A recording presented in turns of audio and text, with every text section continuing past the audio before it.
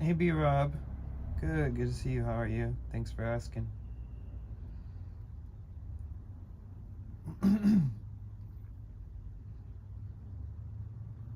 Welcome.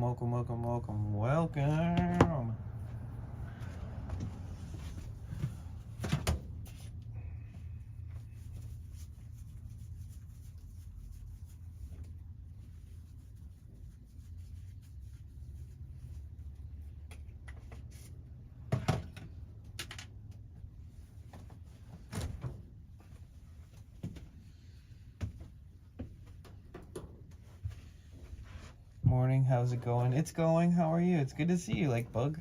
Welcome back. How are you?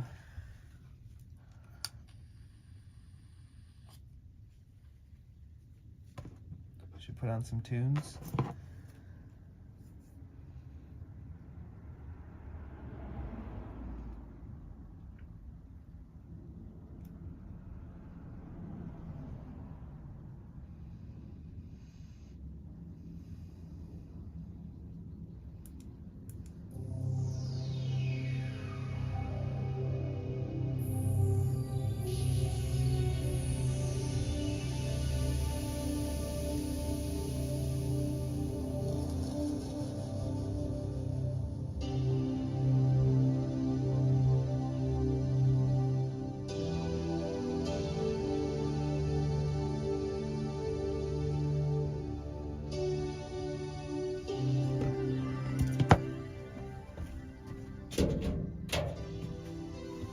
That crazy motherfucker in the RV is gone.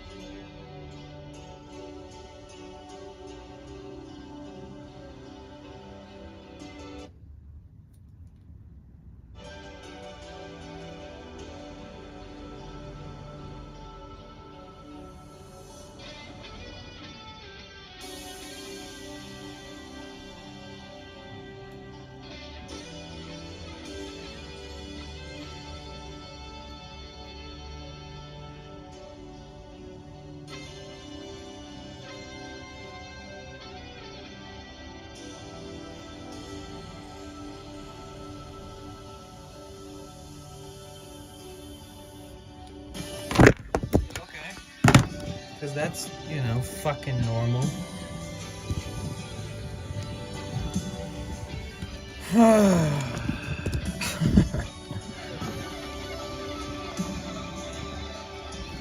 Bruh, what the fucking flying fuck, dude?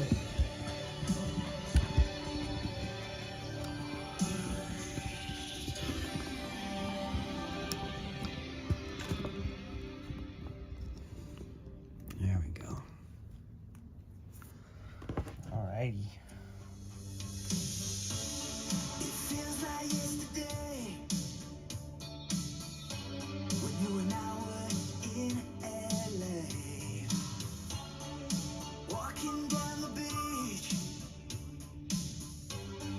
Kind of trippy how I was falling with the music very slow. What up, Greg? What happened to him? Oh, I don't know. Probably got arrested and fucking put in prison for all I know.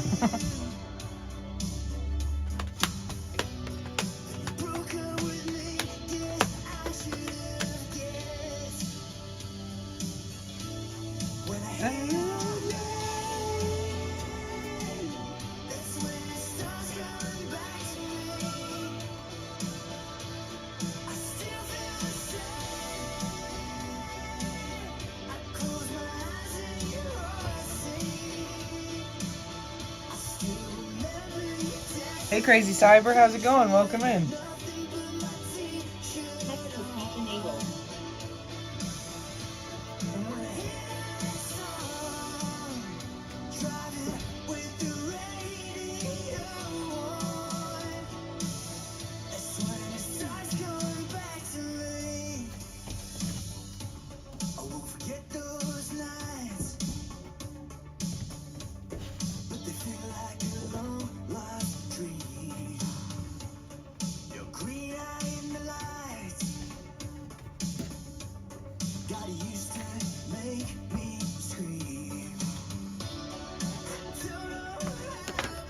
How you doing? Welcome in. Woo! It is the weekend. I just ordered some more tools. I thought I would be able to use this month's earnings for solar, but I'm gonna have to buy more tools, guys. I gotta get a pressure tester, a couple random things.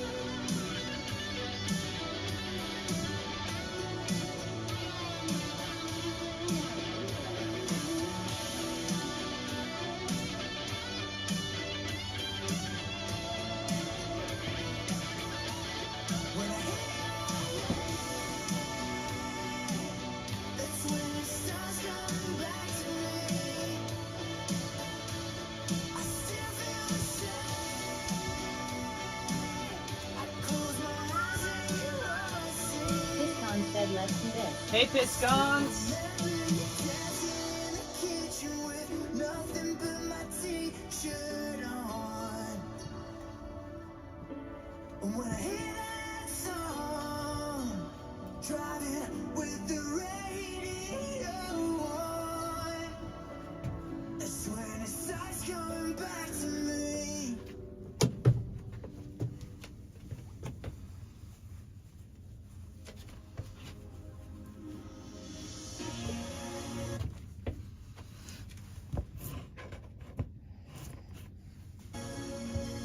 How you doing, Piscons? How's everybody doing?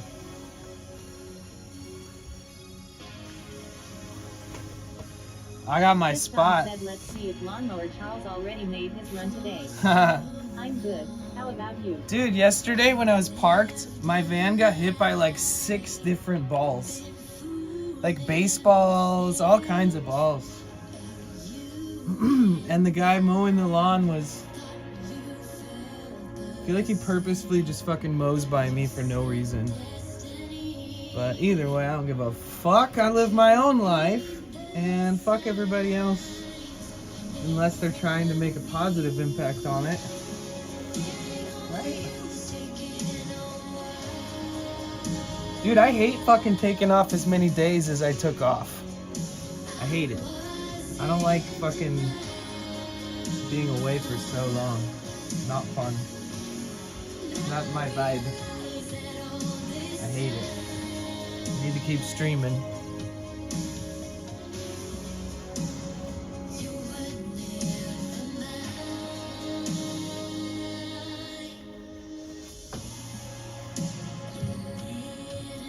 There we go. So we back, baby. Had to recalibrate. Hi, Amiva, how are you? I had to recalibrate my what I'm doing, you know? I had to like think about it. How's it going? It's going good, thanks. I just ordered some more tools.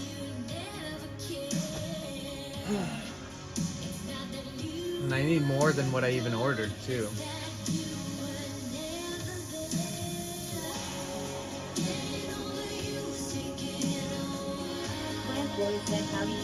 Howdy. How's it going? Welcome in. Good to see you. You guys, everybody say what's up to PB.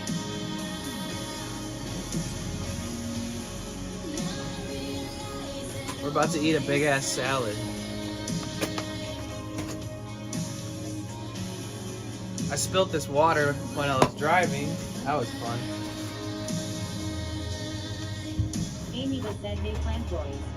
What y'all up to?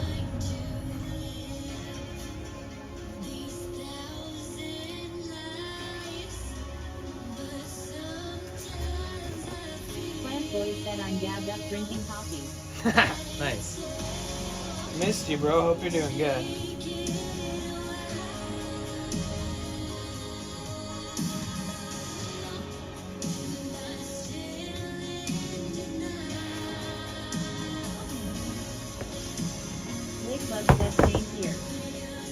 Amanda said I didn't sleep in Ruby's stream. Oh, nice.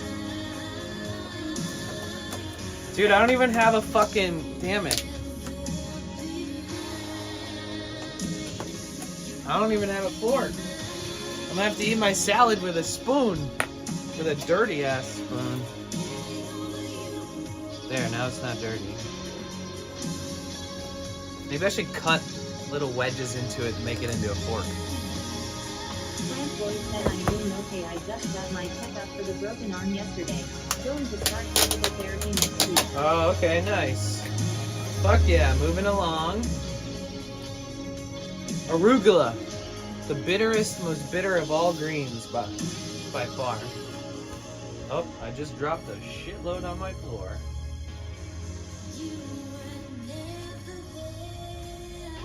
I'm trying to eat a couple large salads a day. Plant Boy said I love arugula. Me too. Trying to eat a couple good salads a day. Trying to reboot my system. Man, I haven't been this stressed in like fucking ages, dude. My whole body was like reacting negatively. Like cystic acne. Fucking eczema all over my hands and my legs and my ankles. Just a heartbeat out of this world. Fucking boom, boom, boom, boom, boom. Stress, anxiety. So I feel like I finally reset, and now I can do the job again, but with more expertise.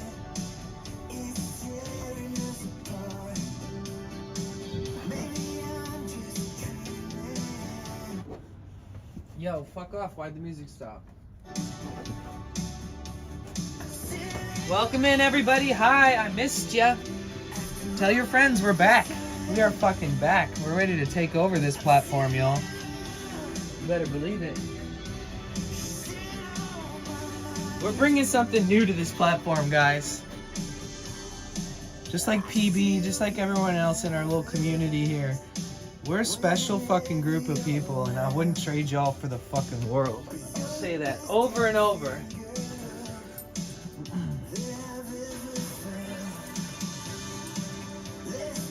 Come on, guys. You gotta believe in yourself as much as I believe in you.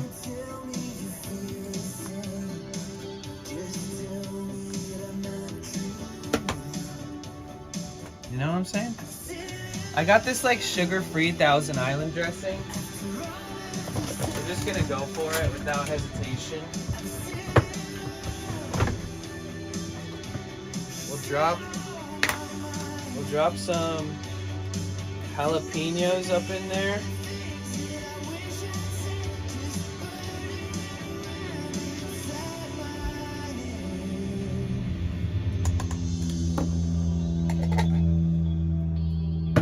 Plant Boy said Thousand Island is one of my faves. Bro, me too. I got this kind.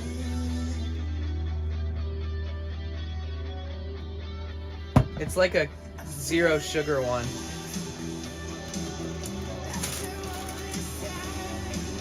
So we're just gonna... Lakebug, thank you so much for the subscription. Some peanuts and raisins. Okay, I'm gonna write your name on the wall right now. If anybody here is subscribed and I didn't write you on the wall, please let me know. Lakebug.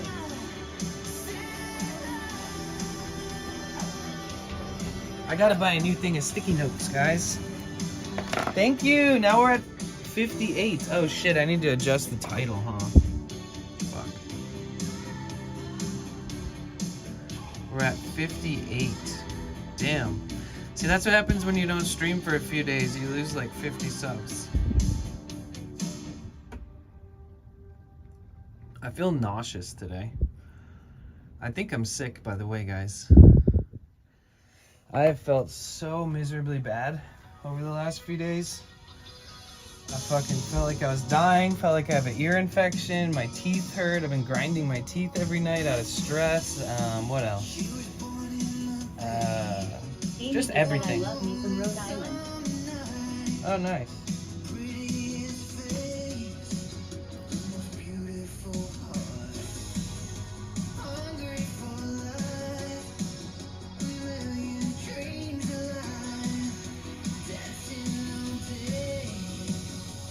My hands are finally not black from doing the engine work.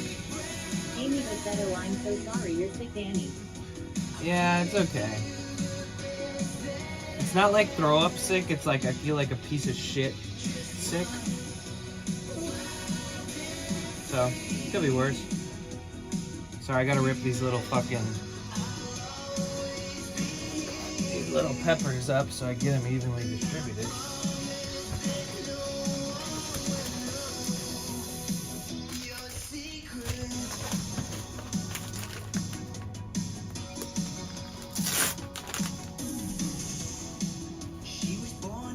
Nutritional yeast.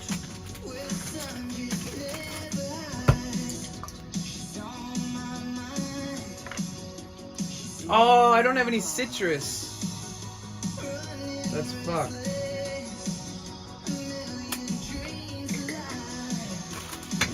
Dude, you know what's also good? I don't eat meat, but Thousand Island is basically like Big Mac sauce, you know? It's like the same fucking shit.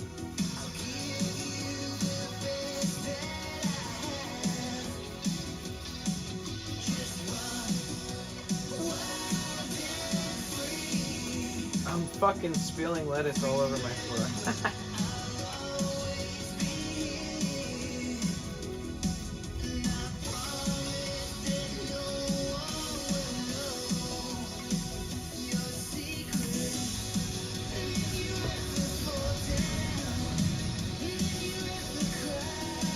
A little bit of this spicy ass jalapeno water or vinegar.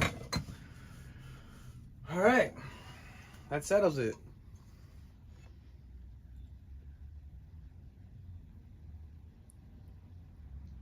So if I buy one of these with the current temperature and stuff it is outside, this little box without being refrigerated, this can last me like 2 to 3 days, depending on how much I eat. Plant Boy said yeehaw. But Amy said yum. But like, it all depends on how hot it is out too. Dude, I've been making these little like these little quesadillas with pepper jack cheese, and it's like my late night fucking. Plant Boy said you ever put arugula in a smoothie? I have. It's fucking bitter as shit though. I don't recommend it.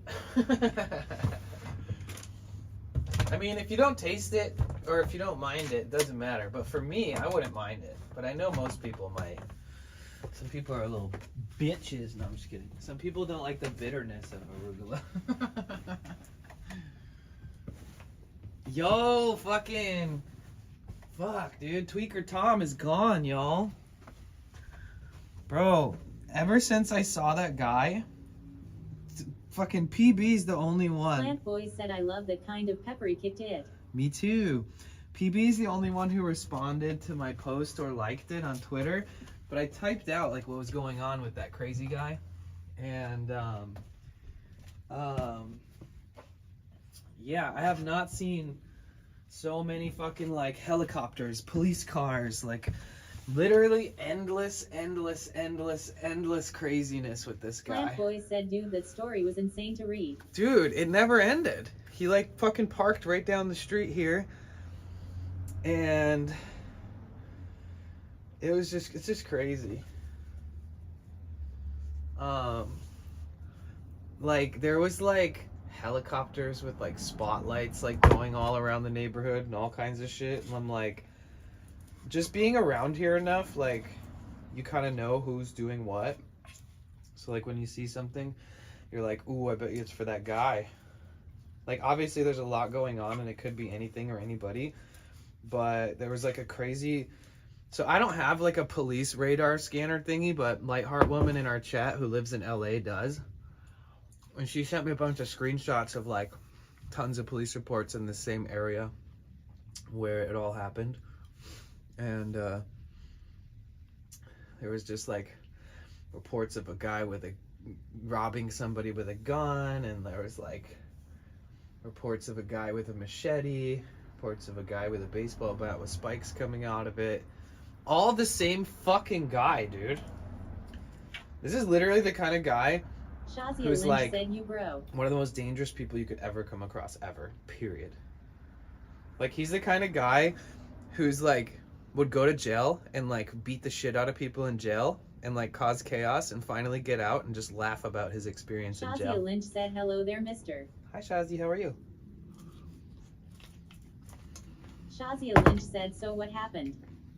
So, first time I saw him, he was naked and he was wielding a machete. So I immediately called the cops on this motherfucker. It was like a public park. And then like 6 cops cars come and like 12 cops get out and surround his RV. They talk to him, and as the cops are walking away, they're all like smirking and laughing about it. And then the guy jumped out of his vehicle with an aerosol can, spraying it with a lighter, blowing flames at cars that he's walking by that are parked. So I called the cops again because he was walking towards my vehicle. But yeah, either way, this crazy motherfucker never ends his chaos.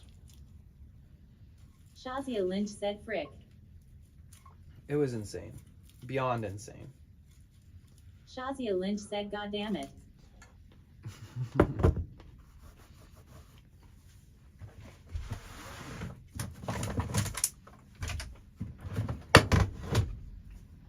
Yeah, I had to deal with that motherfucker on top of all the stress I already had. I was like, come on. Can't. Plant Boy said, I wonder what's going on in that guy's mind during all of this.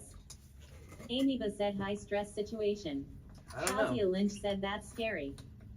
I'm sure. Okay, so based off my analysis of him, I think that he has one of those personalities where he can like get away with like pretending like he's thinking straight for a second. Like I think he's like an actual sociopath, like could be a serial killer type shit, because I don't know, he just seems untouchable. He doesn't give a fuck, dude. This guy literally, like, cops visited him twice, and then he put a mask on and put fucking bolt cutters in his backpack, and then hit the road with the bolt cutters, and then he came back from his little walk with like a fuck ton of stolen things. And I'm just like, how the fuck does any of this like happen without the cops seeing it?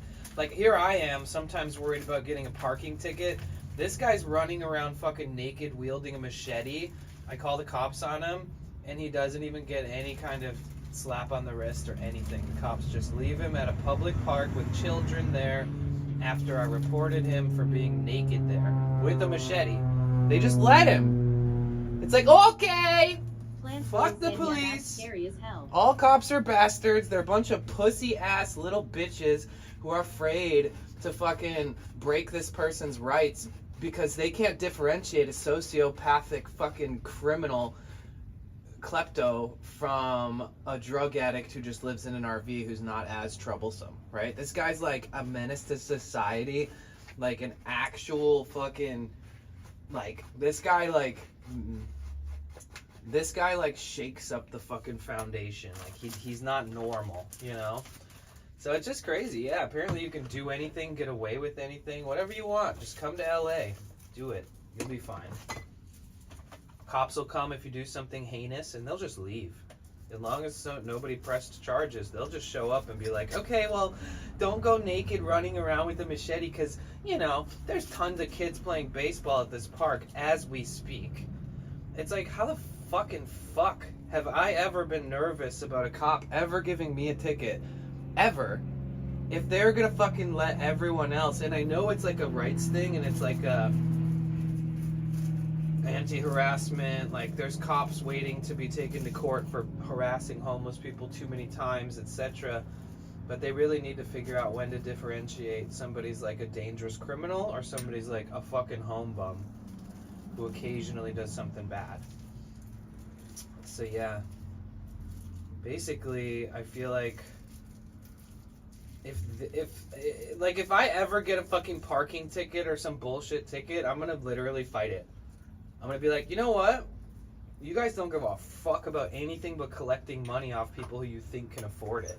That's why you don't ticket all these fucking homeless people. You only ticket, like, there could be a guy naked running around with a machete, and then a guy can run past a stoplight without fully stopping right next to the naked guy with the machete, and Los Angeles LAPD will pull over the guy who came to a rolling stop. They won't fucking pull over and ask this guy to put his clothes on. Like, that's the kind of fucking place California is. You like that? Come on out.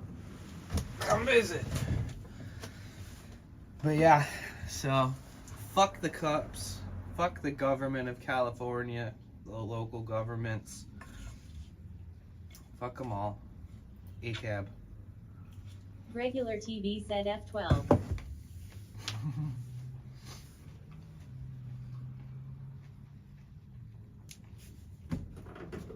But yeah, I was so stressed, man. All the car stuff. Realizing I still need to buy more tools. The dude who helped me stole one of my bits. C_Therion7 said happy morning. Just Therion. joined to hear my fab slogan. ACAB. That's Open right. mouth smile. All cobs are fucking dumb. ACAD.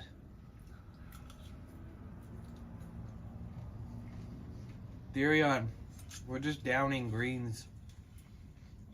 Full arugula salad with some peanuts and raisins and Rob Will said city cops are the worst anywhere. nutritional yeast and C_Therion7 said oh hell yeah. yep, I'm eating like boil camping food and all kinds of random shit. Fast, easy food. Granted, I eat like a million. C_Therion7 said hippie dread flakes. You say. Lol. I eat like a ton of fruit. Tons every day, you know? And I used to have these greens powder or like this greens pills, and I could just pop some of those and I wouldn't worry too much about not having enough greens. But I haven't even had those the last 6 months. I've just been not eating greens. I'm probably gonna die. I can feel it rejuvenating my body.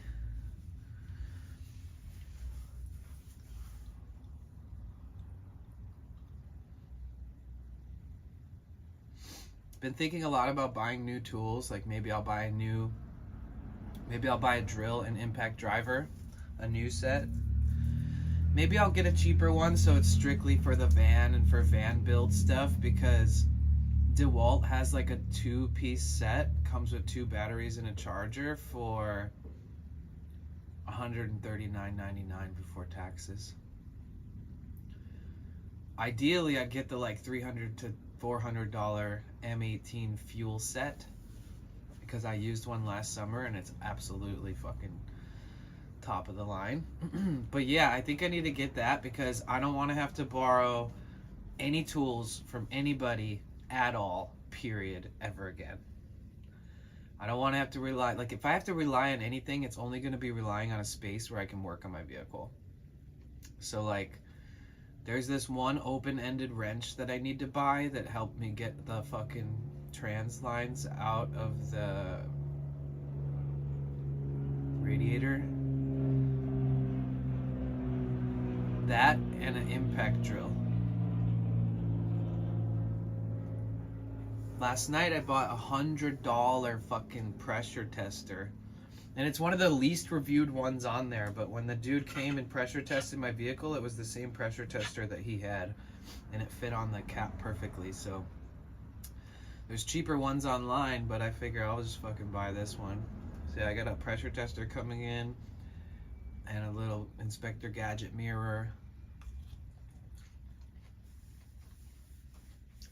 Bro, the algorithm has been throwing us a bone so hard. Like, granted, we get raids and stuff, and I'm so grateful that people have ever rated us, ever, period. Thank you so much. I love you guys. But in general, if I look at months and months of reach, like discoverability on the analytics, the discoverability through suggestion and through homepage and through small community tab and all those are going up, guys. And like, imagine there's an analytics chart with 4 different color lines, right? And there's always been these 2 lines that just skim the bottom, and that's recommended and suggested and stuff. Over the last month, that line has been keeping up with everything else, meaning it's not bottomed out. Like, a lot of new people are finding us. through searches and stuff. And it's such a pain in a streamer's asshole when you notice the algorithm being favorable and giving you good placement and discoverability, and then you take days off, bro. It just makes you feel like you're backtracking, because the algorithm kind of works in that way. I always try to explain it like this. Your algorithm is a pot of water, and underneath that pot of water is all the things that you're being consistent with, and all the communication and nodes being connected via first-time chatters, somebody who watches another stream that's similar to yours, etc.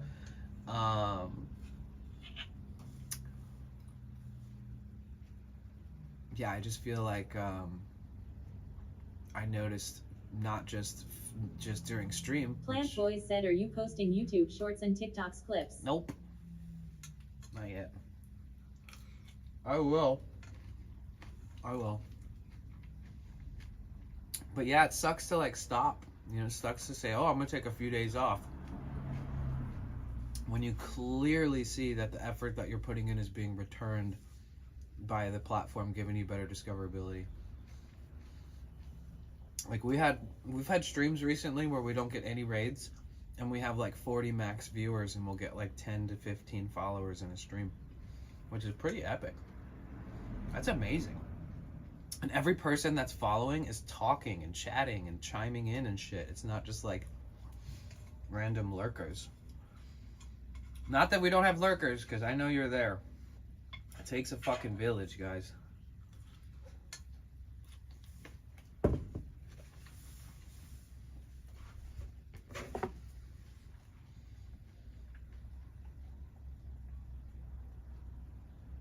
Random lurkers. Whoa.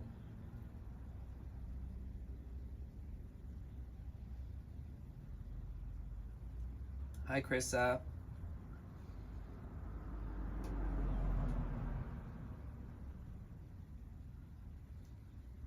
Said 3 of the snack wraps at Burger King. The spicy ones are so good. Oh, really? Snack wraps? What's in those?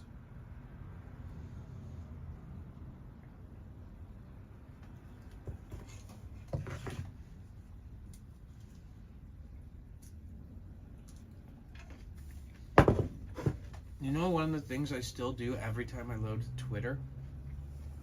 If I open Twitter and I see a post that says, would you be mad if during stream something? Or if it says anything like that. If there's any highly debatable bullshit fodder fucking dumbass posts on Twitter, I always look at it and a part of my burning fucking fiery soul opens up, and I want to smack my computer or screen, because every time I open up a page from a person who posts something like that about stream, it's always a Kick account. It's always. Or I'll see an account that's like, blah, blah, blah, I don't like the community here, I changed my mind. Always Kick. Like, all these little things that I've noticed recently where Twitter is like a shithole. And I've been blocking people purposefully. Every time I see a Kick post, blocked. There's definitely gonna reach a point where somebody tries to look at my page and it says I blocked them. I know it's gonna happen. They're gonna be so confused. I've never spoken to any of these people that I block. I just see that they stream on Kick and that they're fucking comment farming. Boom, blocked, you know? And there's Baby Jess, Andy Milanakis, Redempto. They all 3 stream on Kick, and but all 3 of them had prior experience and have built up a huge community already. So what really bothers me is these asshats that like move to Kick and are like, duh, Kick's the best, duh. Gambling's not bad, steak's fine, duh. Bots aren't, we're not view botted, that's crazy. It's like, these people are so ignorant and so fucking narcissistic to believe, and naive to believe, that they should try to defend Kick ever. It's like you're literally sitting in a group of compulsive gamblers who own a shitty little streaming site just to bring more people to stake. Like, So every time I log into Twitter, I see these posts and I block. I block the shit out of people. And like I said, there's a few people I know and I respect. Plant Boys said, yeah, I tried to give Kick a chance in the start, but it's awful. It's literally like a mirage, bro. It's fake. Whatever you think people are experiencing there, they're being view-botted. Everybody who's made a fat paycheck, half those motherfuckers gift the subs to themselves. You idiots realize that when you gift 1,000 subs to your own community, you now owe fucking 30% in state and federal fucking taxes on your own earnings because you just wanted clout. Like, I don't think people understand. All it took was like one higher up on that website to gift like 100 subs and be like, who's got the best stream on Kick? Dropping big gifts. And then everybody's like, who's a money grubbing, desperate motherfucker, goes there for the easy way out, hoping to God that they have a good stream and that somebody from the site notices them and blesses them. It's like, bro, oh my God. Like, imagine streaming under those guidelines of like, that's how it goes. Like, imagine, this is why I love Twitch. I can stream here as much as I want. I can do whatever the fuck I want. I can say what I want. I can go where I want. I can raid whoever the fuck I want. And everybody's chill. Everybody's like, this is a community. We are all different, but we're all on this platform. And I don't know, I just always felt like, what a crazy thing to like mold yourself into being a Kick streamer when you know damn well you're better than that. And all these people getting paid around $10 an hour to stream on Kick, please quit. Please breach that contract. Please go get a real fucking job, because it's just gonna everybody's just gonna talk shit about streaming as if they know what they're talking about, and it's just a bunch of people who just started streaming on Kick. And that's what bothers me too. Plant Boys said Twitch Dev has much more of a community feel than any other stream platform. 100%. 100%. Like, I just genuinely believe that, like, it's just crazy. You know what? I actually saw a post on Twitter the other day that was like, you know what? I fully regret asking any of my audience to come to Kick. Like, I came because of money grab. Like, I convinced everybody I was trying a new thing. And I just love the raw honesty that came behind that post. There are a lot of fake-ass people on that platform that if Twitter didn't exist, they wouldn't have any fucking followers on Kick. If the reason you have any followers on a platform is because Twitter, be careful. It's not sustainable.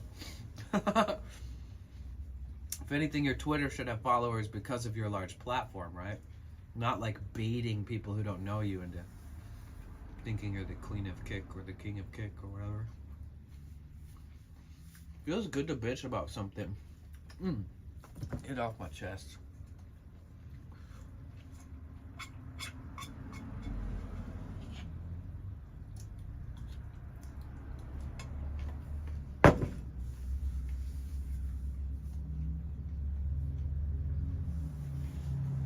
But yeah, Twitch is my home. I tried streaming on Kick twice just to feel it out. That whole website is view-botted. Did you guys see the new Neon update? So apparently Neon's streams always say that he's at like 38,750 or some random number around 40K, I think it is, or 50K. And they just did like an analytics drop and like inspected his views. And he only gets, hear me out, he only gets 6,000 real viewers.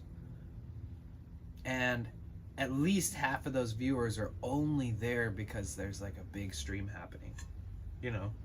So it's all fake. Fake meets fake makes fake. End of story.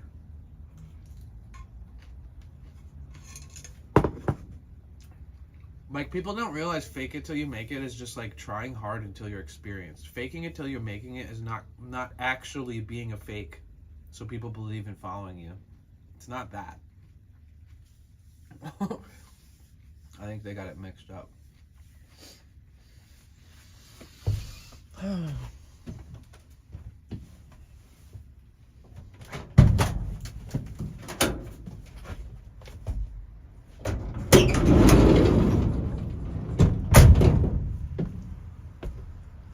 Yeah, I can't believe that guy's gone for now. SGT Superballoon said what's happening PB and Chaz What's cheer 1. happening? Yo! PB and Chaz cheer 1. How's it going? Welcome in. Good to see you. We're almost done demolishing this salad, you guys. Eat something healthy today. Or eat a lot of things healthy today.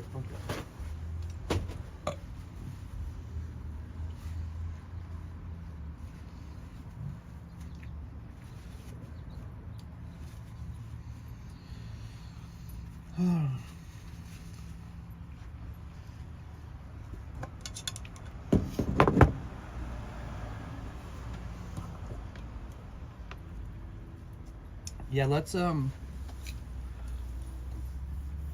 there's gonna be so much going on moving forward. I'm gonna buy some new tools and I'm gonna work on my van again. I'm gonna talk to Luis about doing it in his driveway again. Rob Will said I wish I could eat normally so bad I got wisdom teeth out. Plant Boys said what's up villain. Drink some soup. Cheers, guys. I'm late compared to y'all. It's 11 already and I haven't even had a puff of a spliff, y'all. SGT Superballoon said I went to a dip weed store today. Didn't buy any weed. That's a first for me. That's healthier. Went to a different weed store today. Didn't buy any Amy weed. said cheers. Oh. Well, hopefully... Yeah, I don't know how to perceive that. Hopefully you find a better weed store so you can actually leave with weed next time. Or it's good that you have a break for a day. Owns Law 77 said did the machete guy leave finally? Dude, I'm parked where he was parked. This is where he took my goddamn spot. And, SGT Superballoon said I got tablets, gummies, and patches. He's gone. Oh, so you did buy stuff. I see. Or you just have stuff or something. Yeah, he's gone. He was parked down this street, and everybody, I mean, shit, I just pointed and looked down the street when I said that, and for all I know, this could be him. The guy I'm looking at right now. But either way, yeah, he moved down the street, and he was kind of causing chaos. Oh, that's not him. Okay, yeah. He was like walking around talking to all the people in the RVs and the vans and stuff, and everybody was like, fuck, this guy's sketchy as fuck.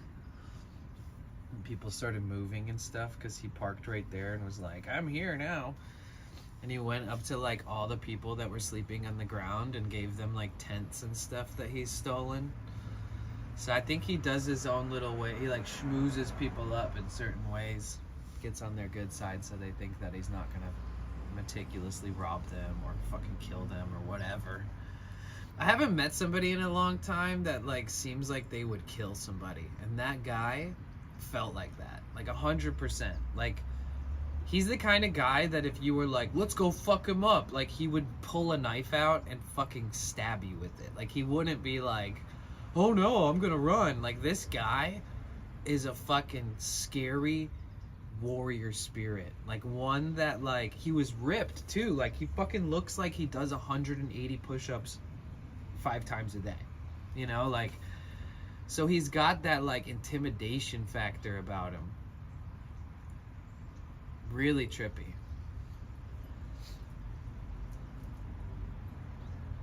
And then yesterday I saw some guy like with his dog in the park, or 2 days ago I saw a guy with a dog in the park, and then I thought it was him. I was like, holy shit, did he steal someone's dog?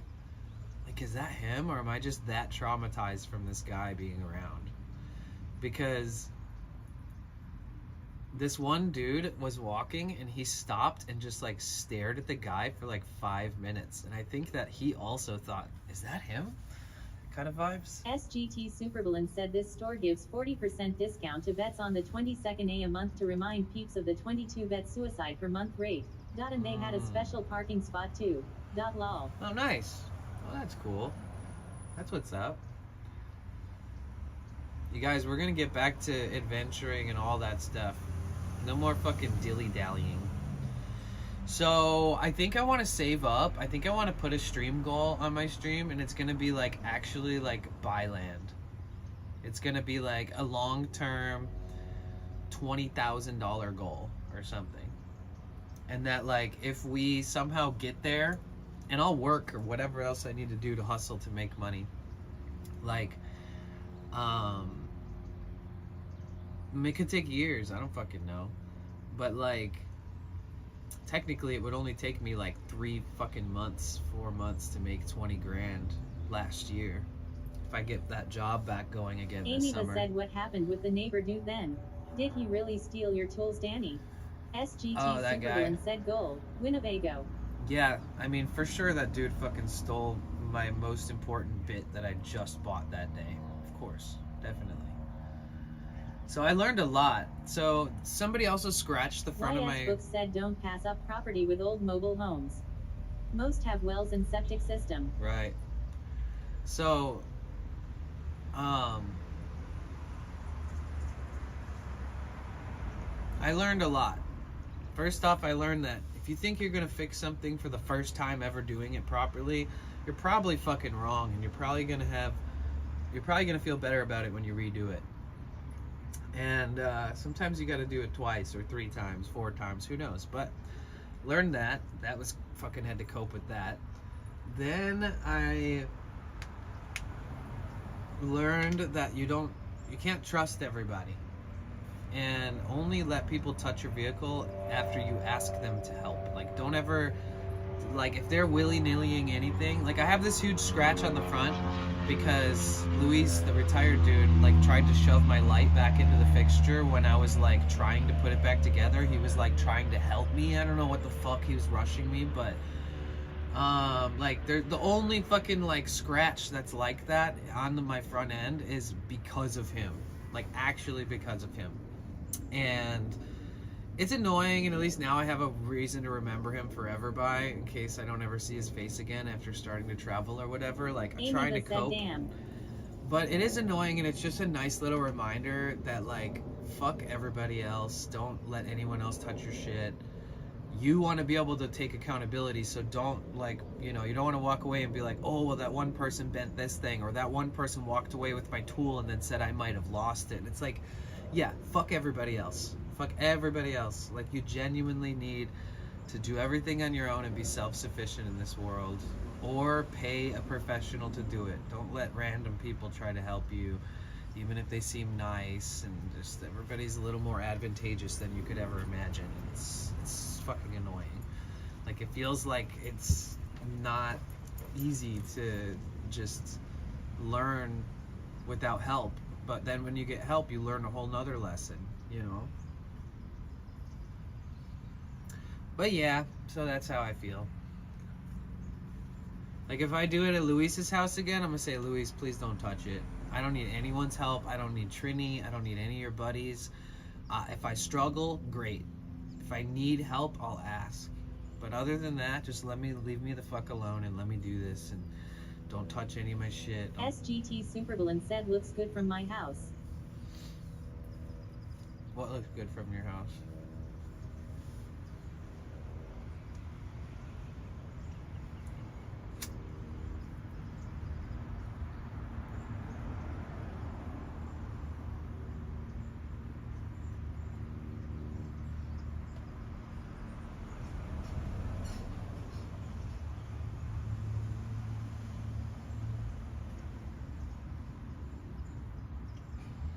It would be interesting to ask a cop on camera how they deal with stuff like that guy. said hi, Danny. Hi, Mezzy. How are you? Welcome in. Good to see you.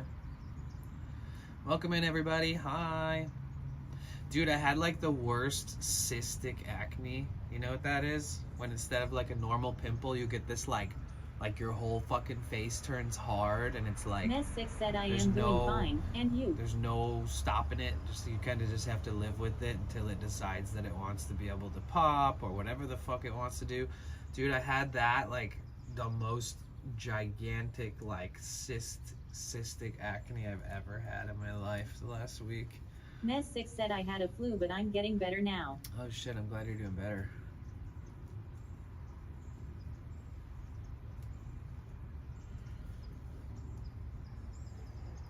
But yeah, I was thinking of getting a DeWalt impact drill and driver. Because I have a shitty one that I got for free last year. And I used that to build this bed and stuff. And honestly, it's not the best. It's kind of like shit. And I think to have a new set of drill and driver would be best, because I'm gonna need it if I build out this van at all. I don't want to have to borrow any fucking tools. I'm just gonna keep buying tools.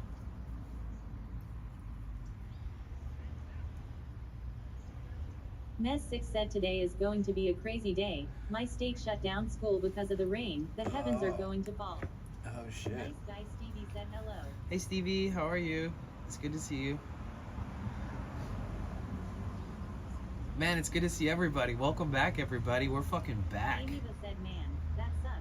I was hoping you'd get peace at the neighbor's place. Yeah, I did, but I had to learn a lot, Amiva. You know?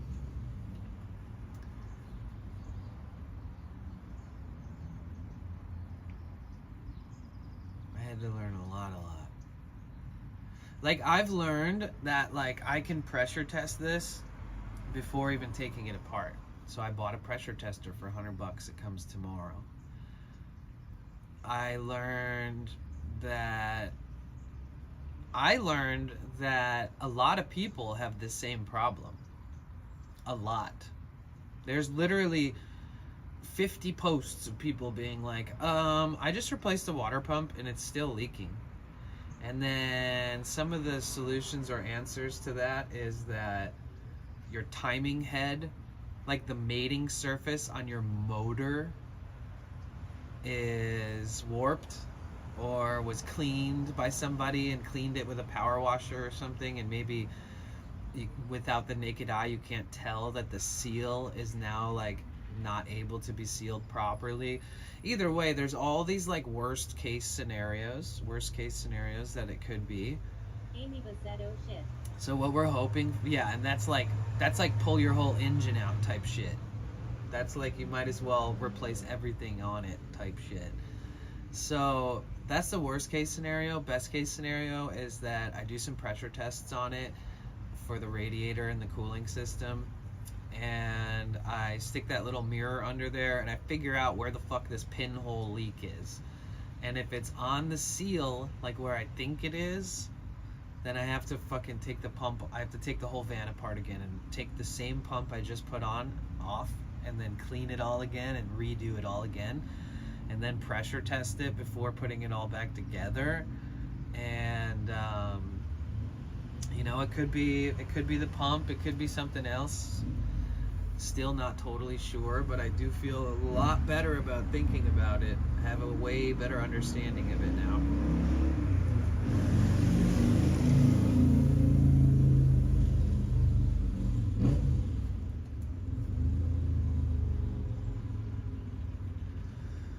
But yeah, like the other day, I accidentally threw away a box of tools, like this little tiny box of tools, and I was like, fuck. So I went to the store and rebought that again. And then when somebody came and helped me, that's the tool that somebody that came and helped me lost. They lost the tool I bought for a second time. And I feel like they just kept it because they wanted a nicer one. And they were like, oh, here, I gave you a replacement because I couldn't find it. And they gave me this real bitten up, old ass, dirty, old fucking bit that's just like, it's just stupid ass, annoying, stupid tool shit. And like, don't trust anybody around your tools. And if somebody helps you with your tools, do not let them leave. Don't let them leave until they give you that tool back. Ask them 50 times over before they leave. Make sure you leave that tool. Make sure you don't accidentally keep the tool. Amy said, let's hope you don't have to rip the whole engine out. And don't yeah. And some of the tools I have, like, I don't even need. Like, I might return the Allen wrenches, honestly, because it didn't end up needing the Allen wrench. I could return that whole fucking 12-point ratchet set because I only need one ratchet out of the whole set. Like, There isn't other even bolts that are 12 point that are different size. It's like the only 12 point is the tensioner. So like all I really need is one bolt from that whole set. So I'm thinking about returning that whole set. I'm thinking about returning the Allen wrenches and then just buying that one fucking wrench that I need by itself, and then buying this one other wrench that I need by itself.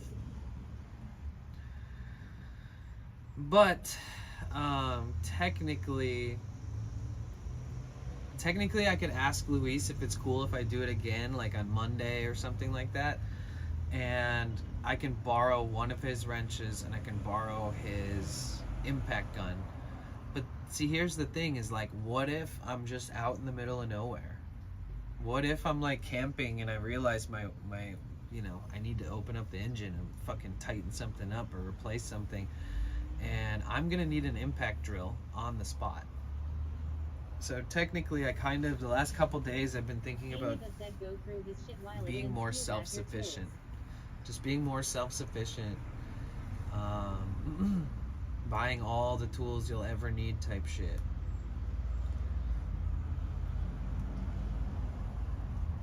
Ideally, I want my tool set in my van to be like minimalist, like every tool that I need for the van and not more, right? So I can minimize the amount of shit I'm carrying, the amount of shit that is at risk of being stolen anywhere I go. I was thinking about, well, if I buy a new drill and driver, then I could probably build a box in the back here. You know how I have these like parts and tools and I have the drum? I was thinking about making this an L shape and then adding a piece of wood to have like this component right here that like opens up and I can store shit inside of it, like a little storage box. I think that would be nice. Trying to think of how I want to do it though. Nice guy Stevie said, do you really need an impact hammer drill? Yeah, I do. I like this idea. I need an impact drill driver because some of these bolts won't come out without it. There's too much, there isn't enough like traction, you know, there isn't enough, like some of the things turn while you're turning it. Like you're on this gear and there's one screw in the middle and you turn the wrench and the whole gear turns. But if you have an impact driver, it catches it so fast that it undoes it, you know?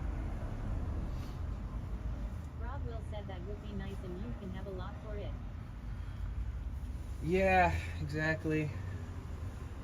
The only thing I don't like, which it wouldn't really matter because I haven't seemed to go in and out of there. Supervillain said I had a time in my life. If it didn't fit in my duffel bag, I didn't own it or buy it. Yo, I feel you on that. Like, I literally am in that same headspace right now. Because before I had all the tools and the parts, all my shit was under my bed. And I didn't have, like, shit laying around or extra boxes that are visible to the eye.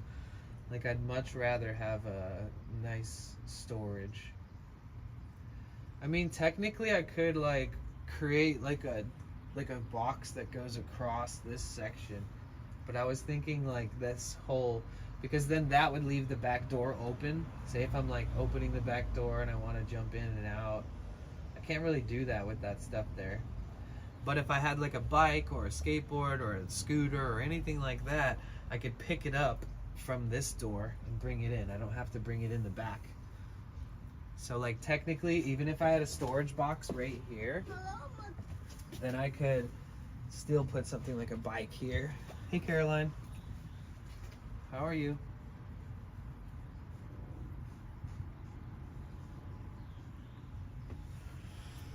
What up, Joe? So sorry I didn't see that. Holy shit.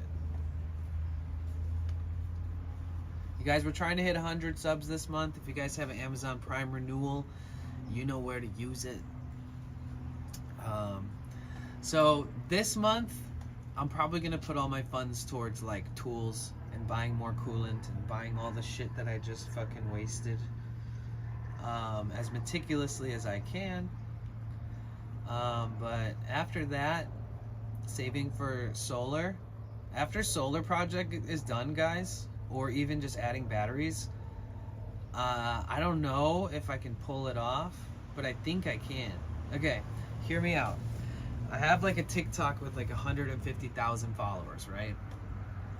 I have Instagram with like 30K, Twitter 5, YouTube 10,000 subscribers. I have a Snapchat.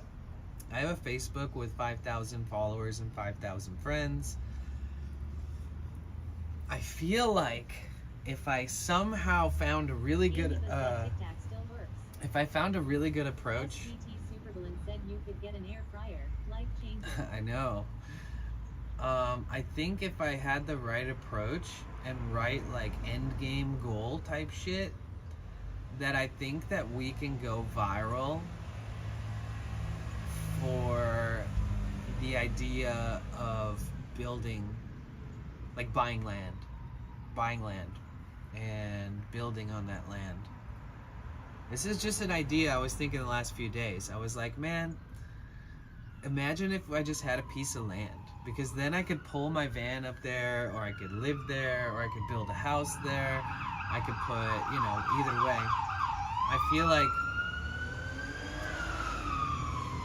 feel like, yeah, we'll see. We'll just like see how all that goes.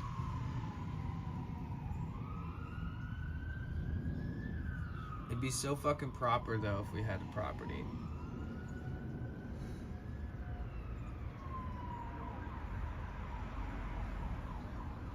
I want a place to be able to like work on my vehicle when I need to, you know?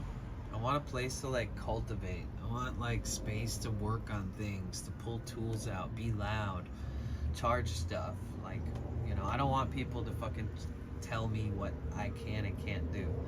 And I feel like one of the only ways around that is to own a little fucking piece of land.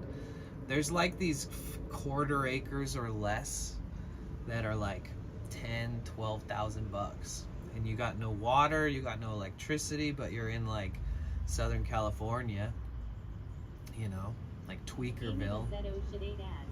Finally, though, they are all Swedish. Oh, nice.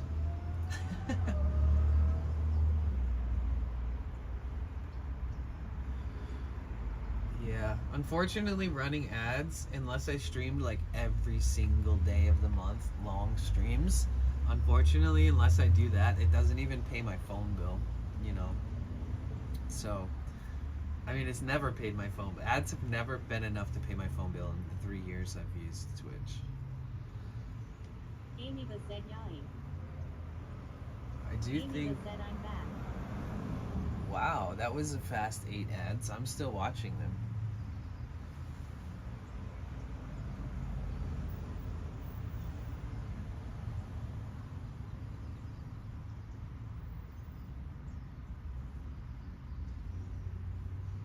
Yeah, I think I could easily save up like 15 grand this summer if I work and stream just for like a few months. If I get that job going back again that I had last year, I could buy like a piece of property somewhere. I just know the areas where these things are for sale, and a lot of the areas are like shit, like just kind of ghetto Amy inland said, well, desert sometimes they're like vibes. 30 minutes and not even in Swedish.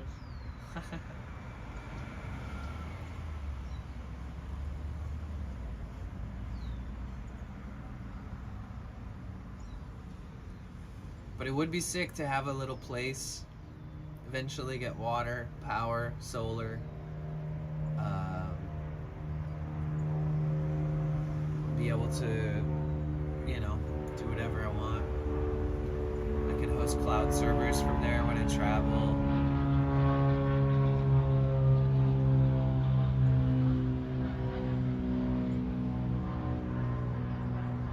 Yeah, part of me wants to buy a little piece of land in California though, because like it's hard to convince somebody who like wants everything done to buy land. You wouldn't believe it. There's land all over Southern California that's like small, but like in the $10,000 to $15,000 range for the entire piece of land.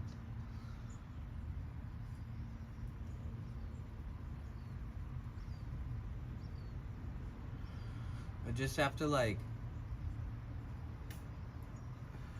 buy a bunch of reservoirs for water, you know, buy like a 200-gallon square shaped water tank and fill that thing up and bring it out to the property and have that would be like the source of water most likely. I was looking into doing this like 10 years ago and it was so much better prices. SGT Superballoon said lol. I did my dishes during commercials. Nice, good.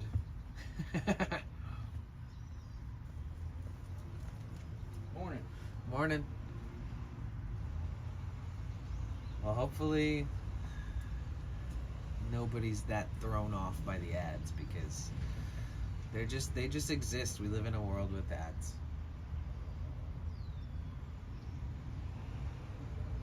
See that guy who just walked by and said good morning?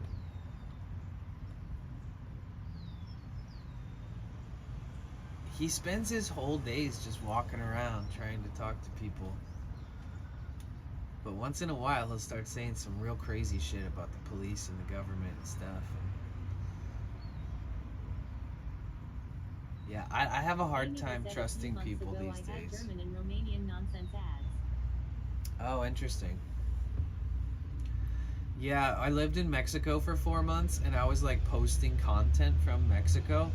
Something happened with the algorithm and all my ads like forever and ever have been in Spanish on YouTube until like one day it finally fucking realized I'm not in Mexico anymore. It was like years of Mexican promotions and Spanish speaking ads, and it wasn't like any other Latin American Spanish speaking place. It was all Mexico driven advertisements. SGT Superballoon said every once in a while, I shop for bikinis and thongs so my computer sends me better ads.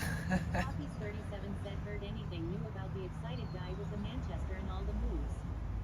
Nice guy Stevie said I only trust around 3 people. You mean the guy, Naked Machete guy? Bro, I've seen him so many times since that day. Like he's literally he just runs this town. Like I'm surprised Coffees 37 said yeah. I'm surprised the gang hasn't come up to him and been like, "Yo, we are the thieves here," you know? Because it's very rare that somebody can just come and be as big a menace as he is without facing repercussions. And I don't mean police. I mean like usually some locals or some other people who run the block or whatever. Like you don't see it until you see it type shit. Like I've seen full on like Mexican gang members come to this park and like looking for people and weird shit like that. Like during baseball games, they're just like looking through the crowd of people and talking to each other and walking around and like asking people questions and stuff. Like I'm surprised nobody like that showed up to be like, listen man, you're drawing too much attention to our fucking block. Like, and if you got a problem with us telling you to stop, then, you know, like some real gang shit.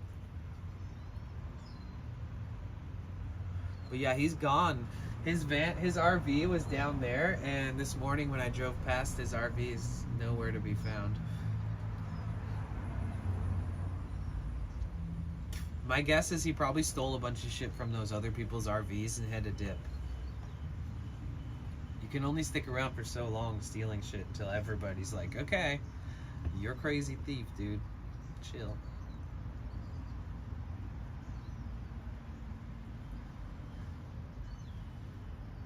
Amy said nah, man, I wish ads would be bringing in more TBH. Yeah, I know, right? I think it's all a scam. I think the whole like make people watch ads or they watch a pre-roll thing is like definitely a money grab for them. Which makes sense. It's a platform that needs to make money, right? But there's this incentive that's like, oh, run ads, you make money off them. Also, we won't play any ads for 60 minutes if you run 3 minutes of ads.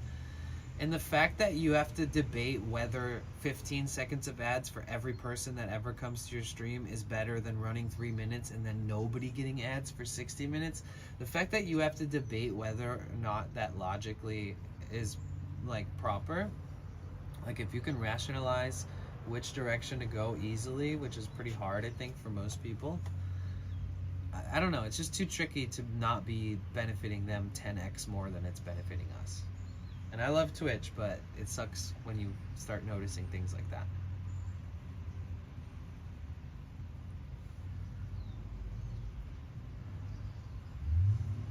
Like, Nice guy Stevie said, not gonna lie, if I got 3 minutes of ads, I would tune out.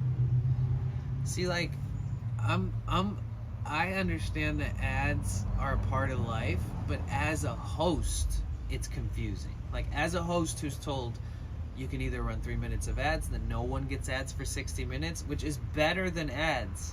No ads is better than ads. There's no question about it. I'm sorry. The difference between going to someone's stream and an ad being there and not being there is a big deal. It is. Half the people aren't going to wait. The other half are like going to wait, but it's still time wasted. Amy said, think of the people who run streams for 50k plus viewers like Asmongold. Oh, they make several thousand in ads. I mean, they'll make like fucking 400 or 500 in ads in just one stream. SGT Supervillain said it like a scheduled 3-minute ad break if the streamer takes a break as well. It's what I am afraid I am missing that bugs me. See, yeah, that's the thing too. It's like streamers don't normally get to take breaks.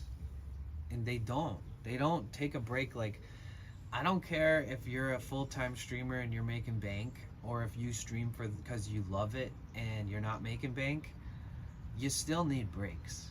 And even with just me saying it from my personal experience, it's pretty hard to create a system to take a nice break on stream, especially if you're like an 8-hour streamer, especially if you're doing IRL.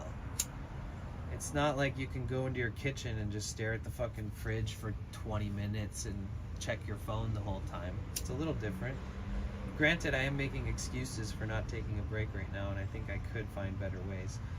But yeah, that being said, 3 minutes every hour isn't even the legal amount of time you're supposed to take a break if you work for 4 or 5 hours in the United States, right? You're supposed to take a 15-minute break every 4 hours, right? Or is it even more than that? I forget. But for people to be upset that like 3 minutes of ads, like, I think the best way people could do it is, if they're gonna run the 3-minute ads, they should literally just like close their eyes for 3 minutes. that 3 minutes that your ads are running, just be like, all right, eyeball rest time. Just turn around and stare at the wall for 5 minutes or some shit, you know? Because I never see... Streamers need breaks too, honestly. I never see streamers put up a be right back screen that are doing IRL. It's only ever because they're like in the bathroom, or their service goes out, or whatever it is. It's never like, okay guys, I've been streaming for 5 hours, I'm gonna take a 30-minute break. 37 said, yeah, get up and stretch for 3 minutes. Like the other day, I went to the bathroom and I put a be right back screen on, and I felt like such a sense of relief. Like, oh shit, I need actual breaks. It helps recalibrate your thoughts and stuff too.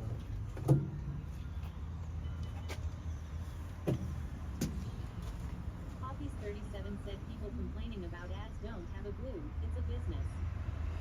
Ad Well- underscore 999 said, I was seeing lunch break, but it was at work, so God only knows. But it does. But everyone's different, and everyone's experiencing different things. If you gonna tune in for 10 to 20 minutes, or you gonna wait for 3 minutes? So if I'm watching a streamer that I really like, and I want to see their shit, SGT Supervillain said sometimes comment or ask a question. I might like leave it open. Okay, so here's the thing, is I have ADHD. So like if I open someone's stream and for some weird reason they just hit me with a 3-minute ad and I just got there, what I'm gonna do is I'm going to picture-in-picture it. You know what I'm saying? Like, I'm gonna put it overlaying my other shit, so the ad is gonna continue to play, and then once the ad is done and I'm done multitasking, then I'll go to the stream, you know? So like, if I really like somebody and I want to check in or see everybody or see the streamer or what they're doing or whatever, and I get hit with a 3-minute ad and I know I'm only about to check in too, like say I'm not even planning on being there for more than fucking 10 minutes because I just don't have the time, but I saw that they're streaming, I would still keep it open in a picture-in-picture, and then I would probably do something else for the time being.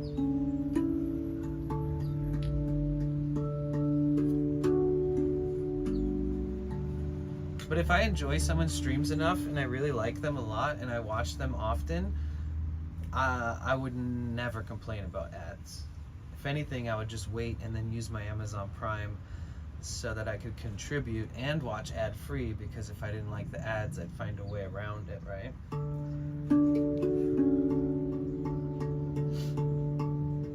Because I've been in that position where I'll watch somebody and be like, holy shit, I never realized this person runs 3-minute ads until now, because now I don't have a sub, you know, like maybe it was gifted to me or something. And I was like, wow, I've been able to enjoy this with no interruptions. And then a part of me is like, I can make that happen myself with my Prime. So if I know there's one streamer that I frequent a lot and I feel like I would just love to be able to try to contribute more than I can right now because of finances, that I save my Prime for that one person that I watch so much that I just would feel like the experience is better without ads. So I'd say if you have Amazon Prime, just choose whoever you watch the most so that you don't ever have to have that moment where you're like, oh shit, they run hella ads. I guess I never noticed because I had a sub before, you know?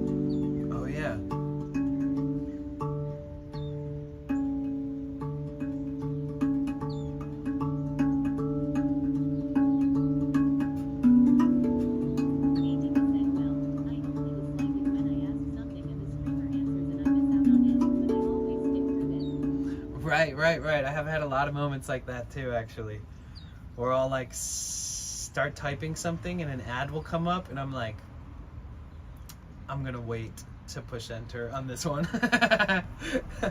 Yeah, because I'm as much of a compulsive viewer as I am a compulsive streamer, guys. Like, I mean, you know, when I'm in it, I'm in it. When I take days off streaming, I usually don't go to everybody's streams, because I feel like normally I need a reset. I just need to think for myself for a little bit. But, you know, sometimes I'll drop in even on my days off.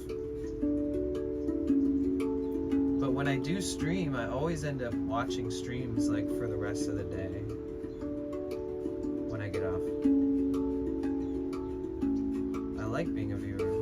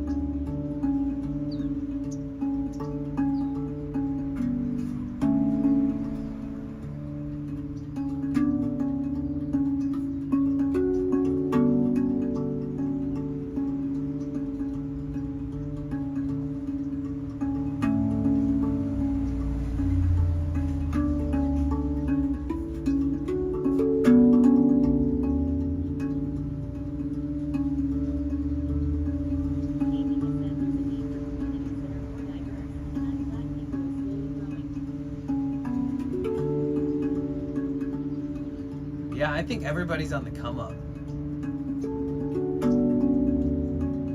I believe in you guys. I believe in so many people out there that are streaming right now. So stoked. I feel like there's this new wave of people that like have been streaming for a few years that are like finally finding them comfortable in themselves and like streaming and finding a way to make it work and just following suit to other people who put in a lot of time. You know, a lot of people on Twitch have been streaming here for like 10 fucking years.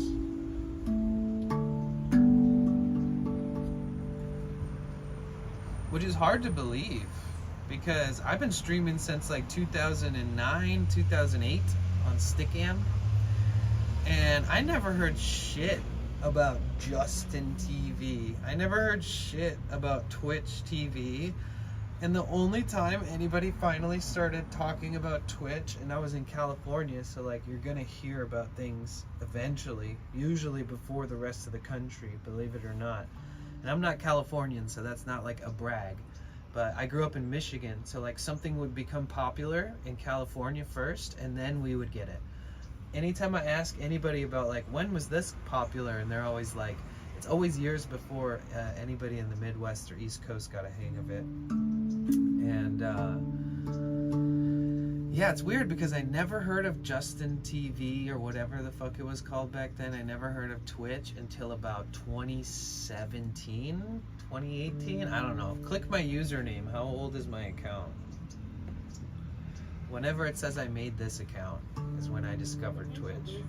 The second somebody told me about Twitch, I immediately downloaded it. I immediately went on my computer and tried streaming on it. I mean, like, I love streaming platforms, and immediately I looked at Twitch and was like, this is kind of sick.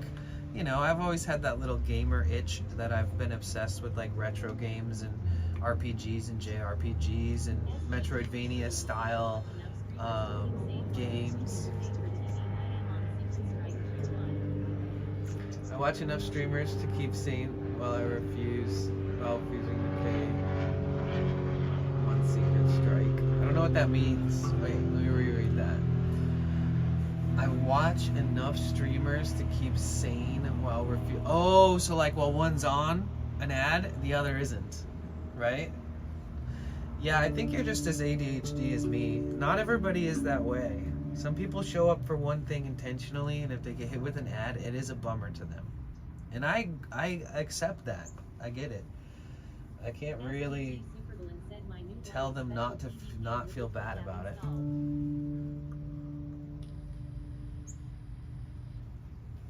Oh, nice. I remember when Twitch... I just never watched those. I remember when Twitch was like... Daily Dana said hello, Tilda.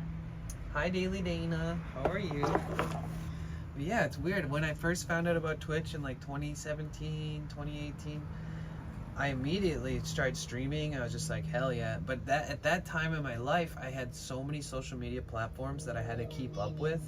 Thank you for the follow. Welcome in. My name's Danny. Nice to meet you, Dana. We got similar names, sort of. It's a pleasure to meet you. I took a few days off, and I'm working on my engine in my van. Oh, okay. Well, now it's official. Let me see if...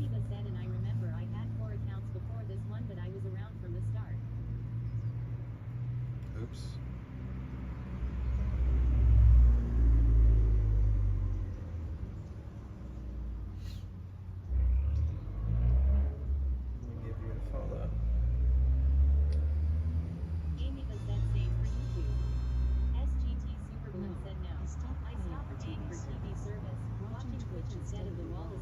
Holy shit, double TTS.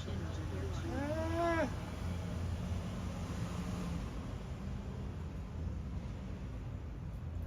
Stop paying for TV service, watch Twitch instead of the walls, keeping me sane. Oh. Well, that's good. Yeah, fuck paying extra money for TV. I mean, you have YouTube, you got the internet, you got fucking pirated videos and movies all over the place.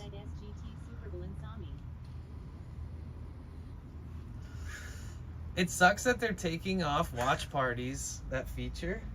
It kind of sucks that they're going to take that feature, disassemble it, and throw it away.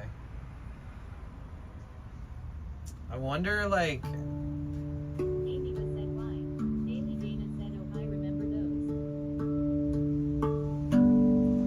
I don't know, but some of my favorite experiences on Twitch, even up to like a week ago, is watch parties. Will Neff does these huge watch parties where he watches movies and then talks about the directors and all this shit afterwards. And I've watched some really good movies there with like 5,000 plus people. One time we watched Shrek, bro. It was like, there was like 12,000 people watching Shrek. It was crazy. So I'm gonna try playing this again because I think it's one of my best that I made up in the last couple of weeks.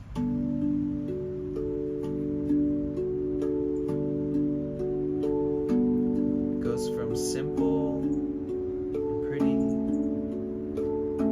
to more full.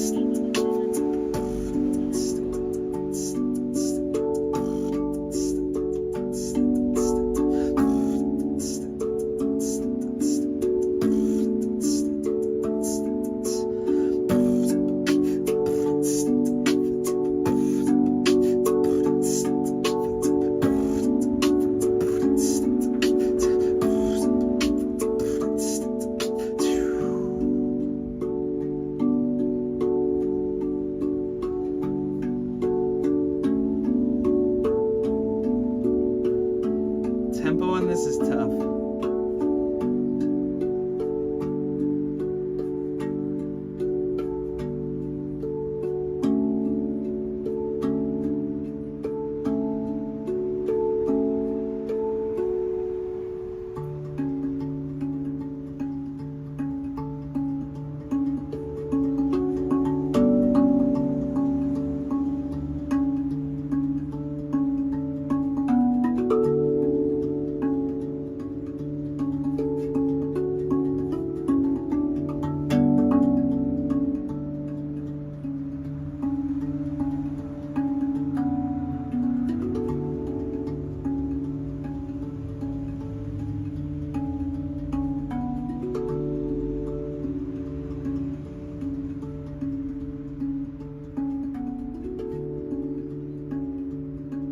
Catch the vibe.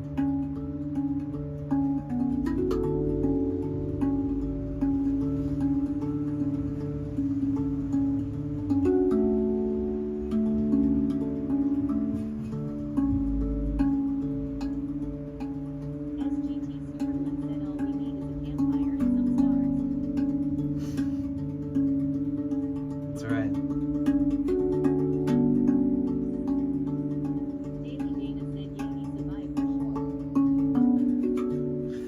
Love it. It's so pretty and simple and nice. It's like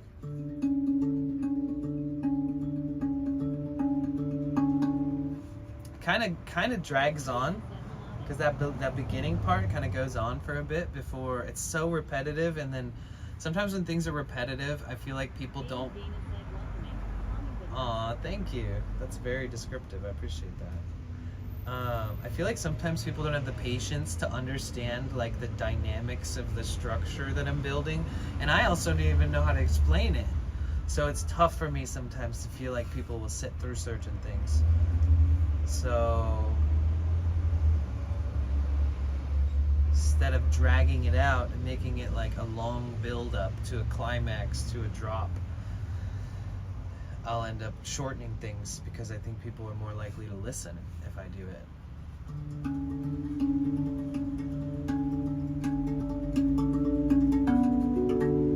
Like something like that, even just the extent of how many times I do this.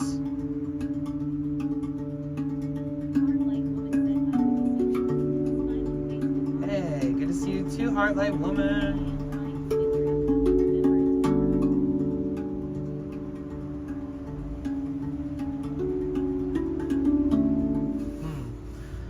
like it.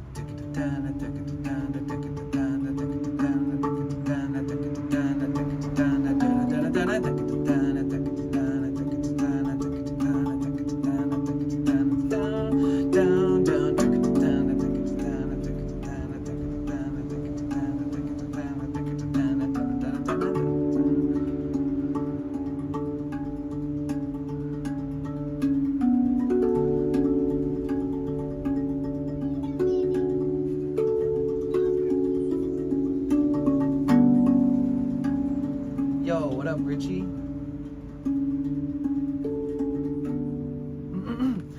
I want more things that are that flowy. SGT Supervillain said I love smoking a bowl while wearing a weed hat. Nice.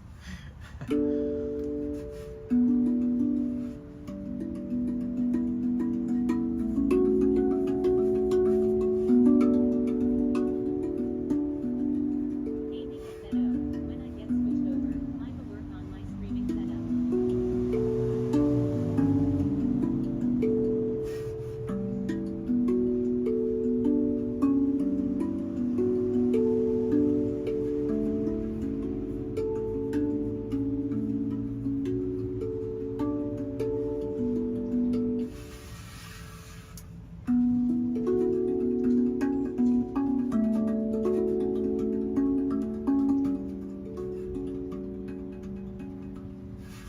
Amy has said first thing I'm doing. Where's everybody from in the chat, real quick? Even though I know where most of you are from, let's familiarize with each other. It's always nice. Daily Dana said I used to live in the hippie oasis of Austin before it got crazy big haha, and I met a handful of peeps who had a collection of these. Didn't know what they were before that. Oh, nice. Amy has said Daily Dana said I was saying that Well, that guy's horn sounds like it's dying. Why is he honking so much? What's the deal? Rainbow X82 said Virginia. Sweden, Virginia. I was saying that before you asked where I was from. I'm originally from Michigan in the United States. Home. Well, I know where you're from. Rainbow Raccoon 82 said that person with the horn needs to pull out. Switzerland, Virginia. Sweden, Virginia, Los Angeles, Florida. Said haha. Lived in Texas, now in North Carolina. Holy schmolies, guys. That's a lot of different places. Anyone else in a cool area?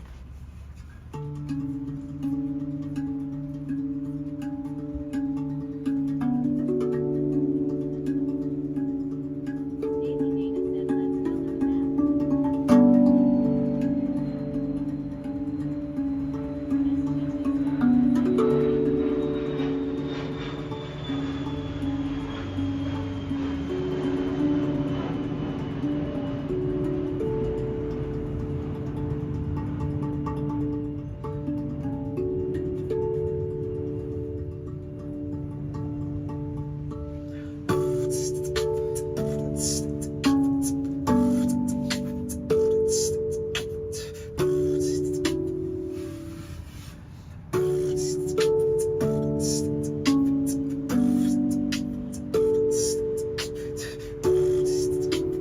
Bro, what is wrong with my brain? It's snowing like crazy in Michigan. Oh my god. Daily Dana said I've seen videos of people using a plunger on a car to take out tiny dents. Lol, who knows if it really works. It works. Well, no, not a plunger. Don't try that. That doesn't seem like a great idea. I mean, if you're super lucky, or if you're like walking through a junkyard with a plunger and you're just plunging every car that you see to see if it'll take a dent out, I'm sure one of them it'll probably work. Oklahoma, okay. 3 to 5 inches of snow in Michigan? What the freaking heck? That's crazy.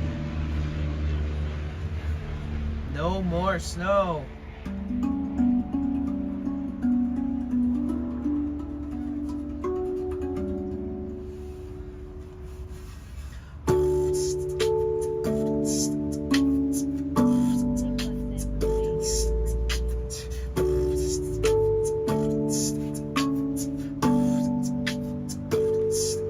Let's go.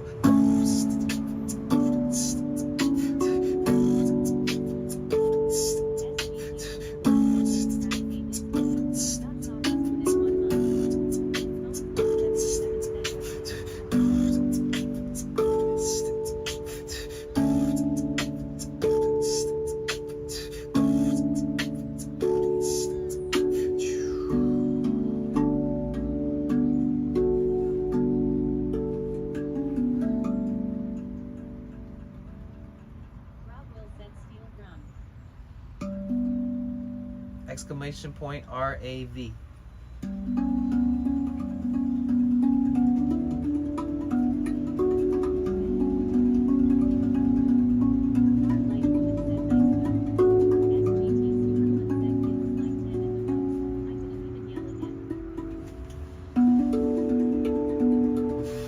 Alright, let's get into it.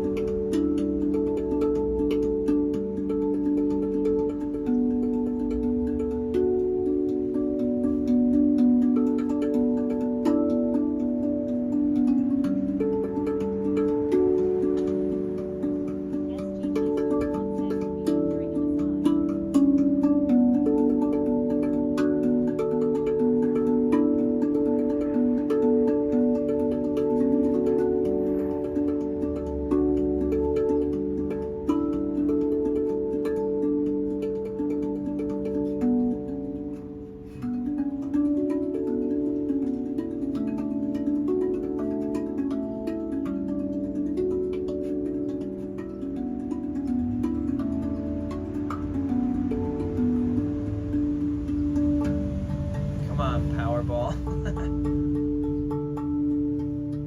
This would be good during a massage for sure.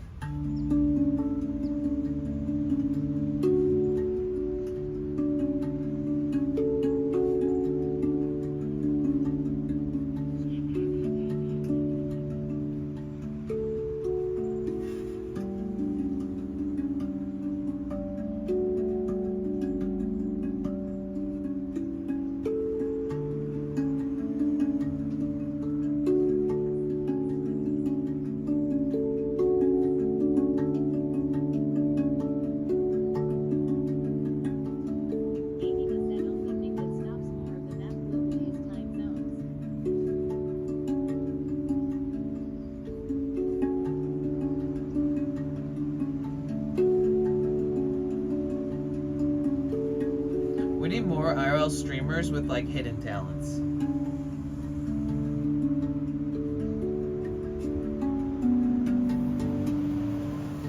Met Tracy, so I just went in the pool and the hot tub inside. Oh my god.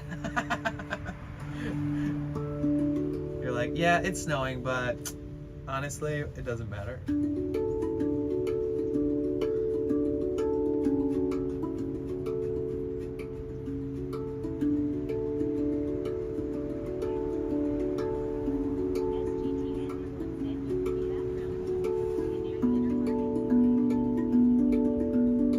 I don't know if I'd want to be a background music for a billionaire party, because usually to be a part of a billionaire's party, you have to like, you know.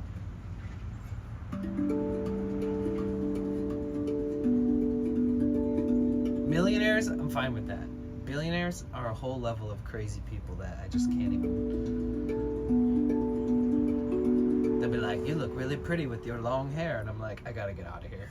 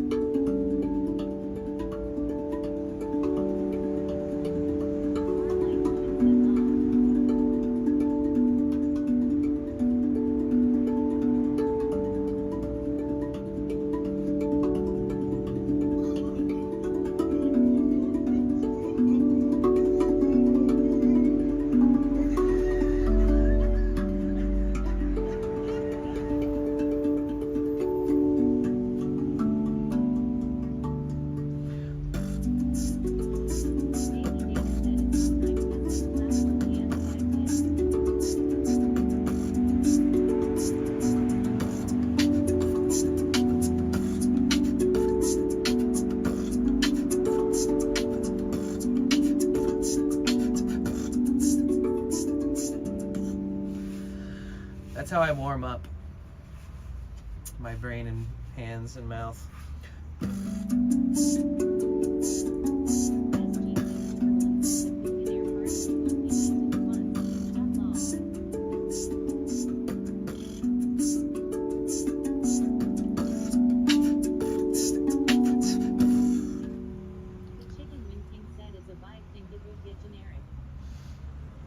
It's a you wait, huh? What would get generic? Classical. It sometimes has this classical. Hold on. Oh shit! I see what's going on. One of my chats is like overlapping the other one. SGT Supervillain said pass the drum. Think it would get generic? You know, I think I know what you're trying to say. I'm not exactly sure, but like, I've said this a bunch of times where it's like 1, 2, 3, 4, 5, 6, 7, 8, 9. There's 9 notes that make up one chord. It's a D major, and you'd think that there'd be a wall that you would hit immediately, right? But if you change the intention, if you change the style a little bit, if you change the rhythm, the tempo, if you use different notes, if you're hammering through single notes, or you're using doubles, or triple, or you're like stepping up back down to the bottom, where you're doing these little back steps,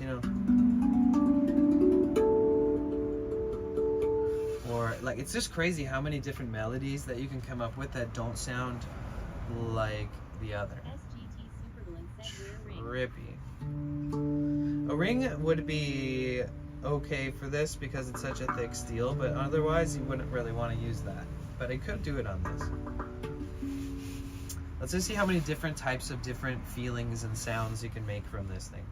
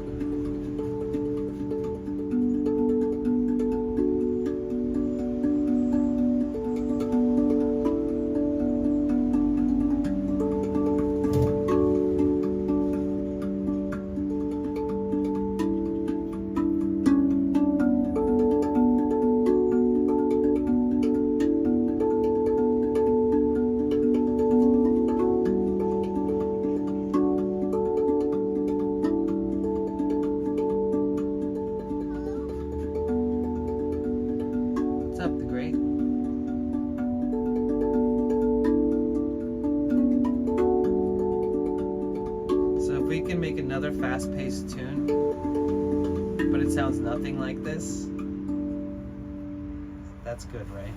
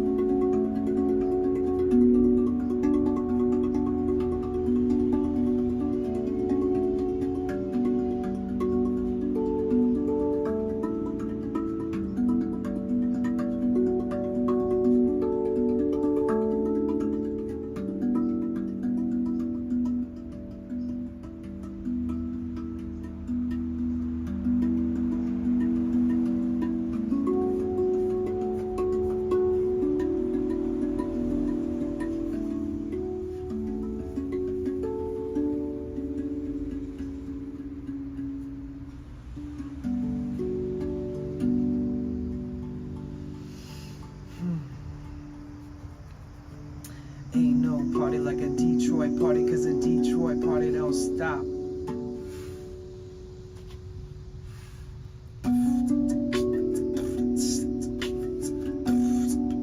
Will you ever find me? Will you ever find me? Will you ever find me? Find me, yeah. If I climb to the top of the tree, will you ever find me? If I climb to the top of the tree, will you ever find me? Climb to the top of the tree, will you ever find me? Ever find me? Ever find me?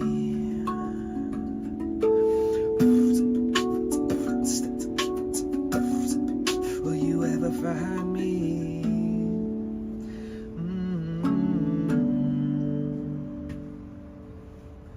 We need to make that into a new song.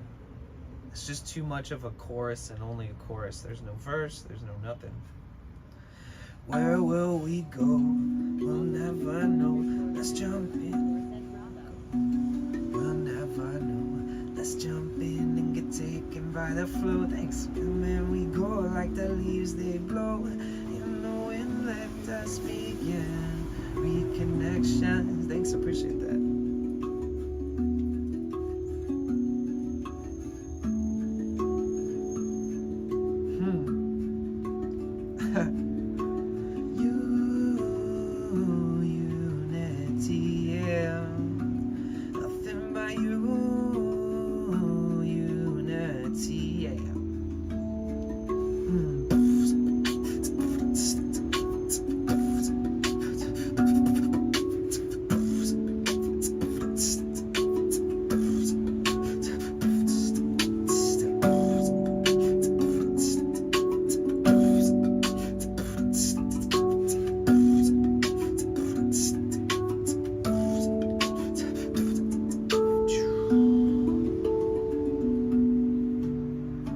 Appreciate that, Apexical and Walter. Sorry, I'm just trying to go through all the motions of the music now. Rainbow Raccoon 82 said I couldn't believe that it wasn't even used until then. Oh, first? You guys, we have a redemption in this stream where it's first and there's only one available. It's just like a first in the stream channel point redemption. I think it's 111 points, yeah. And sometimes people don't notice it exists.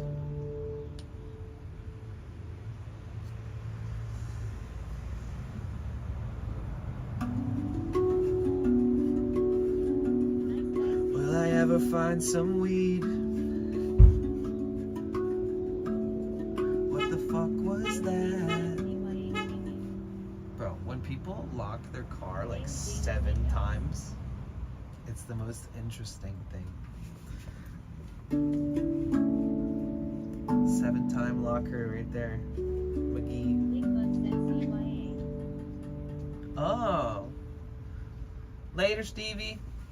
It's good to see you, man. I'll see you around.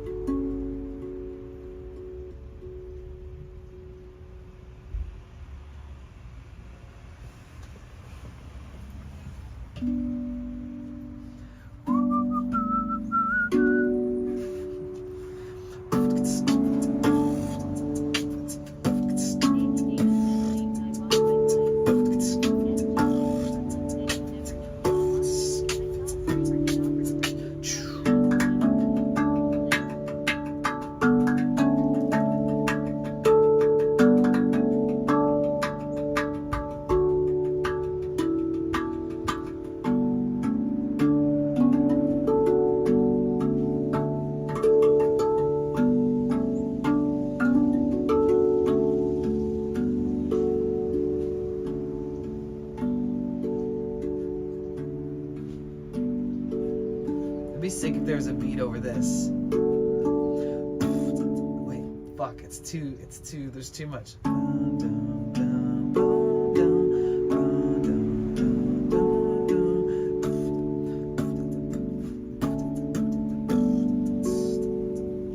Fuck me.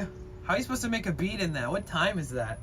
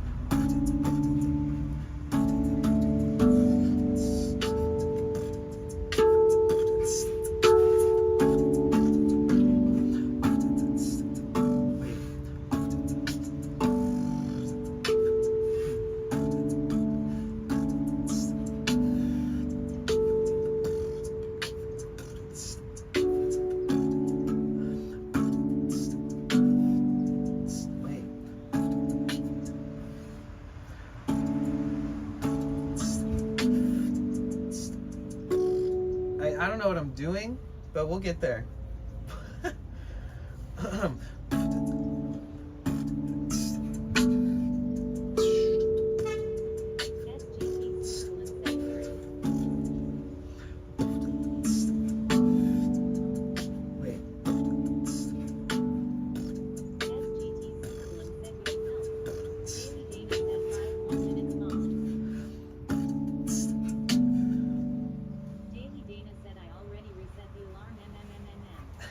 For what?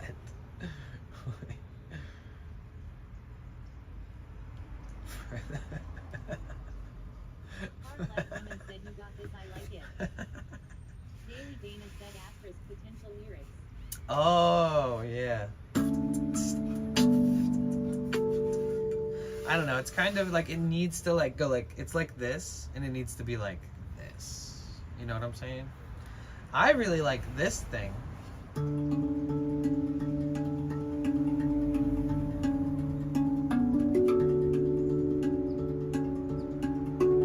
Wait.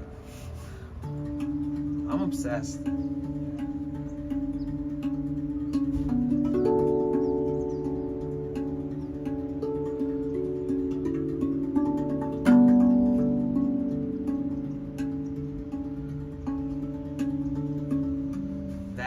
That.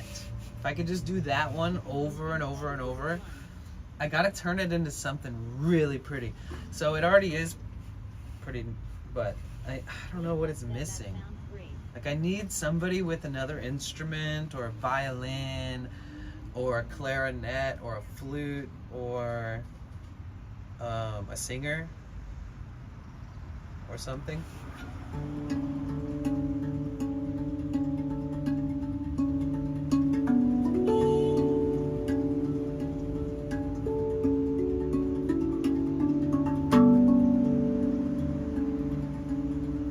Start over.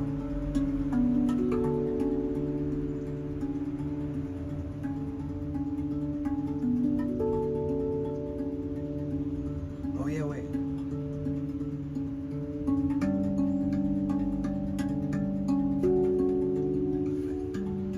Hard Life Woman said I could get a put it on Marketplace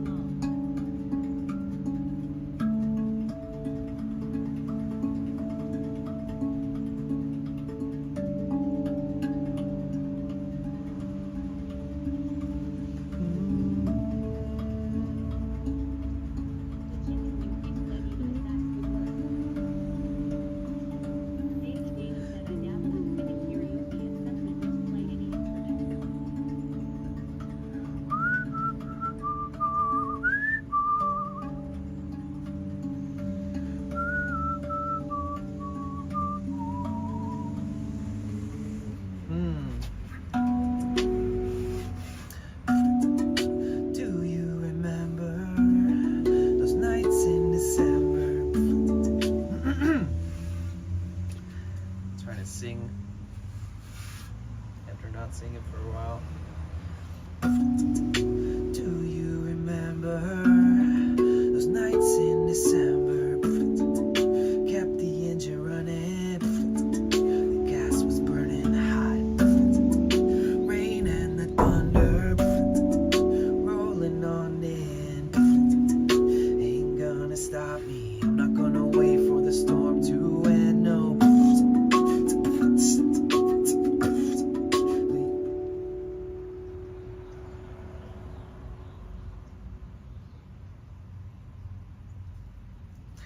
there isn't more after that. I dabble in singing, karaoke, and such, but don't play any instruments. Oh, okay, nice. Even a sax. Especially a sax. Especially a sax. 100%. We have a friend who's a professional saxophone player in our community. He's a streamer. I'm gonna go hang out with him soon, sooner than later, in Arizona. Probably go down to San Diego first after I refix the engine on the van. And yeah, I gotta like re-attack my engine. I had to buy new tools. Oh gosh. Work on your own German turbo diesel engine, they said. It'll be fun, they said. It'll be just fine, they said. You can do it, they said. Well, I did it. And I didn't do it right. Or something that is unfixable has become a thing. Basically, I have to like retest my engine and retest the coolant system. And on these engines, you have to take them all apart and take out the fans and the intercooler and the AC condenser and the radiator, and you gotta take off the turbo lines, and you gotta take off all the radiator and transmission lines out of the cooling system, and it's a lot, okay? It's a lot of shit. And fuck, I'm feeling a little bit more like myself, like I can do the job again. But holy shit, the day after I did that job, I was so stressed because I didn't do it right. And it was leaking just like it was before I even replaced the water pump, which was like, you know, kind of like a kick in the nuts to me.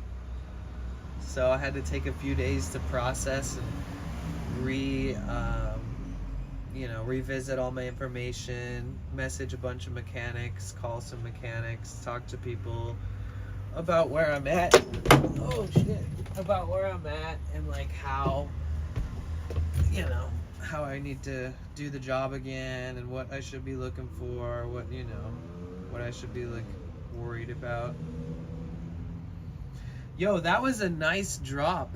I just dropped this thing 3 fucking levels. First to the wood flooring, second to the drop step. Oh no, 4. First to the wood floor, then to the drop step, then to the curb, and then into the street. All that.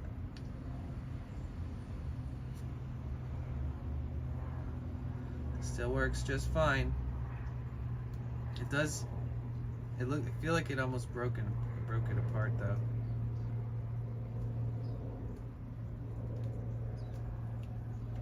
Daily Dana said good blooper. It's okay.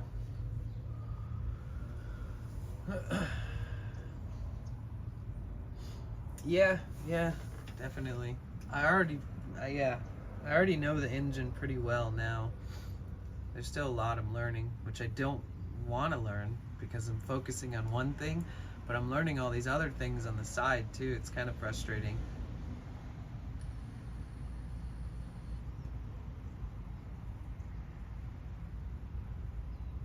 I only have enough brain power to focus on one thing at a time when it comes to big tasks, important tasks. Daily Dana said relatable.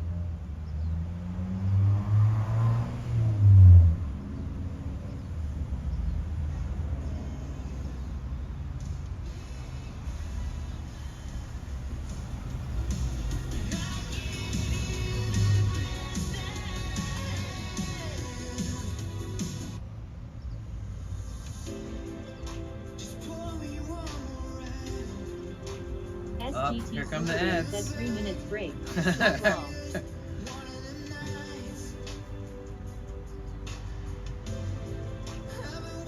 SGT Superballoon said tier 1. Tier 1.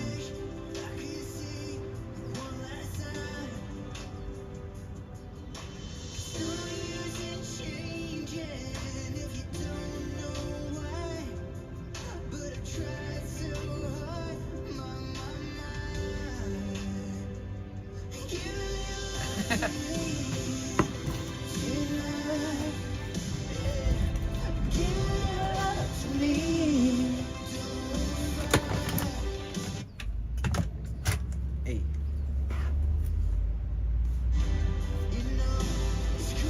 Today's like the first day that my nails aren't like soaked in grease. I like power washed the gash in my hand.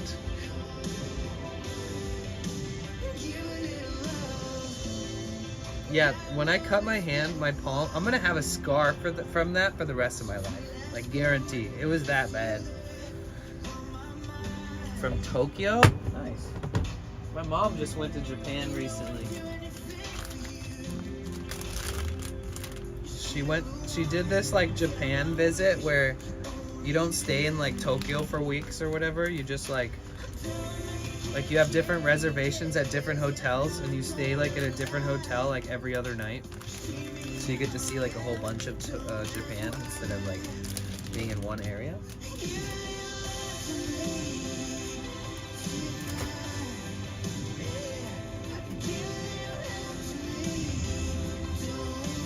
Hard life woman said nice.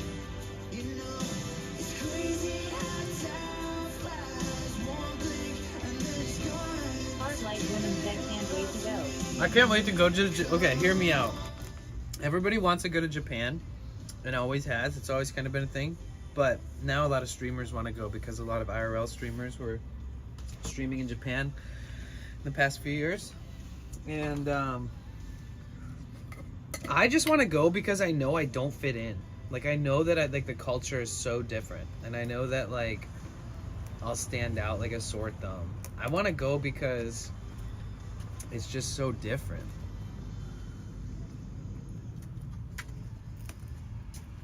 So personally,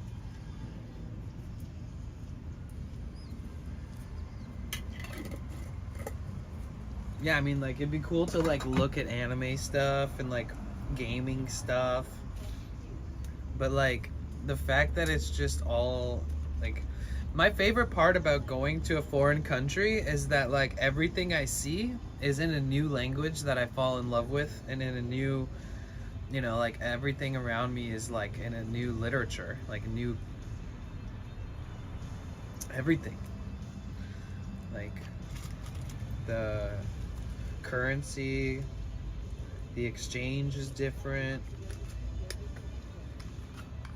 Oh, nice.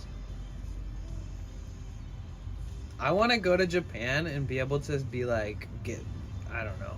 I have a friend out there who's I haven't seen him in a long time, but he lives out there. He doesn't stream. He's like married and has kids and stuff. But he said that if I ever go, that he'll pick me up in one of his supercars and he'll bring me weed.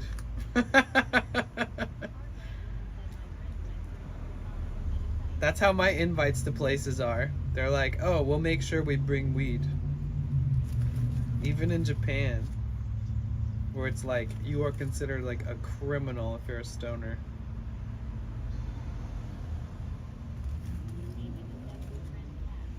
Yeah.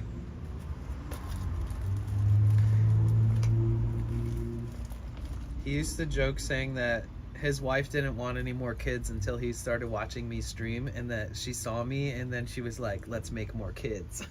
Like, that's like his ongoing thing. And he's had like a new kid since we met. I'm like, all right. He's like, just promise me if you come to Japan that you don't steal my wife from me, because I think she's the reason, you're the reason that we had our last kid.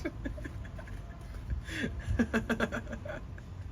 don't know what that means, but I definitely want to meet them.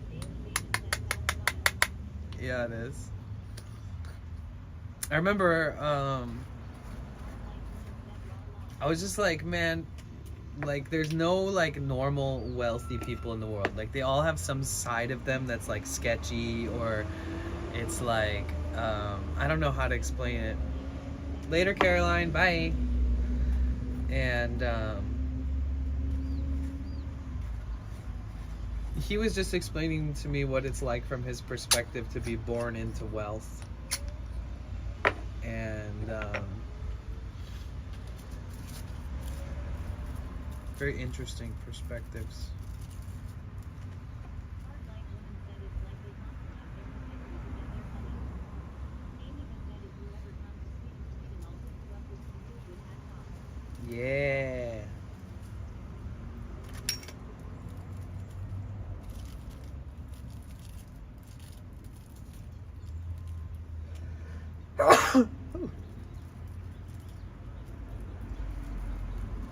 Anybody else out there have an eye twitch when you sneeze?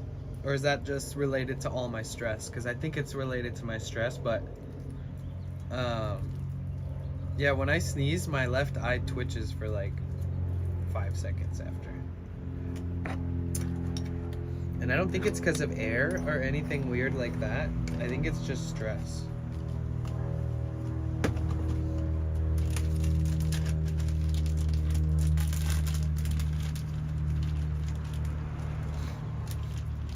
It's so funny that I bought some cheese and made the best quesadillas ever. Because like I'm trying to reduce any inflammation in my body right now, so eating cheese is like very counterintuitive. But it is also very tasty. That's right, Amiva.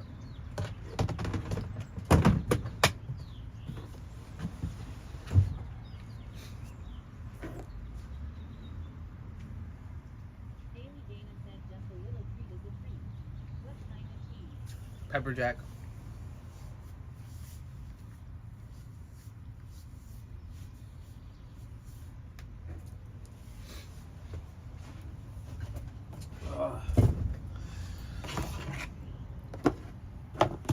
It sure is nice to be back on stream. I hate taking as many days off as I had.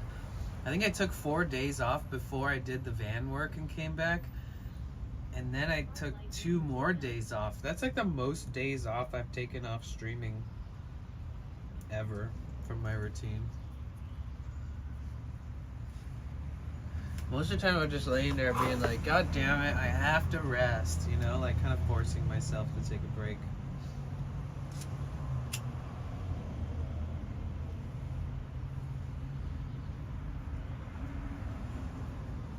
There's a little birdie. Hi.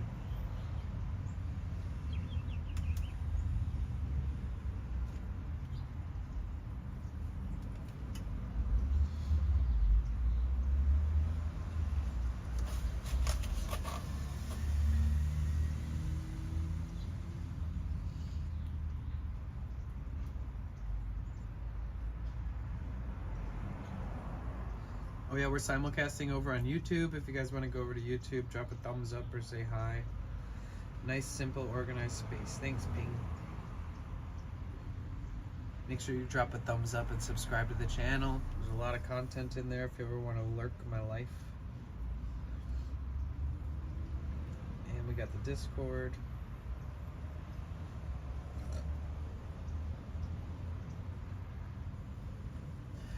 So yeah, my next plan of attack is let these tools arrive that I'm getting, because I don't want to have to ask that dude to use his pressure tester, because every time he shows up with the fucking tool I have to pay him. So I'm just like, I'm over it. And he like lost one of my tools, stolen, whatever you want to call it.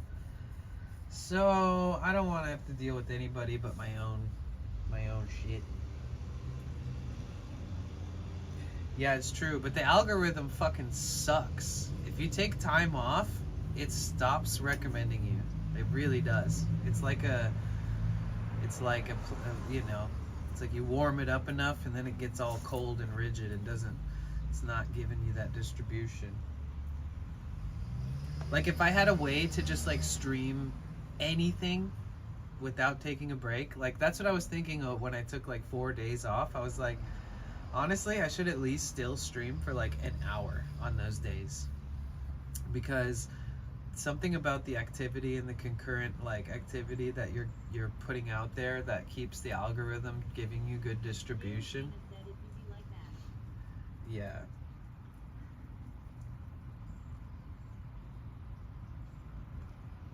Yeah, on those days it's kind of frustrating because I always forget that I could just hop on for like an hour, and that alone makes a difference.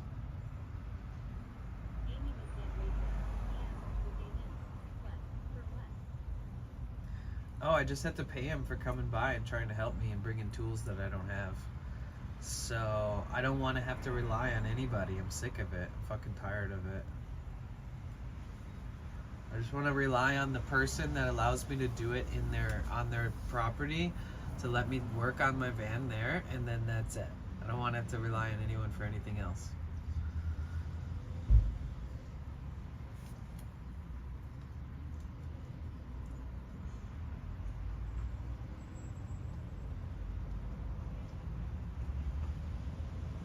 Amy just said, damn, okay. Yeah. Yeah, I don't want anybody to touch it unless I ask them to, kind of vibe.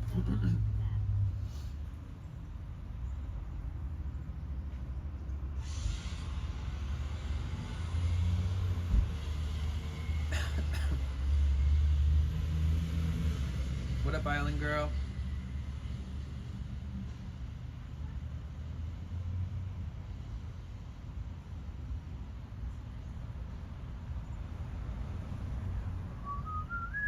Amy just said,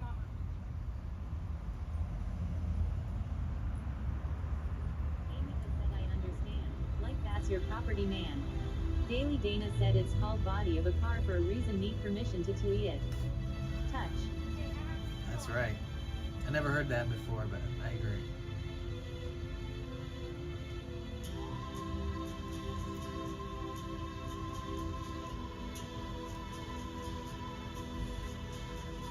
Daily Dana said, well, you kinda just said it first. I just edited it a bit.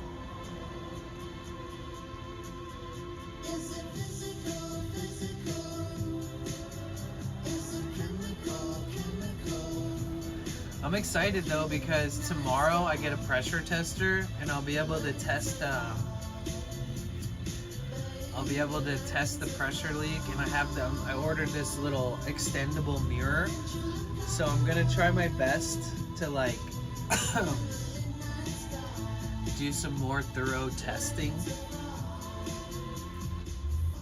Technically, when I took the old water pump off, I should have done a pressure test on the old one and seen exactly where it's leaking. And then I should have installed the new one and then done a pressure test on it before even putting everything back together. And then there's a bunch of different times that I should have pressure tested things to kind of get a better understanding of what was going on, and I didn't. So this time around, I have to do all that.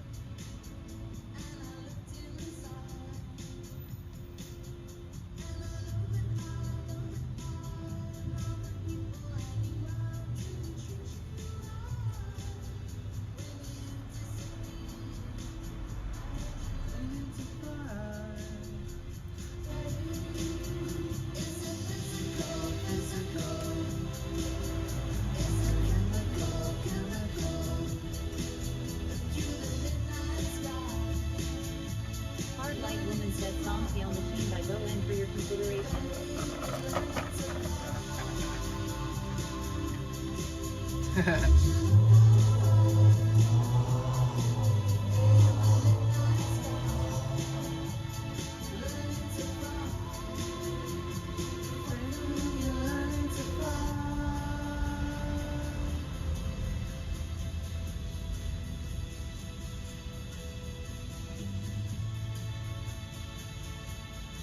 Alright, everybody suggest a song. This place has said looking Zen Big Dog. Everybody suggest a song real quick.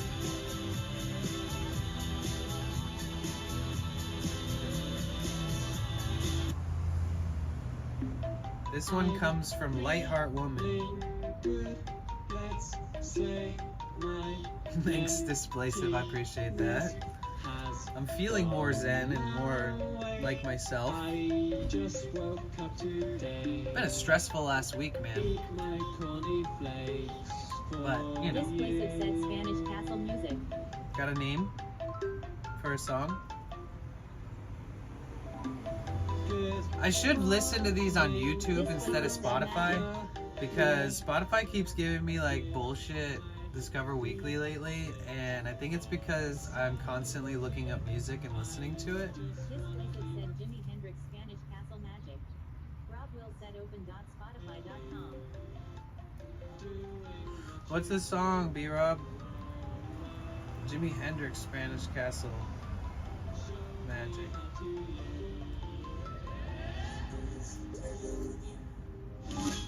Just a perfect life.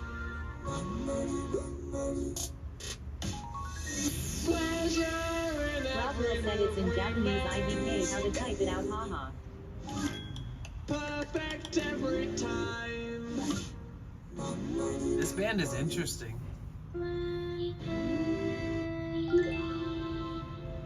It's got like I'm trying to put my finger on what it reminds me of. It's really hard. Straight to paradise, will you feed me? Everything is nice. Daily Dana said Weird Al vibes lol.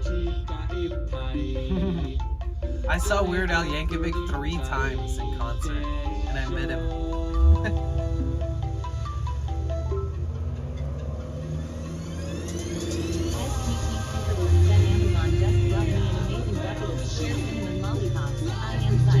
Oh, nice.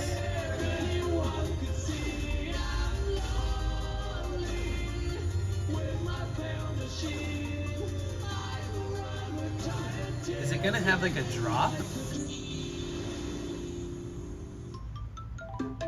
I'm born anew, my fingers push the buttons.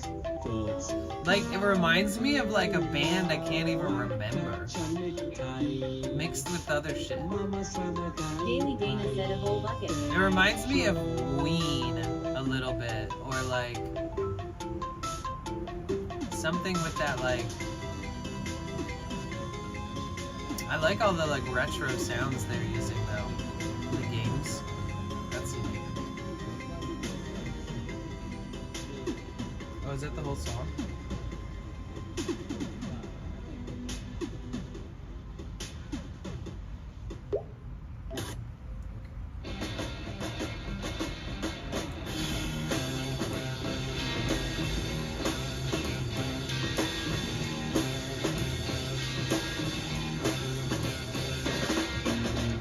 It's very far away. It takes about half a day to get there. If we travel by dragonfly. No, it's not in Spain. But all the same, you know it's a good name. And the wind's just right. Hey! Hang on, my darling.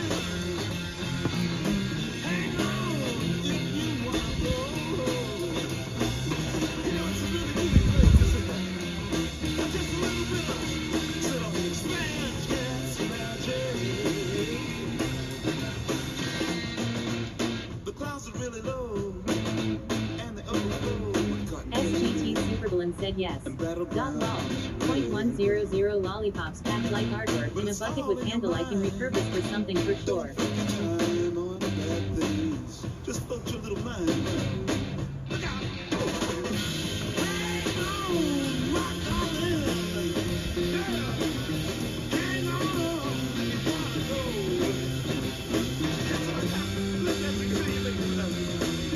just a little bit of SGT Superballoon said $42. Steal the deal.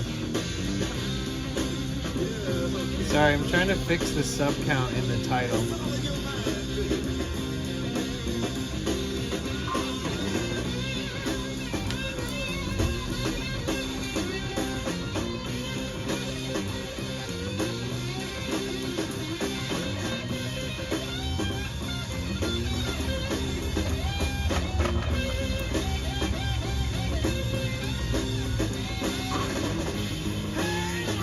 Nice. They sell these ones that are like sugar free. They're called like Zolly Pops or some shit. And those I bought a bag of those quite a few times too off Amazon. They're always more expensive at the store.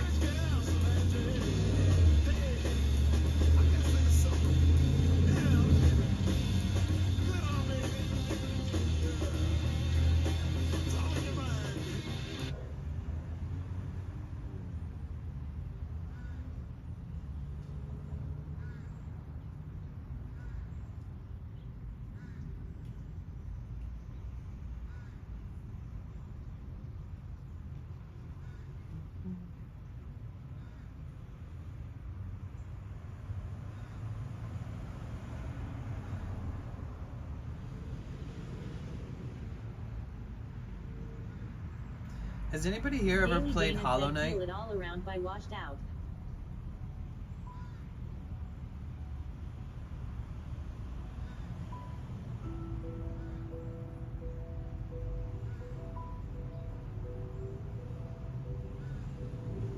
Daily Dana said I've watched people play that game. You never played it? Highly recommend trying it out. Daily Dana said it's rumored to be kinda difficult. It's the hardest game that you're ever gonna play in your life. It's like the hardest beatable game that I've ever played, ever. And I destroyed 2 controllers because you want to play it with a controller. You don't want to play it with a keyboard and shit. Unless you that's like your style or whatever. I don't know how that's gonna work out, but there's so many mechanics and so many like abilities and different things that you gain along the way where you're constantly kind of chaining them together, where it's like jump, oh now you can't even jump at the beginning, and then you get the ability to jump, then you get the ability to jump and then dash, and then you get the ability to jump twice and dash, and you get the ability to like jump twice, dash, stick against the wall, and then have the ability, if you stick against the wall and jump off, you can now jump twice and dash again.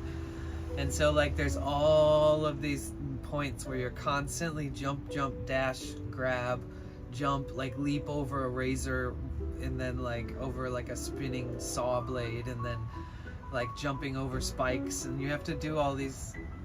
It just takes so much practice, and you have to play it for so many hours, and eventually you'll beat it. But it's like I've never felt stress from a video game before quite like that game.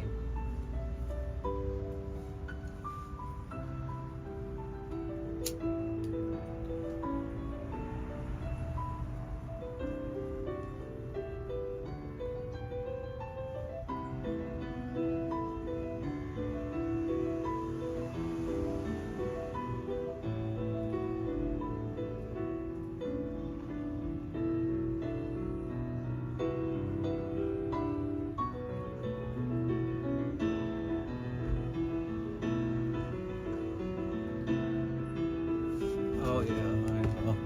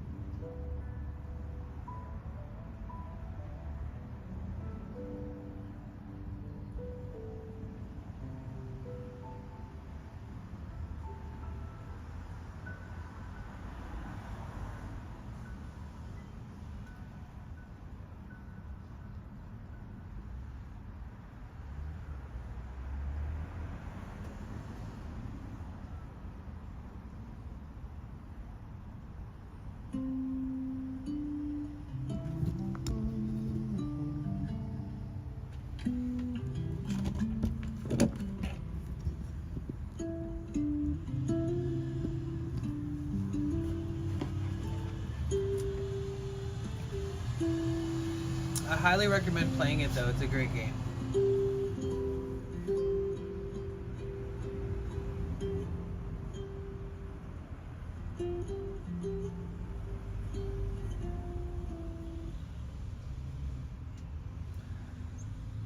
This is music from the game.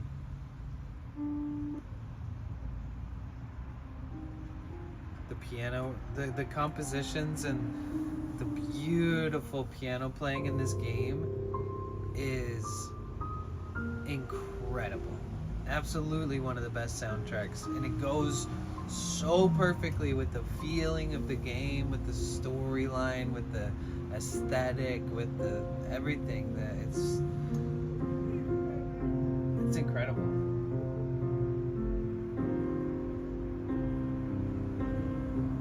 Hard Light Woman said sorry I missed it. What game is it again? It's called Hollow Knight. Daily Dana said I really love the game Bree and its soundtrack for the same reason. I have it on my Switch. GADDYPILKERS said YOOOOOPB. What up, Pilkers? How you doing? Displacive said this song is fire. Can you believe this was just for a game that came out only on the Switch? Daily Dana said hey I know you Pilky. Called Hollow Knight. Can you believe somebody wrote this? DADDYPILKERS said welcome back to the Twitchiverse. Thank you. Yeah. DADDYPILKERS said hi Dana. Text to speech disabled. Dude, Hollow Knight is one of the best games that has ever been made. Metrovania style. I beat it at like 113%, and you can beat it at like 130 or some shit, or 128, I think.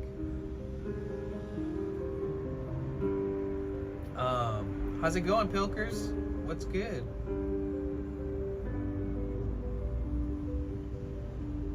Should get the plushie of the little guy for your bed. It's a cute character.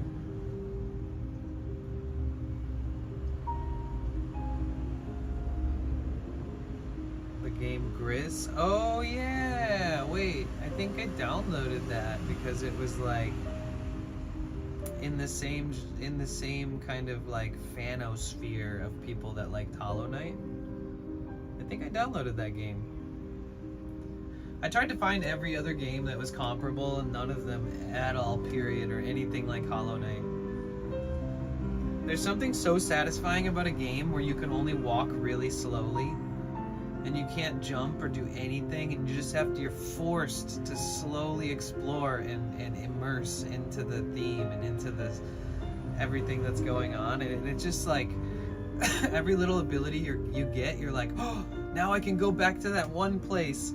Where was that? And you go like adventuring, looking for that place where you can now like jump over to that other edge because you've never been to that part of the map yet. And it's just like, it's so good. Yeah, I think I got that game, Gris.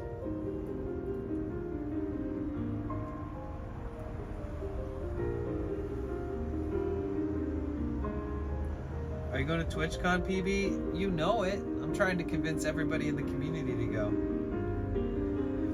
Okay, from now on, if I take a whole day off, I'm not taking a whole day off. Like, I'm going to stream for like an hour at some point throughout the day. Because I feel like the algorithm starts to suck balls the more you take time off.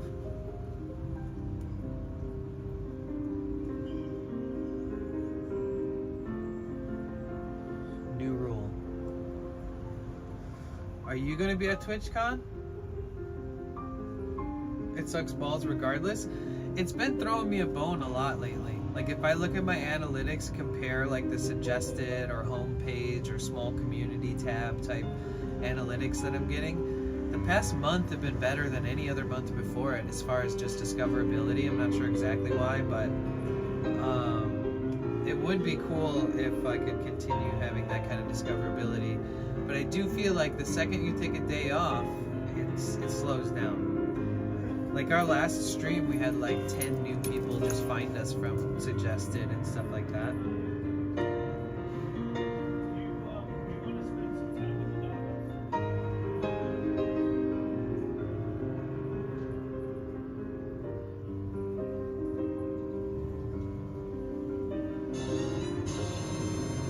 Cassie! Cheer 100 high all. Doggo want to jump in the van? They do sometimes. They'll just jump right in. They don't want to. They don't want to. They don't want to. They don't just want to. They do. Cassie, how are you? Thank you so much for the 100 biddies. You guys, I need to buy some new tools before I feel confident to just be on the road all the time. I need to get a new impact driver. How's the van? It's alright. It's still leaking coolant even though I replaced a new water pump and all new lines to the coolant system and all that shit. This guy, Tweaker McGee, the new tweaker in town. Picking up all the leftovers from the last guy. The van is alright, you know, it's drivable. It's okay, it's doing okay. But I wish that it would have worked out the first time, but that's not how life works, you know? So I'm gonna have to, like open it up and look into the engine again and make sure that I'm like keeping pressure tests on it at every step I can, with like every thing hooked up and pressure testing it. I got this pressure tester and a mirror coming tomorrow that I ordered, and I should be able to see inside the engine and see more of what I'm dealing with. And yeah, so I'm gonna pressure test it probably without taking it apart first, and then I'm going to see what I see, and then I'll probably, you know, who knows, maybe I'll pressure test it and I'll be like, oh my god, how did I not notice it's this hose? You know what I mean? But it seems improbable because I've tested and tightened every fucking hose, and it seems like the only thing left that could be leaking is the water pump, and a lot of other people have dealt with the same exact shit. So it just seems like a common fucking issue. Honestly, if I would have known, I probably could have saved myself the time and just taken the same one off and tightened it again, because I don't know if the pump was even bad really. It might be just like nature of the beast. It might be like, you know, the mating face of the timing unit on the motor, where the timing case is, where the water pump meets that, the mating face of the motor itself could be a little off. Could be something like that. Cassie, what are you up to? How you doing?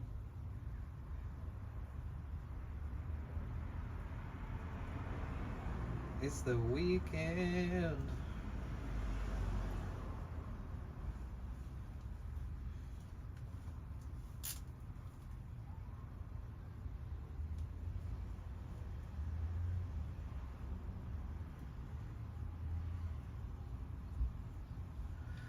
Yeah, the only thing I don't have is an impact wrench.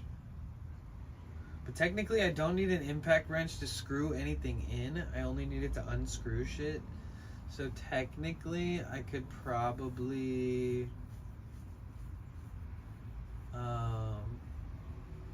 just use my screw gun in reverse for the same effect.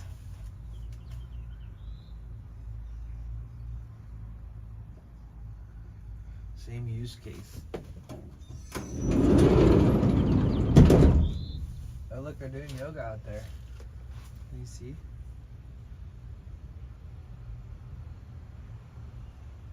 Side squatch.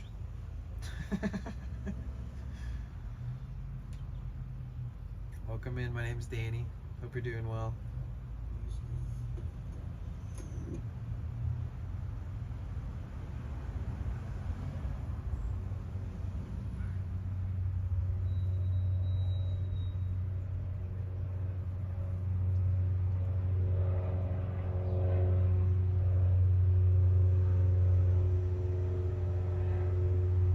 Oh, Island Girl, you downloaded that song, Learning to Fly? Oh my god.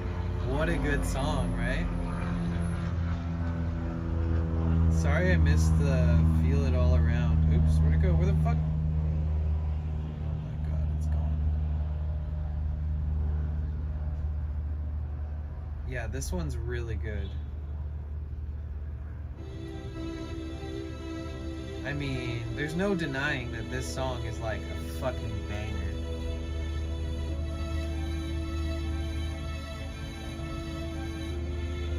Just got home a little bit ago. My body hurts. LOL. Was fixing my boss's office space most of the day. Nice. Soon you'll be done with that though, right?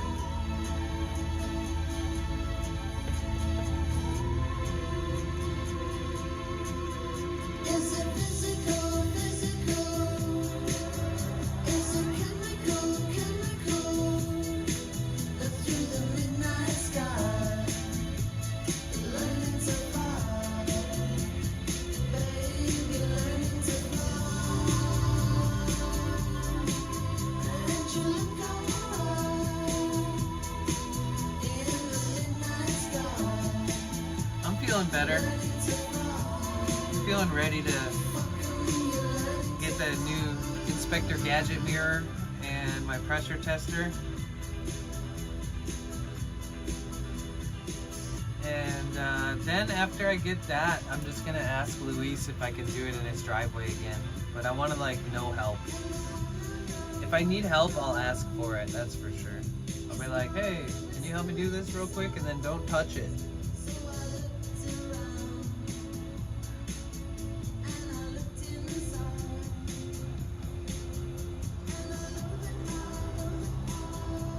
I stayed in bed like all day yesterday and the day before.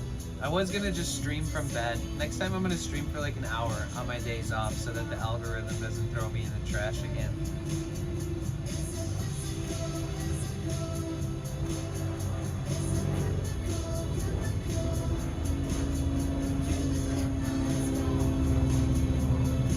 I want to call around and see if there's a place that will appraise really old, like 100-year-old bills and stuff, like rare money.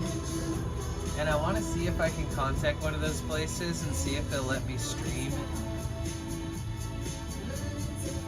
And I want to go to one of those places. Hey Capicos, thank you so much for stopping in. It's good to see you. I hope you're doing alright. Man, life's been kicking me in the ball sack with alligator tip boots. Or not alligator tip, but alligator boots made with steel toe tips. I don't know, I'm just like, you know, you think you've grown up and then you grow up more. You think you've learned a lot and then you learn more. And sometimes you have new growing pains, even in your 30s. You know? So basically I had to like take my engine apart, I put it back together, and it's still leaking like I never changed the damn thing. Which is a slow leak, and I learned a lot along the way, but like, it's like now I have to take it off and put the same new pump on again, and I have to troubleshoot. And I just ordered a new tool, a pressure tester for the coolant system. And I ordered a little mirror that's like an extended mirror, and it's like collapsible, you know. And so I'm gonna start pressure testing it and do some new shit. Try to suss out why it's leaking as if I never changed it. There's a brand new pump on there.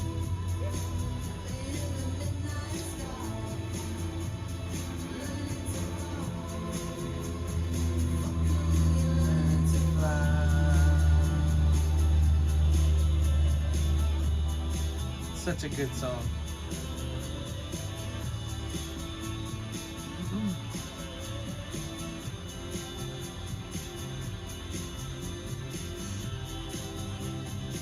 What a bop. But I know a lot of songs that are comparable to this. Some of them are a little heavier, leaning on the side of like electronic retro wave, synth, disco, pop. I don't know what to call it.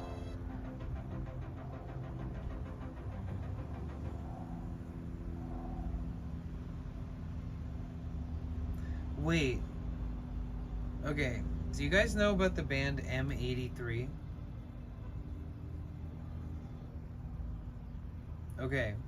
M83 is the first, like, extremely unique, intentional music that I ever heard. It was like 2000 and I don't know, 2009 or something. And a lot of you guys don't know this, but I grew up in Michigan, and I opened up like 3 different concert venues instead of going to college, because I grew up in the music industry. So I grew up working at events from like 12 years old to 18. So I didn't know what else to do. So when I graduated high school, I decided to join forces with my former partner at the time and her family, and we invested in opening up a concert venue and an internet cafe. And we had an internet cafe, and the internet cafe had like all these gaming computers, and you could log into MySpace and all that shit. And basically, I had friends in town, and they're a band. They're like a screamo hardcore band called Icy Stars. And I've known them since they were like 15, 14 years old, since they were really young. They just lived down the street from me, and I was friends with their older brother. And so I became friends with them. And then when they first started trying to play shows, because they just started a band, we would book them at our venue. And then long story short, they were like blowing up the venues. Like, we'd put them on, I would make sure that they were opening up for every single band we had coming in that was relevant, like August Burns Red, Devil Wears Prada, like all those hardcore bands, so that they would get the entire audience from that other band, and they would kind of grow a little bit over time. And then eventually I ended up going on tour with them as like a tour manager. And my friend, who's their older brother, 3 of the people in the band are brothers, and then their older brother, who I'm friends with, him and I went on tour with them.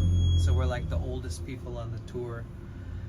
And I remember driving, it was the first time we all ever left the state in a big group with each other, with a bunch of friends, and that like, what's mine is yours mentality. Like, if you had a little bit of food, you shared it with the person. If you had a Slim Jim, you fucking broke a chunk off for your friend. If you had some weed, you shared it.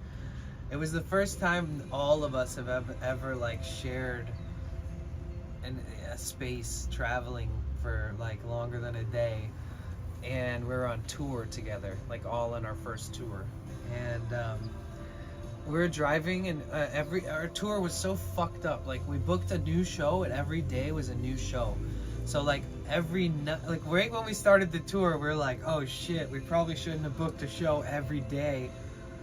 Or like, we should have kept them all in the same area. If they were another one, it was the next day.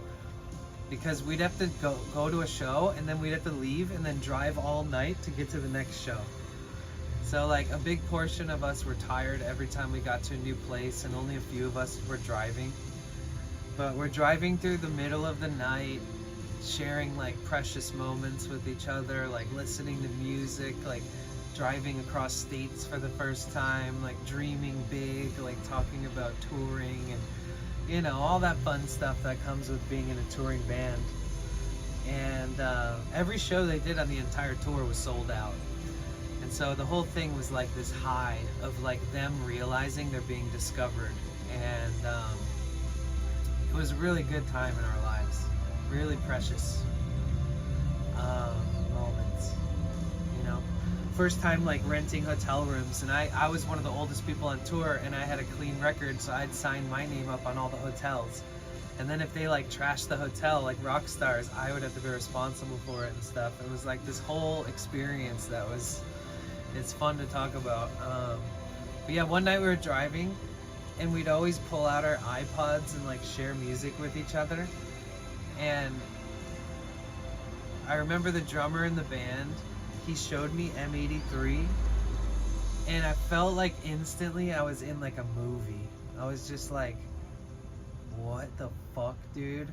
And he's like, what's the matter? And I was like, dude, if you ever know about music this fucking good and you don't tell me about them, like, I'm gonna be pissed. Like, dude, like, for the rest of my life, I'm gonna remember this moment. And it's true, because that was like 16, 15 or so years ago, and I still remember it like it was yesterday. He put on a track, and I was just like, whoa, like, this is the soundtrack to my life. Like, this song makes me want to cry, but it's such a good song. Kind of reminds me, the first few seconds kind of remind me of Coldplay.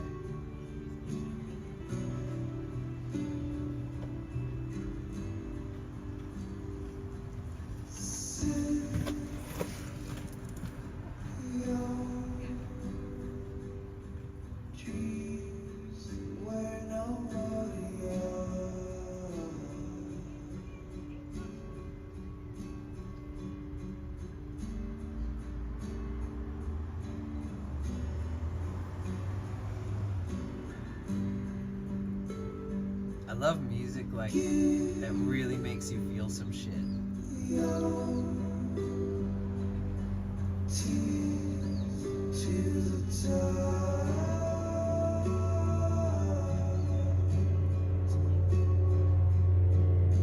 Oh, nice. Yeah, I feel like I should write M83 about it, but I've tagged them a bunch over the past years in my accounts when my accounts were getting like a lot of viewership. And they've definitely noticed me notice them, to say the least, but I feel like it is a fun story.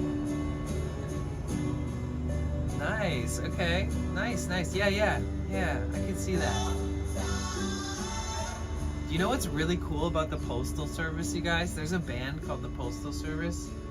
And you know why they're called the Postal Service?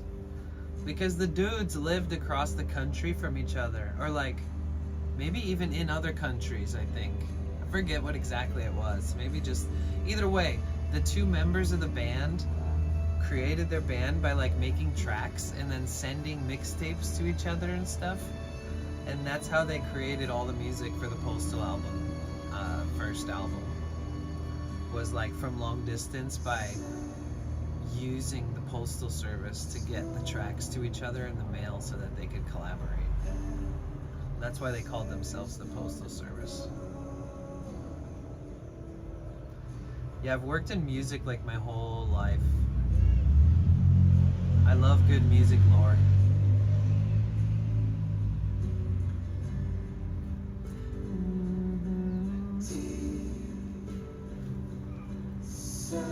It's really hard as a musician to make a song that can build up into something as dramatic as like this band seems to achieve in almost all their songs.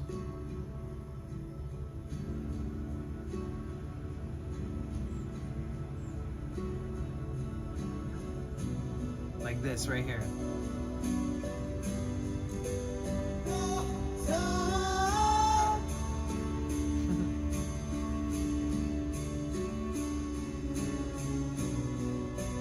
Dude, if you're having a hard day, put this shit on with some headphones on. Go take a walk. It'll change the way your brain perceives the moment, I bet. Oh, Death Cab for Cutie. Yep. Damn, you like all those old bands. These are all the bands we used to like too. My friend that showed me M83.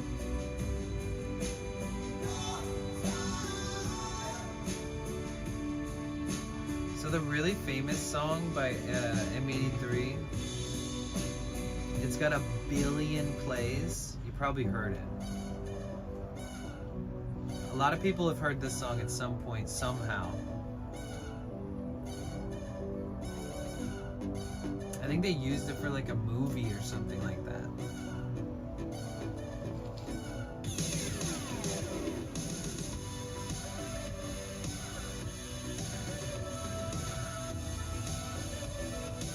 It's weird because they went through like this phase. It's really interesting.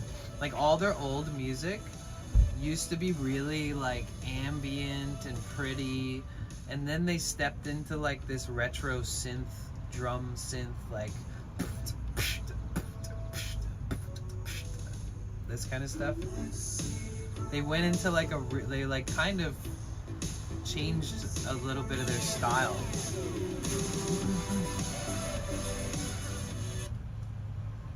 One of their albums that came out was so much darker than all their other stuff.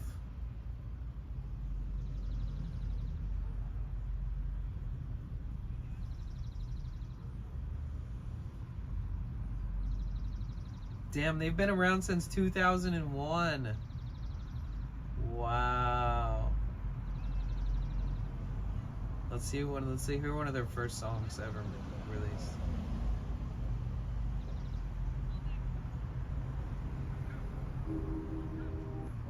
See, their first album is like this.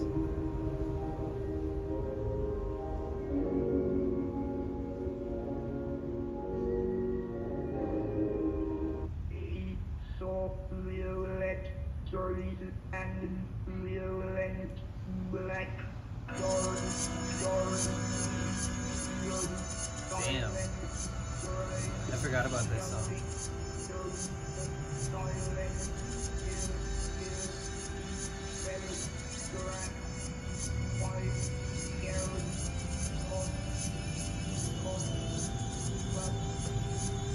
Those high-pitched sounds are kind of fucking my head up. Let's go.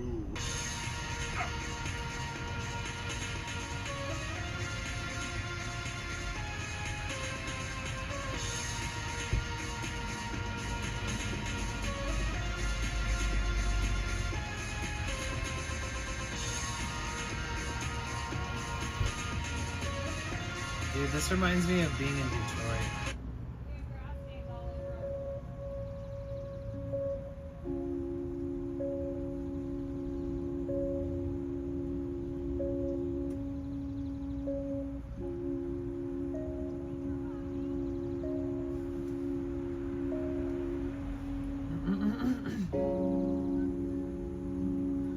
So anybody got plans for the weekend? I get some tools tomorrow and I'm stoked about that. One tool at a time.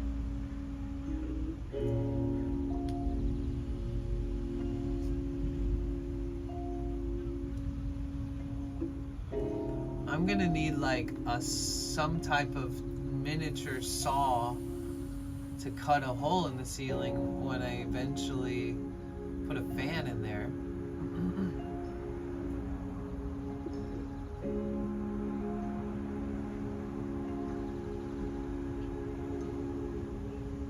Maybe I'll just rent that one.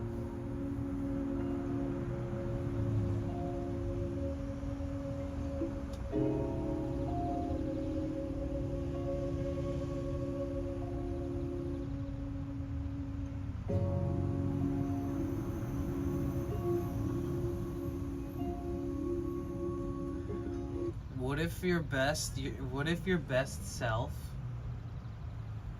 your best self was different each time? What if it's not the same every day? What if your best self what if it's different every day? Food for thought. Yes, I had to fix my car too. Ordered stuff for 90 euros today. Nice. Yeah. I'm probably like 1,500 in the hole from this shit so far. But that's $1,500 towards freedom and a new learning experience.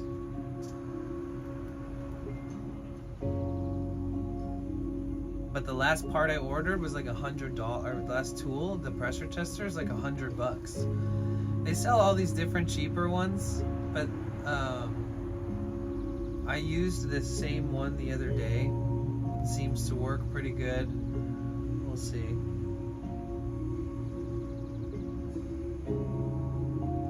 But just that pressure tester alone is $100. It's like, holy fuck.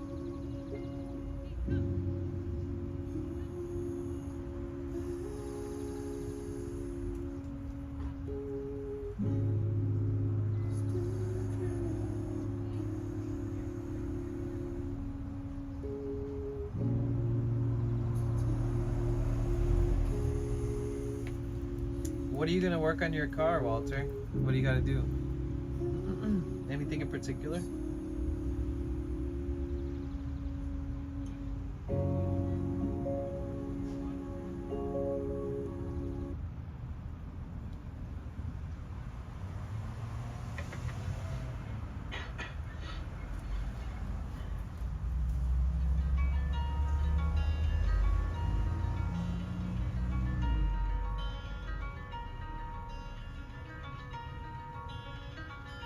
I think I'm gonna chill out. My boss book a hot stone massage for me. How sweet of her to do that. Nice. Oh my god, that's awesome. You deserve it. Finally, that's good news. That's awesome. Let me know how it is, how it goes.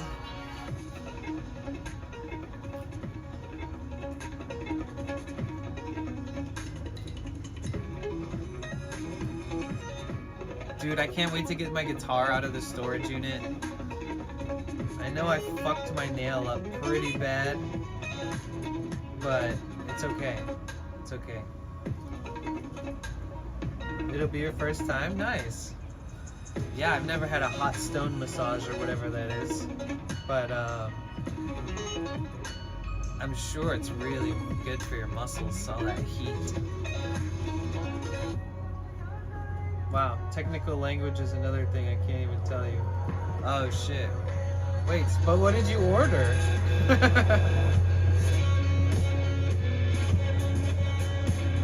Oh.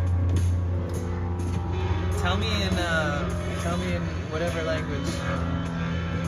Oh, you ordered tools.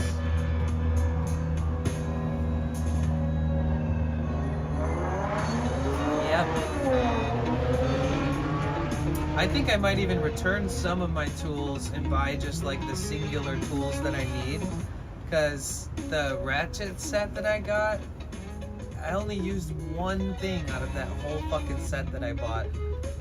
And I don't know where else I'm gonna run into 12-point bolts other than the one that's on the tensioner. So I might just return that set and buy that singular tool now that I know I don't need that whole fucking set.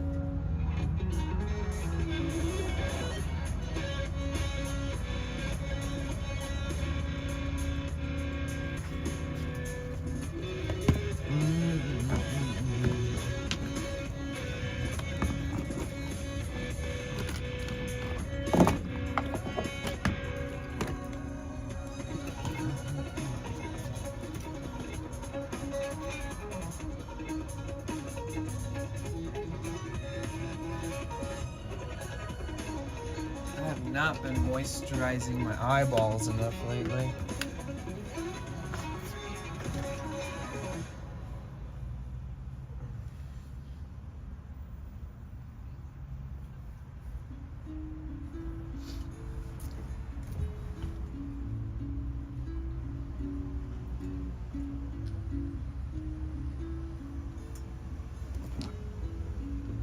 Is there a forum for your special car, people who can help you there? Yep. 100%. Hey, I've been having health issues, so I haven't been here. Hope you're okay. Also been on Amazon Prime. I can't figure out how to sub to you for free. It's frustrating. I've tried several times. Oh, you haven't figured out how to use your Prime? I'm so sorry that you're not feeling well, that you're having health issues. Most importantly, I hope you feel better. Don't worry about the Prime stuff. If you do it from your computer, it's easier. I'll leave it at that. Don't worry about it. From the phone, they make it tricky. Fuck, you're probably watching ads now, huh? But yeah, there is a forums. There's a bunch of forums for this model and these years of car, or the van. And thank God there is, because it's a German-made turbo diesel engine. And like, it's tough to get advice on an engine when it's a diesel, and then it's even tougher when it's like a German diesel, because I live in America. So there's all these little things that I've learned along the way that are like very much specialized towards the OM 647 turbo diesel, made in 2006, put in the 2006.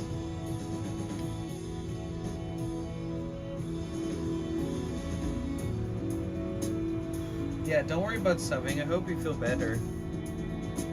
If you figure that out, you figure it out. It's all good.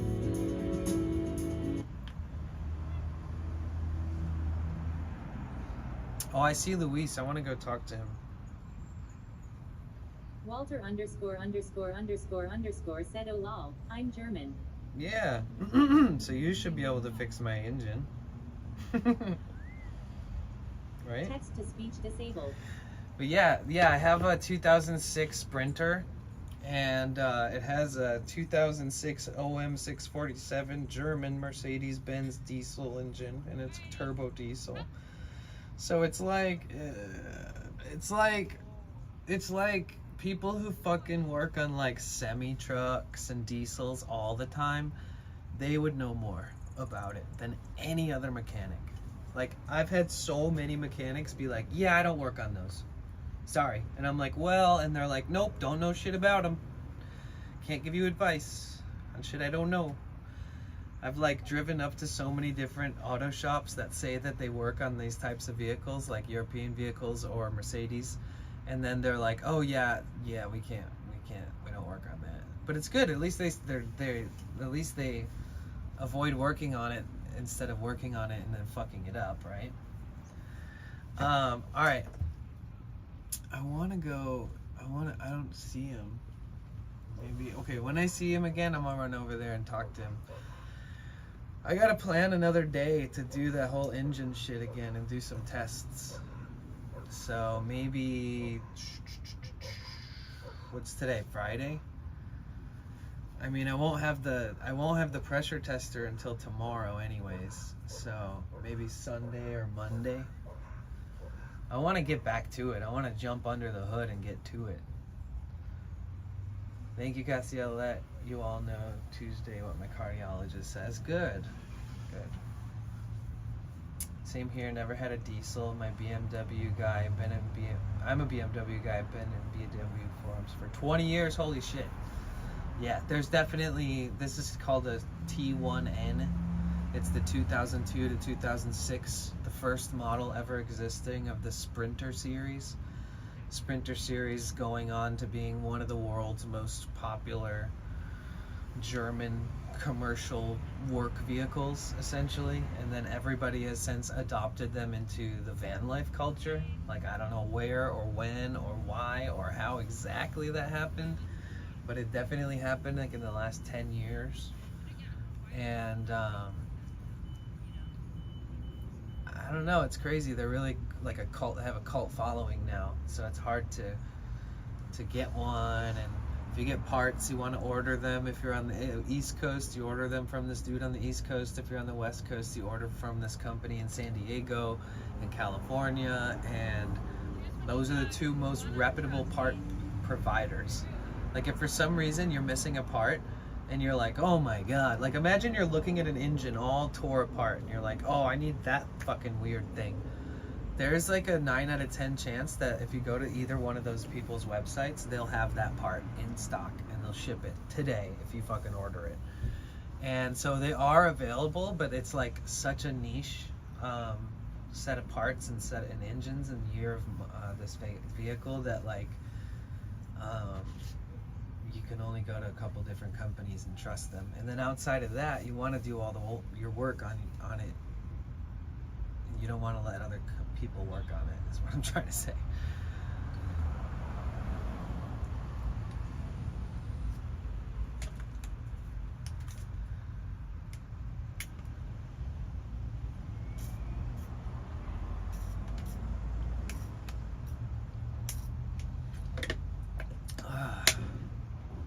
I've been eating like a huge arugula salad twice a day.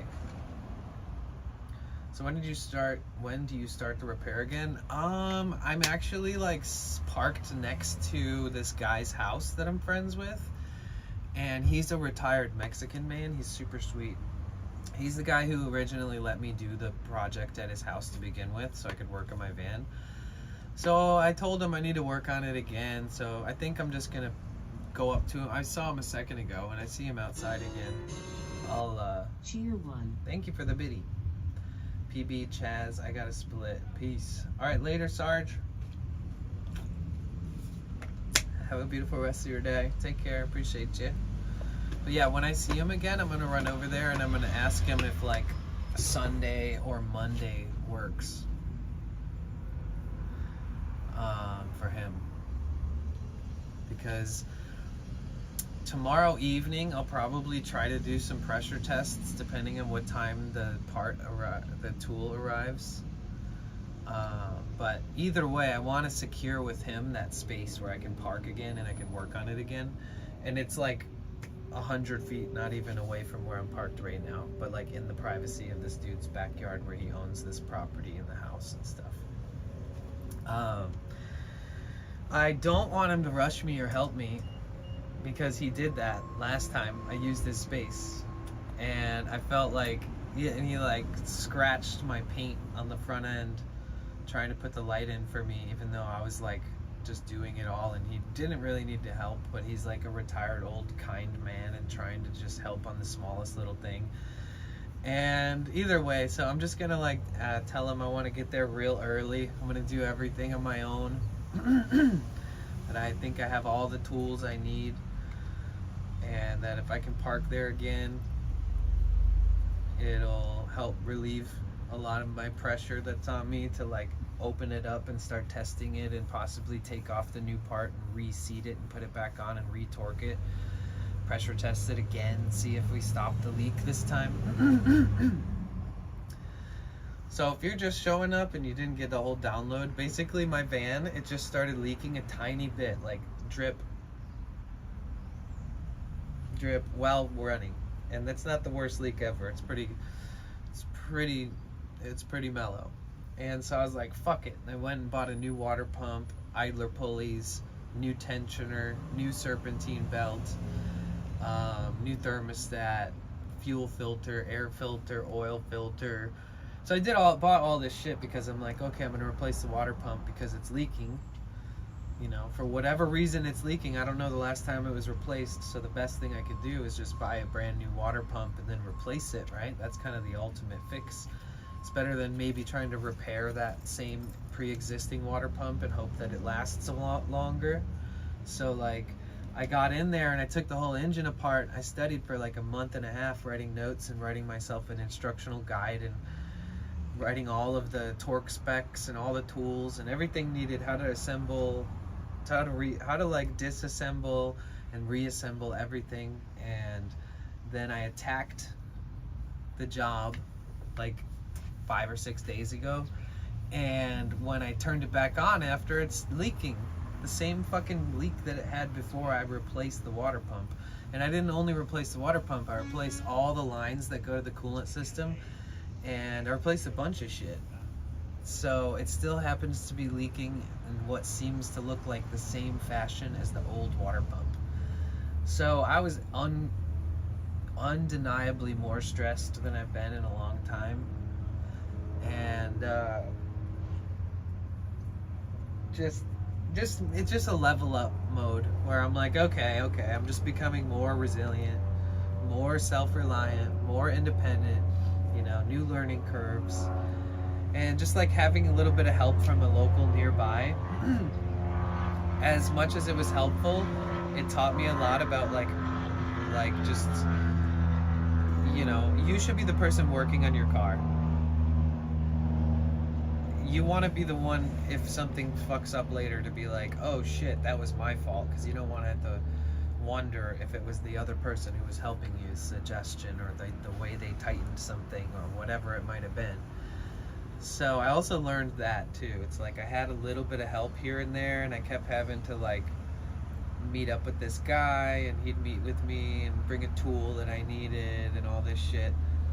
And so I don't know, I just grabbed the tools that I kept having to fucking need help, and having somebody else bring the tool that I need last minute.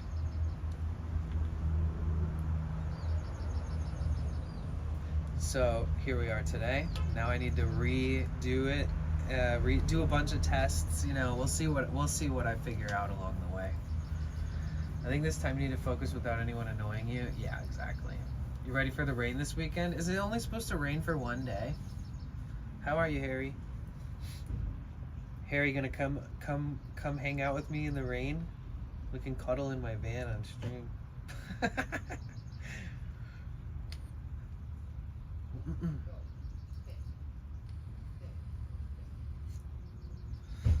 Want to Netflix and chill in the rain?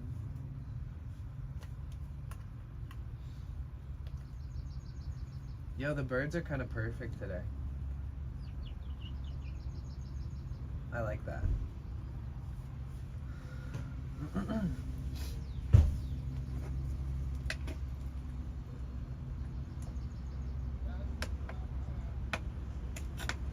Arugula stays good in my van for like 2 days at least. So maybe not as much when it gets hotter out, but I'm gonna be eating a lot of fucking arugula for the next, I don't know, till I decide not to obsessively eat it every day. Good one if you were a chick, sure. Damn, it would be that easy, like if I was a chick.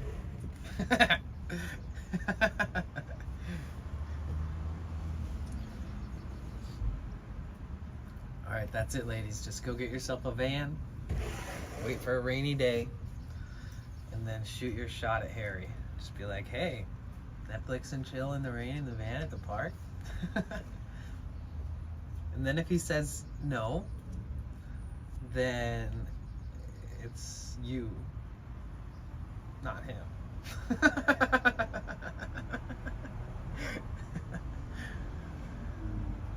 I'm on walnut cake pudding in my salads. I just crave them. Nice.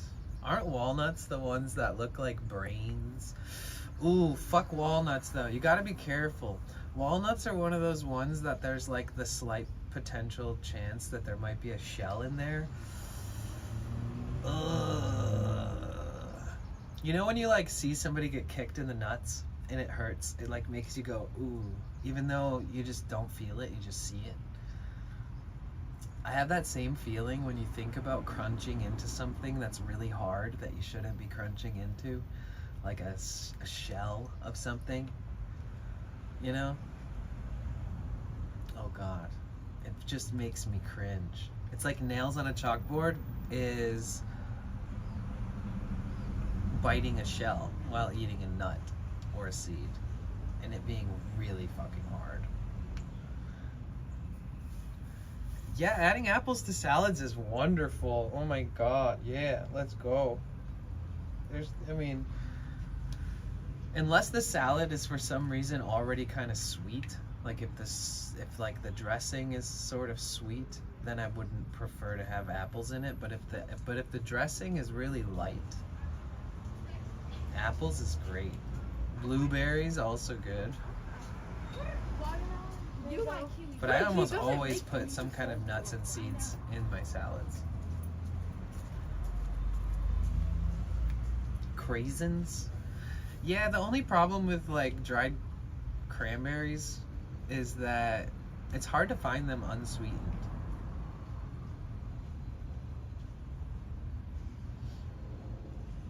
Okay, hold on. I'll be right back. I'm gonna run over and say hi to Luis, the guy who I work on my van in his driveway.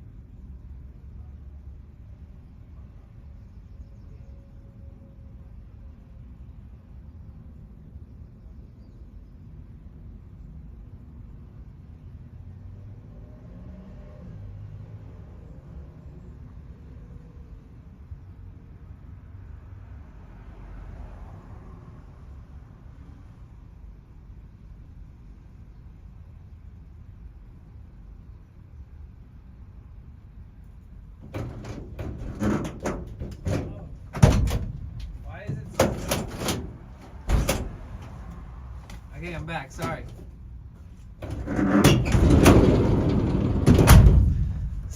Sorry. I had to go talk to my neighbor, I guess. I met his wife finally.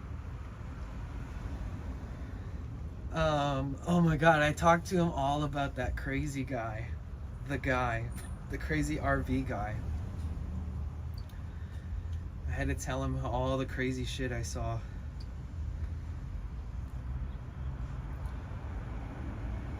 But yeah, he was like, yep, let me know when you get the pressure tester and stuff. And I was like, how's Monday morning sound? Maybe I can park there again and I do it all myself. Like, I don't really need help from anybody. Might ask for help here and there, but he was like, yeah, sounds good, just let me know.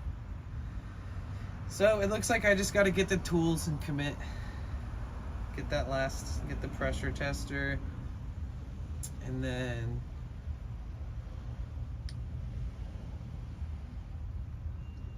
yeah.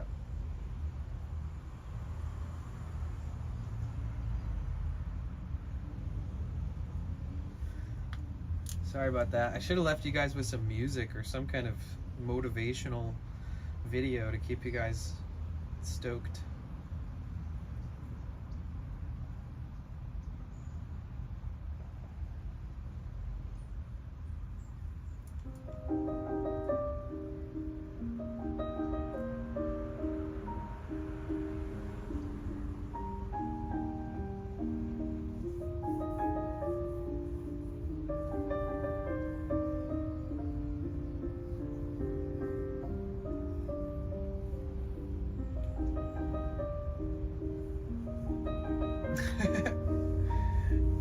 I see. I'm just catching up on all the nut talk.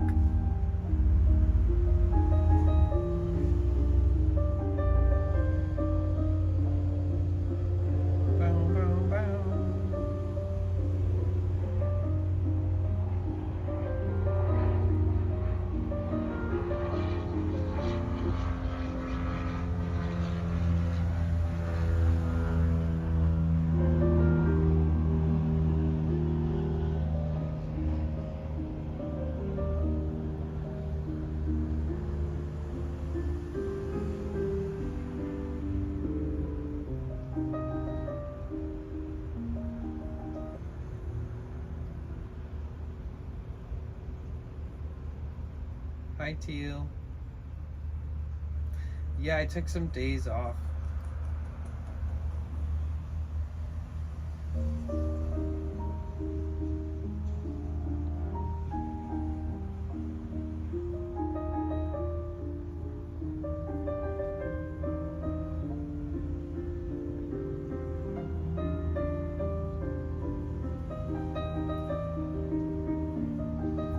I want to buy land. Buy a little piece of property. Then I'll have a good reason to buy a bunch of tools. Build like a heavy duty tool bin that has like locks on it, that's like concrete bound to the earth.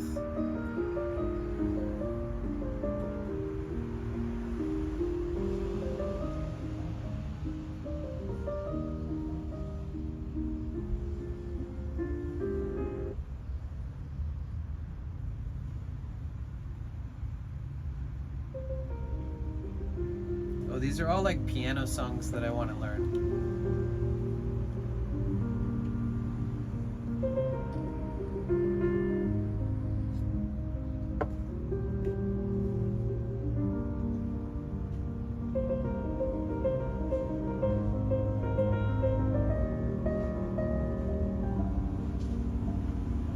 I forgot I made.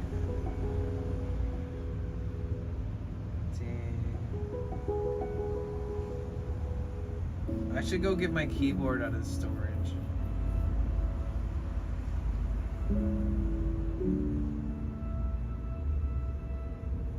I miss playing piano. It's so emotional.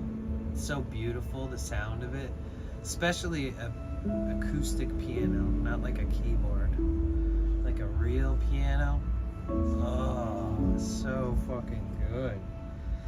Is the storage close? Yeah. But I also need to get a new MacBook because I ruined mine this winter by using it in the most humid ass bullshit weather ever, and I kind of fucked it up. It doesn't turn on anymore. I tried to open it up and fix it myself, and it definitely didn't turn on after that.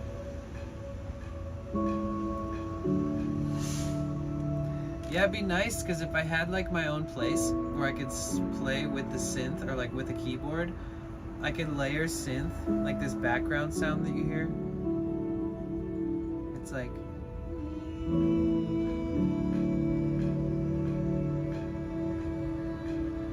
there's like all this building of synth, but then they are layering that with keys. Dun, dun. It's not necessarily that the synth is coming, the background synth isn't coming from these keys. This is just keys over synth, and it's something so mesmerizing and like alluring and stuff about this kind of soundscape. And it's so simple. It's literally like crazy simple. It's wild. But yeah, I thought I would be able to do stuff like that in the van, especially come spring. But my MacBook took a big old shit. Shit the bed.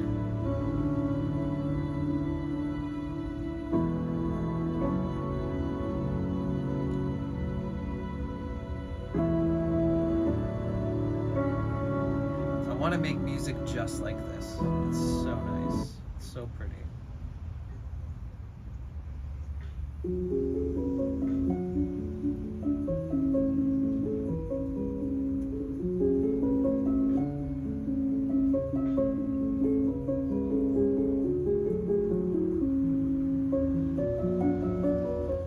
I think I could play this.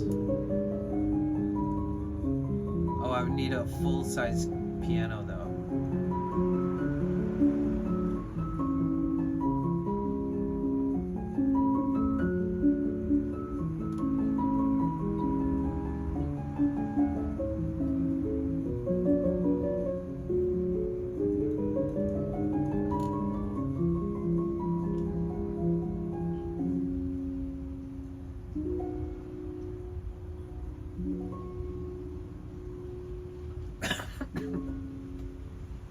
I like these really pretty, really short songs.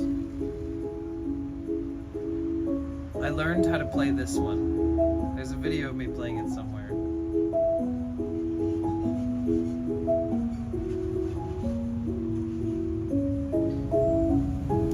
Or just more accommodations in the vehicle for now. Or my own property, that'd be nice.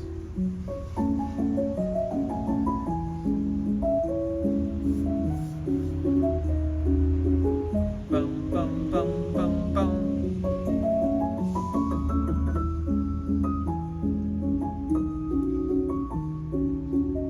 Dum, dum, dum, dum, dum.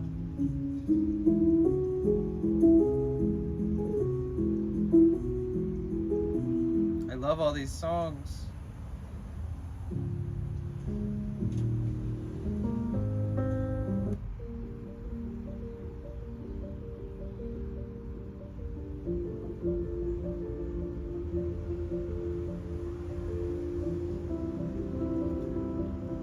It's so pretty.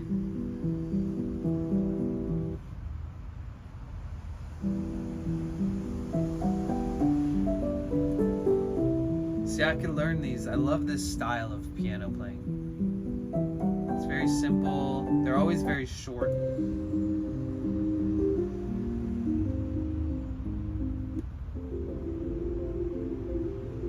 I love this dreamy, like never-ending, repetitious pattern here.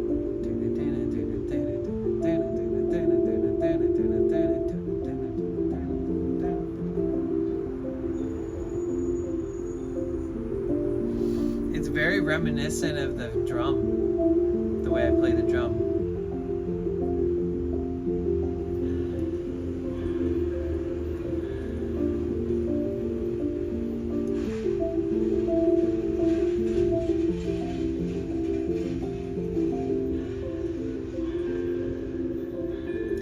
Yeah, but I mean, I would be down to just buy like the most raw, like random piece of land ever, as long as there's road access. Because as long as I can eventually get electricity and water. Granted, I would rather have solar being the main proponent of power, but it would still be smart to have, you know, electricity line for emergencies or for supplemental.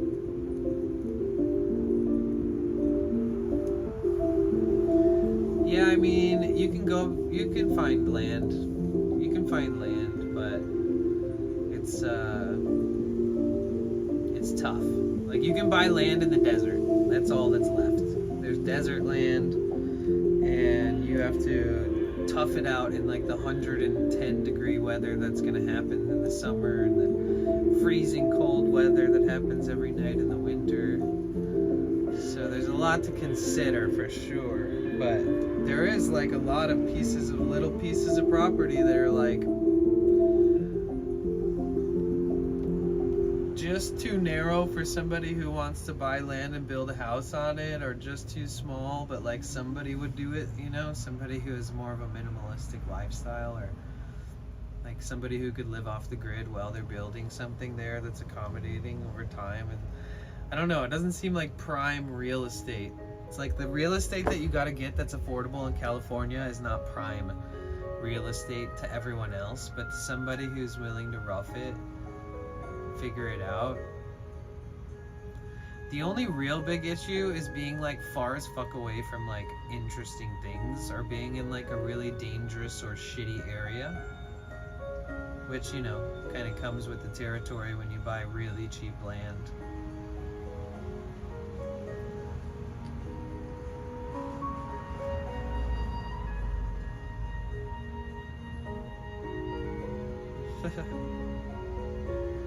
That sounds fun. I've never played Sims, but I have a lot of friends who have, so. I'm big into Minecraft. Yeah, Cassie, like somewhere I could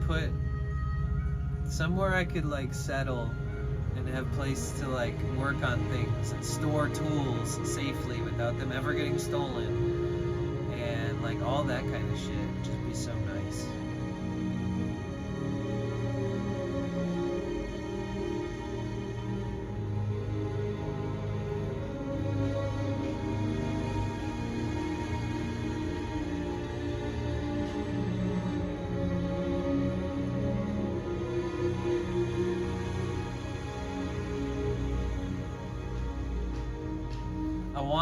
I want to have, you know, I want more sustainability.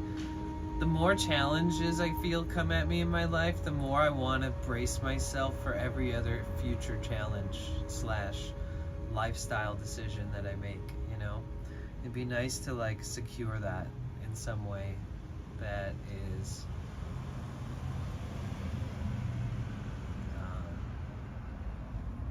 you know, beneficial towards my lifestyle.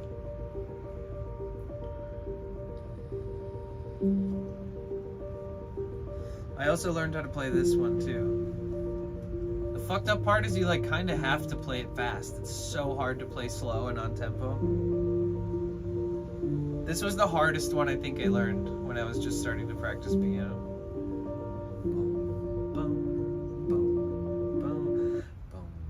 Come on, man, I'm vibing.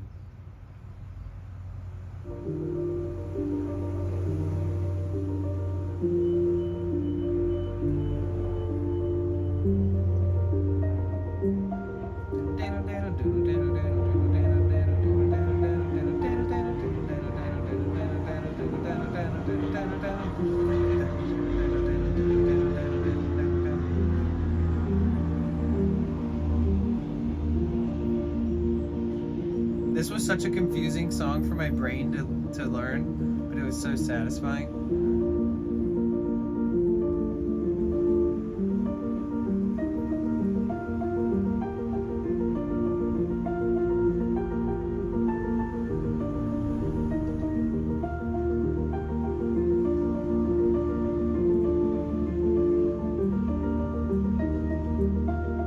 It'd be so cool to have a real piano in my band somehow.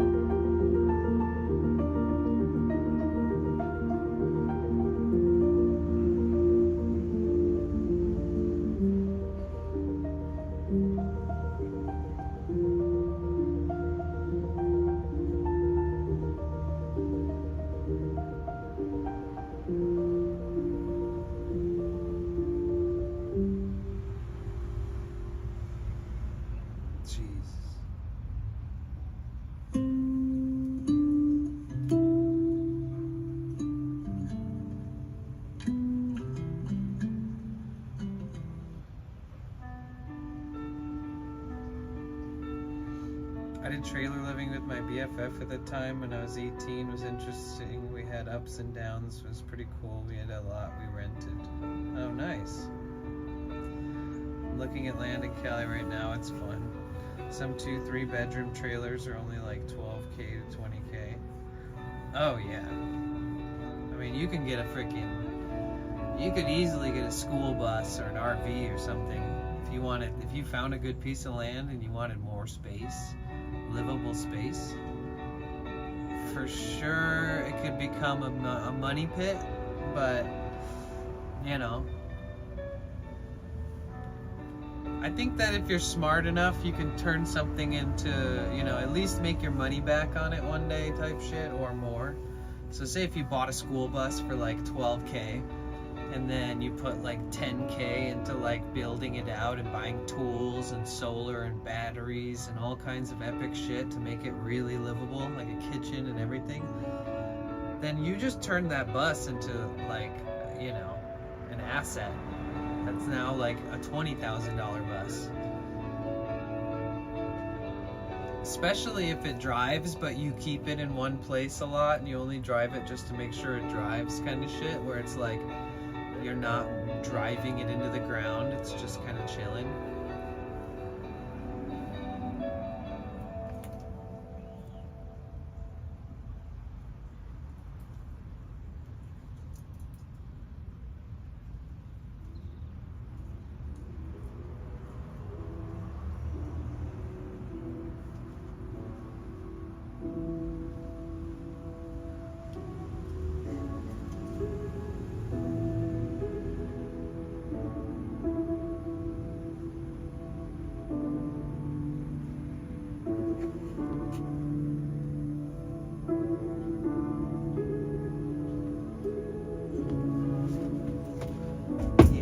Shit's expensive out here, but everybody's like wants everything done for them. If you're the kind of person who will do it yourself, there is a chance. No matter what state you live in, I think. Bro, I've been gobbling up these fucking vitamins every day, like as if there's no actual recommended dosage, but there is.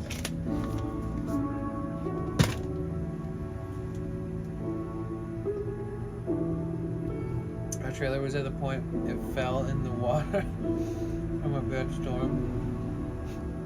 That's crazy. Luckily we were not in it. Yeah, thank God. That's a crazy story though.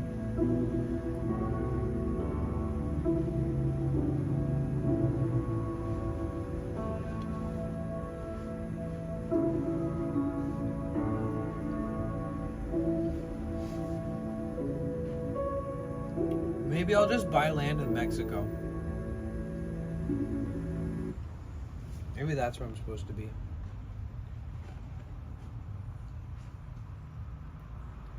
You know, just buy land like just over the border, you know? So that I could always go to like San Diego or go to LA if I needed resources or anything. Like useful items to bring to Mexico. Wouldn't that be sick if I moved to Mexico? Bought land there? If that was the case, I'd have so much more land probably. And I could, I don't know, create like a cultural workshop center where like families can come and if they have... So this is one of my goals. If I ever bought land in a foreign country, I would use my privilege of being able to buy land in that foreign country to encourage cultural significance, to like keep it there, you know? Like I would have like a portion of my property that's accessible to like natives who have businesses that like sell, that like need a place to dye clothes, that need a place to make the natural dyes, that like I would try in some way, shape or form to like cater to the community there by allowing them to use my space as like a safe space for their creative endeavors and stuff like that, you know? I wouldn't just want to move to Mexico and buy land and like, you know, it'd be really weird if I didn't like make something special out of that opportunity, you know. So I feel like if I did something like that, it would be really good. It'd be really dope.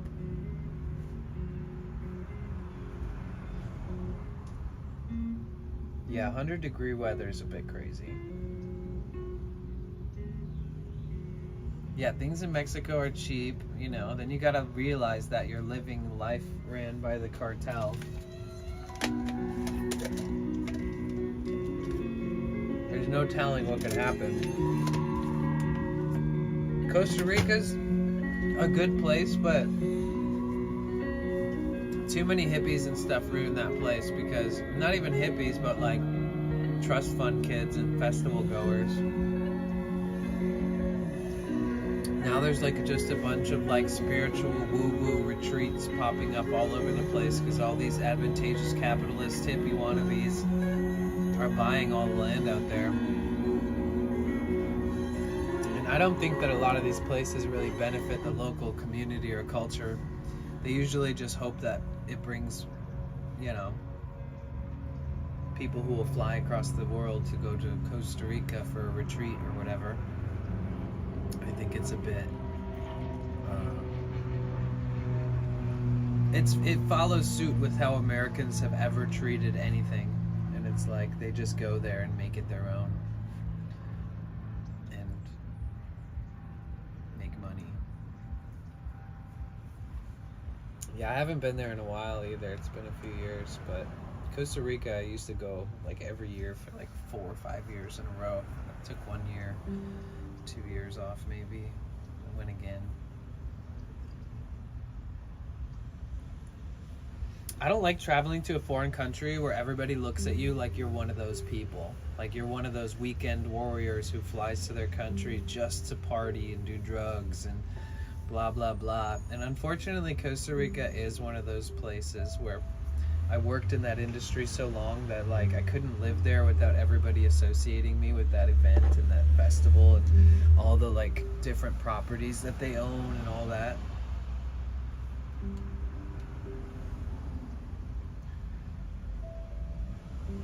Today is the day. Cannabis will be legal in Germany from April 1st.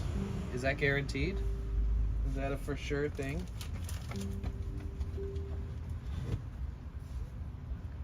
We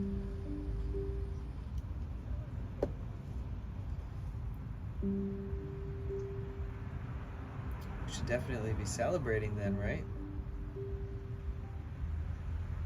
Woohoo!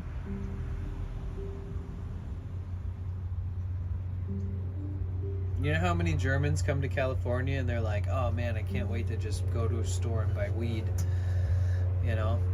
And now, eventually, you'll be able to do that in Germany. Who wants to adopt me to Germany?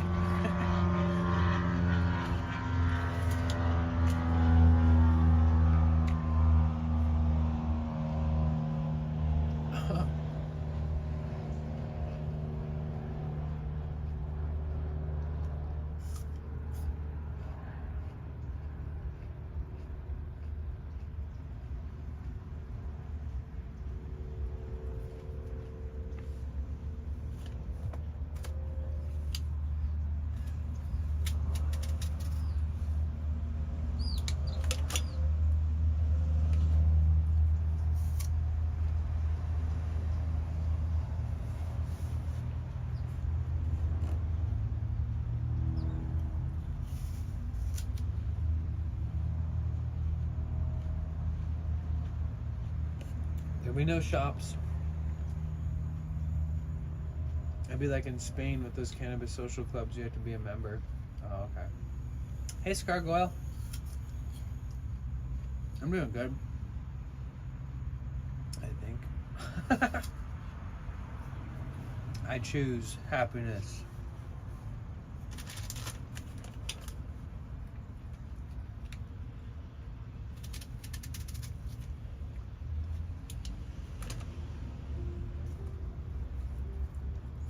How are you?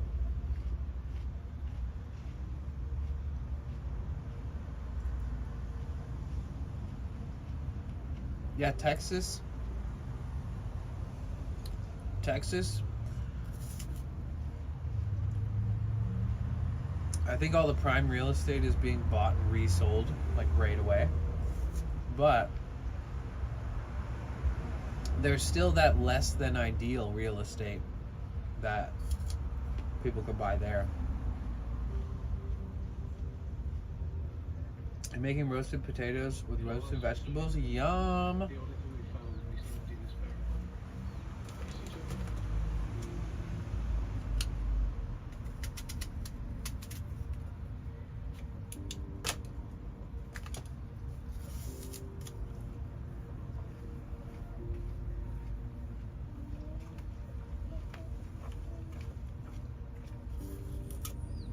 Cassie, when you come to TwitchCon, we should just make our food every day.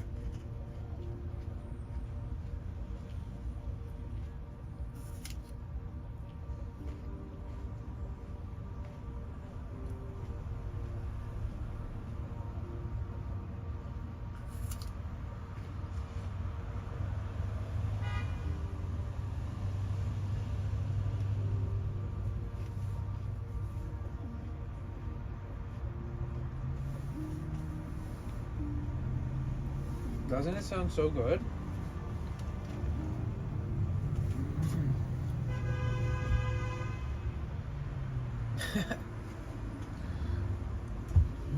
People always forget how to drive over here.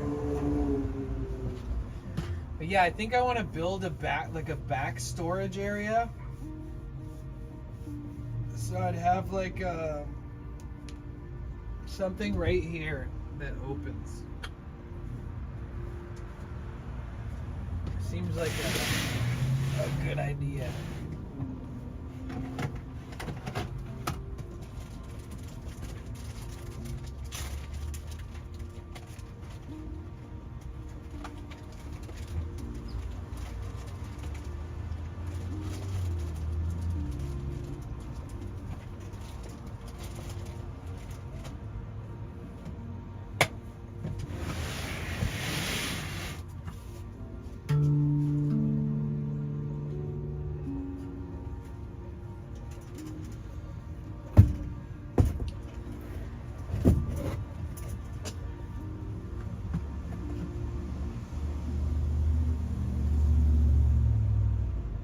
Excuse me. Yeah, maybe I could mount it to the bed and then to the pre-existing hole that's in the wall. Excuse me. That's there in the wall.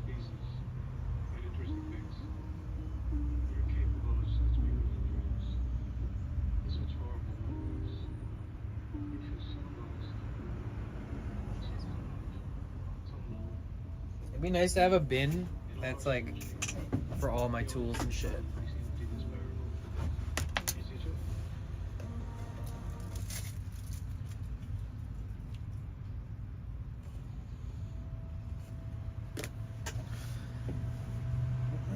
Especially as I gather more and more tools.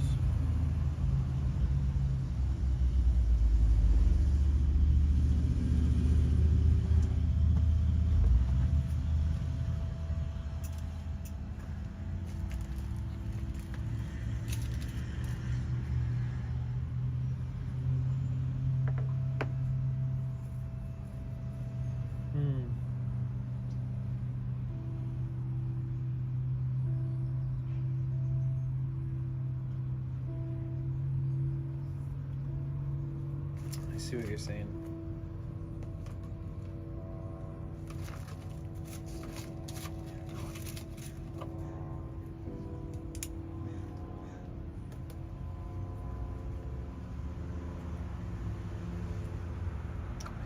Good night, Amiva. Appreciate you being here. Sleep well.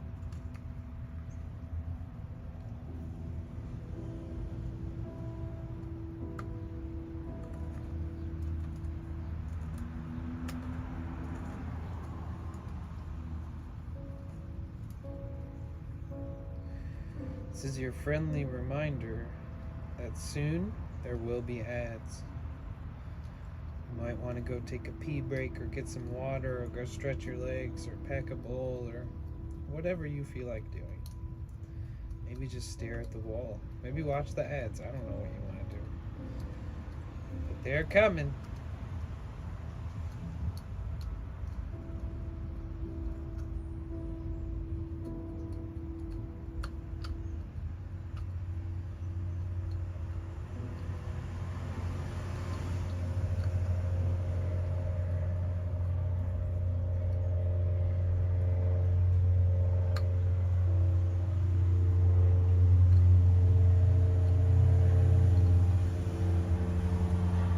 When you guys stay up really late, what do you guys do? What's your guilty pleasure? Like when you stay up really late, are you like on YouTube or TikTok or Twitch, or are you on Twitter? Like what's your guys' poison?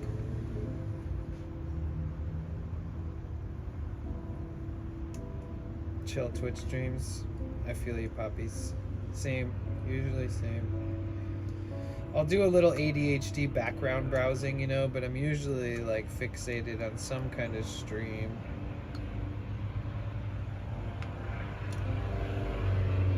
Twitch, YouTube, Netflix, that's a good combo. There's a lot to choose from there. Whoa.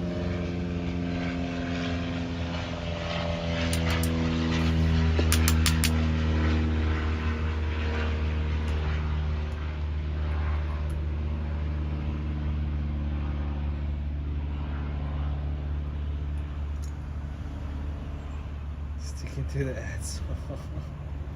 Go to bed. You don't have to watch the ads.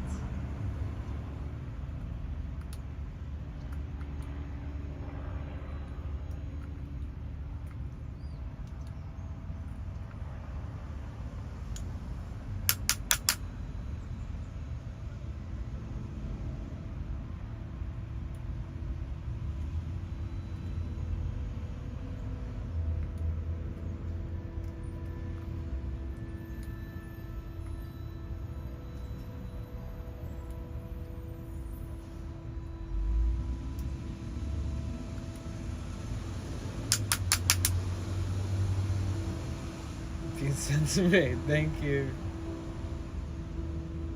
Appreciate that.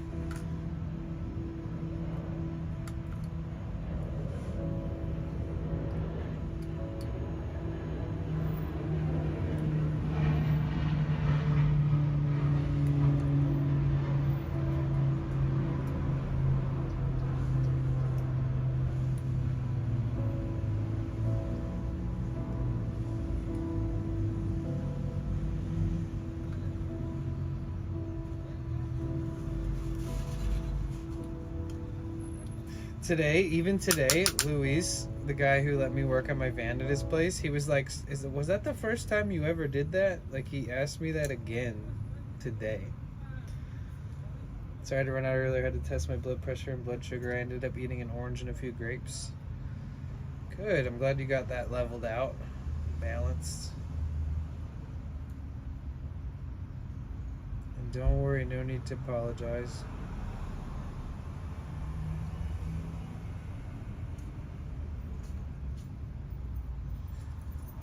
We're just chilling.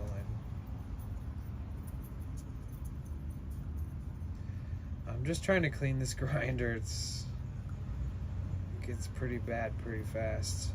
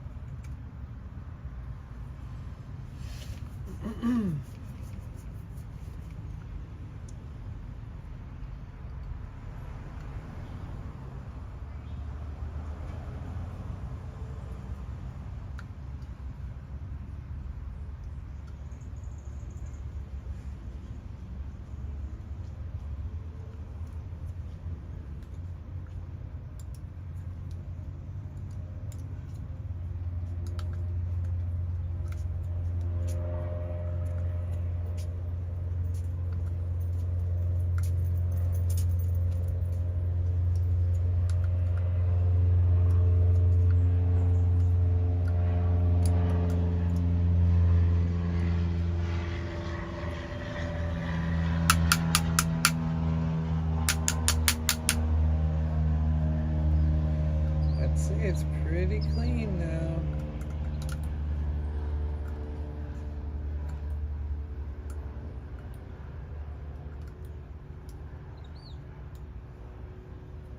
Oregonian here, what's up?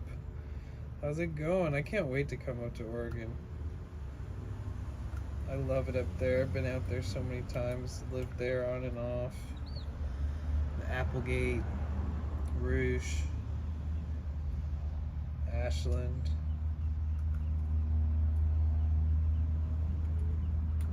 Spent some time to Kilma, Crescent City, Eugene, Grants Pass, Portland. But the only places that I really, really liked were like in the Applegate Valley, pretty much. Then again, some of those fucking areas were pretty rough too, depending on who you're associating with. Get ready to smoke some dabs and relax. Looks nice and warm in Cali today. It's Missouri. It's nice in Missouri. Oh, my grinder was clogged the other day. Didn't open. They get clogged easily. Again, laptop and subscribe. It's okay. Don't worry about it. I mean, yeah, go grab your laptop. You'll figure it out.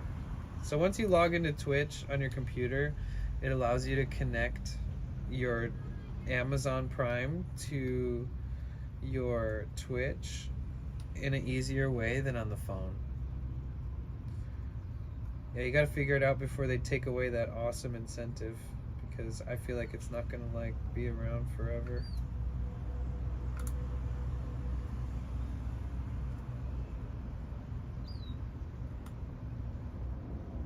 So this whole bunch that I'm taking out is just gonna end up making this like a little hash spliff.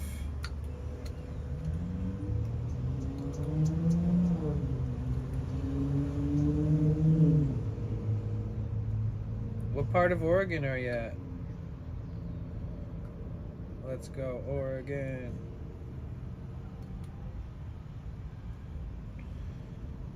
My son gets off the laptop and Nick is on it. He's playing games on it. Okay. Cave Junction. I know where that is. Let's go. CJ. That's cool, man. Yeah, I've got a lot of old friends out in those areas. Some memories that hold a special place in my heart, like before the whole fucking CBD thing even popped off, like back when it was like a little more lawless, you know. It was like some really good times had back then. Or like rippers coming on ATVs trying to like fucking rob people's properties, and like the owners of the properties handling it, not the cops. Some wild, wild west out there. Southern Oregon was where I saw my first 12-pound plant. And he was like, yeah, I don't grow anything smaller than these ones because I like to pull 8 to 12 per plant. And I was like, what the fucking what? It's like, okay. I think like the city used like 1,800 gallons of soil.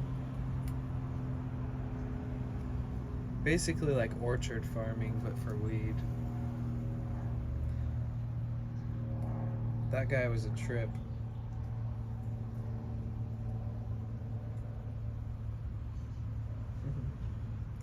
Well, he had like one big box that's like 3 feet fucking tall, which is a square, and then there's another box coming up inside of that square, and then in the middle of that was a giant fucking circle, and then it had like tiers, and across each different pot going up was like boards so that you could go through and prune the plants properly, because they're so big you really need access. You need something to walk on and shit too. And it was a pretty incredibly impressive setup. I mean, he's an old timer. He also was growing like exotic flowers and stuff for like plant nurseries and fancy events and all kinds of stuff. Very interesting character.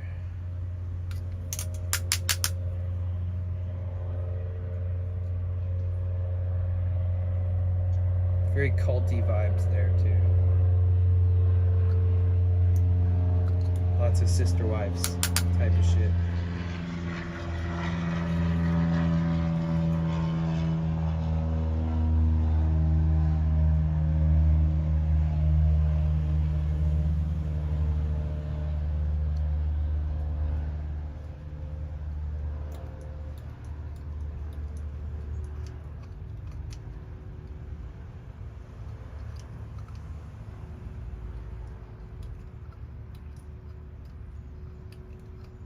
I'd buy land in Oregon though.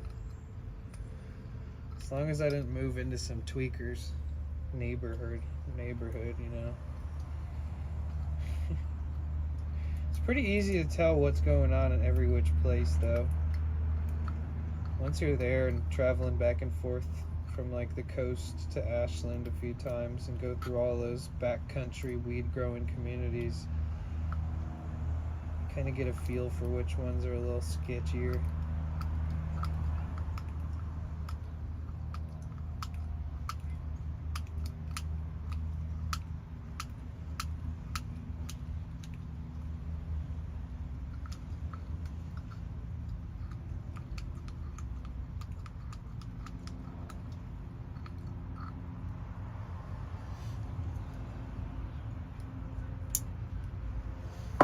Oh, nice.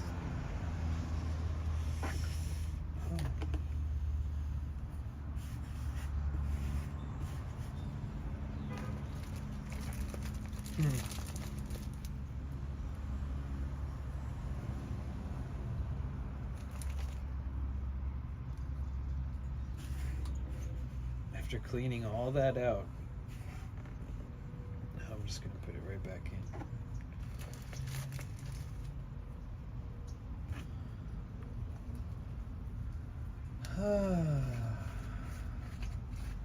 Man, the last couple days I just like had to force myself to be lazy and like not do anything so I could give my brain and my body a rest for once.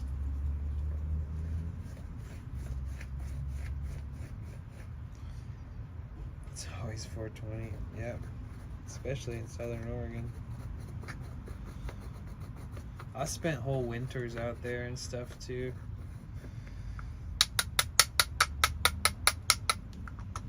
I've hitchhiked through that whole from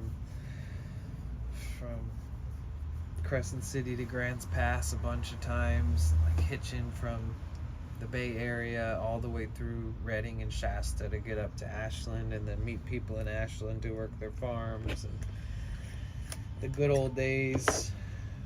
Back when you'd get like $2.25 a pound trimmed and you could trim like 2 in a day and you'd be making like over 400. Did you have a van before the Sprinter or a road build?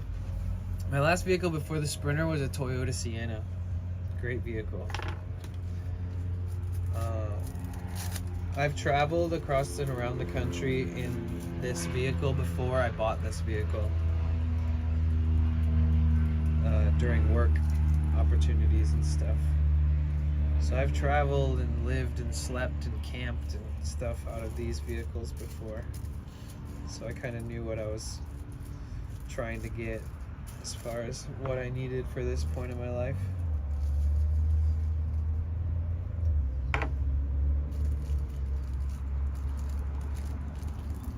And I didn't buy it and then like have it sitting around for a while and like make some huge like plan of attack. I like bought it and then immediately quit my job because my brother passed away and I needed some space. So I quit my job, I let my lease end, I didn't renew my lease, I bought the van all in the same like time frame, and then boom, just moved into it immediately. Which in my opinion has been a great experience. The hardest part of all this shit is like spending so much fucking money on working on it instead of using that money for things that like I really, really want. You know? You don't always get what you want. but you get what you need. I'm horrible at resting. If I'm sick, I still clean after surgery. I never rest. I get what you're saying, yeah. Some people don't know when to fucking take a break. I'm one of those people. I'm only that way when like I have something like that I'm working on. And whatever that's not feeling well is taking me away from it. And when I feel like that, it pisses me off. It's like, God damn it.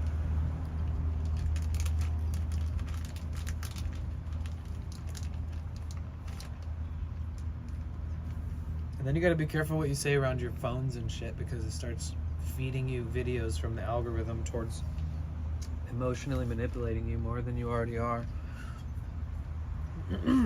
Like when I was taking 2 days off of streaming to just rest and give my body and brain and nervous system a rest,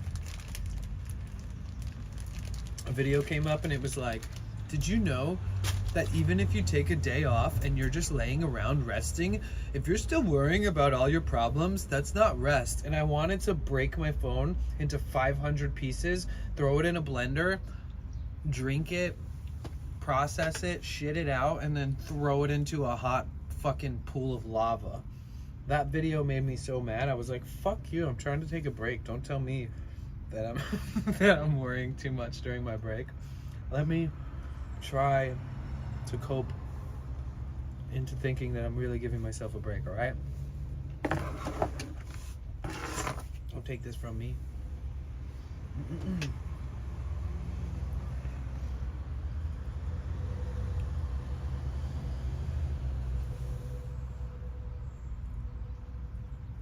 Yeah, rest is important. Just as important as cheese. Dude, cheese is so addictive. I want to make a quesadilla, but I'm probably just going to eat all this.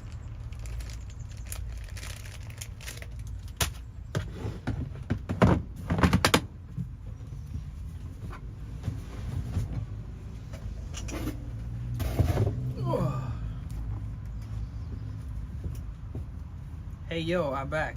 Welcome back. 4 hours and 20 minutes into the stream, guys. Have not had that in forever. Cheese. It's good stuff. Especially if you eat it once in a while, it's like heavenly. Welcome back, Caroline.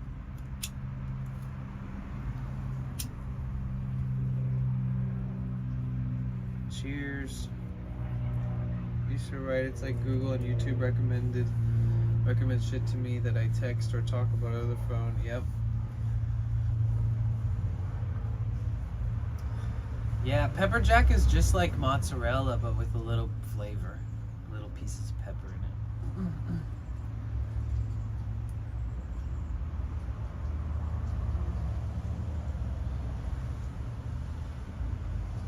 Well, it's more like mozzarella sticks. Because real mozzarella is nothing like pepper jack cheese. Real mozzarella is like so amazing. Oh, a quesadilla. Yeah, a quesadilla is so good. Oh my god. I made a cheese quesadilla or a quesadilla the other day, and I put like jalapenos in it, and dude, it was just so fucking good. Like some of the cheese like melted onto the side of the pan and like heated it all up and made it taste, it almost like had a pizza kind of perfect cheesy yumminess. Like when I took a bite out of the quesadilla, it was like stretched like 2.5 feet long. It was amazing.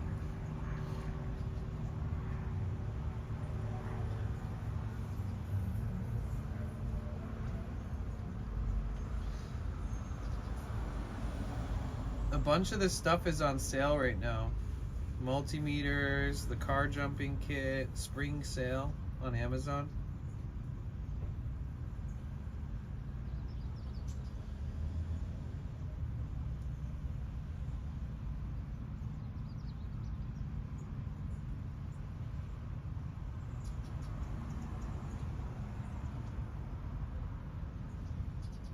Portable air compressors for tires. Excuse me.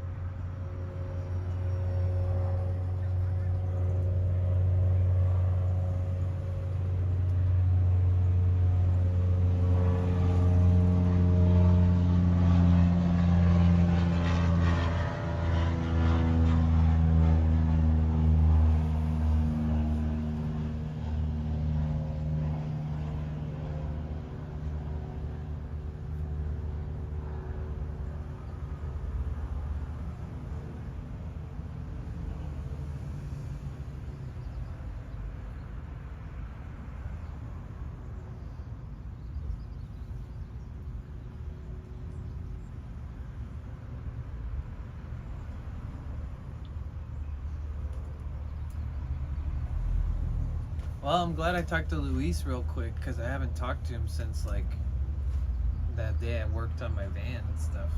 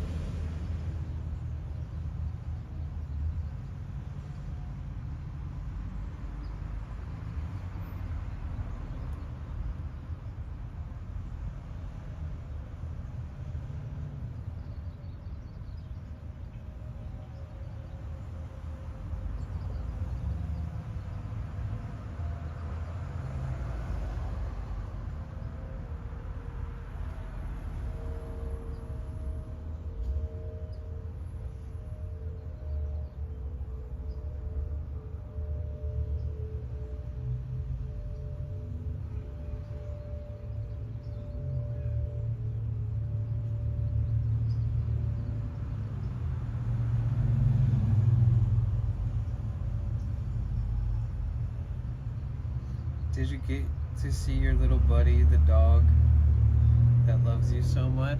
Oh yeah, it tried to bite me over the fence. It was like, he was like, Chucho. It seemed like,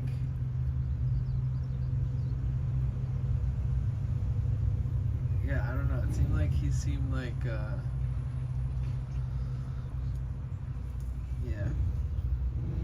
That dog still wants to kill me.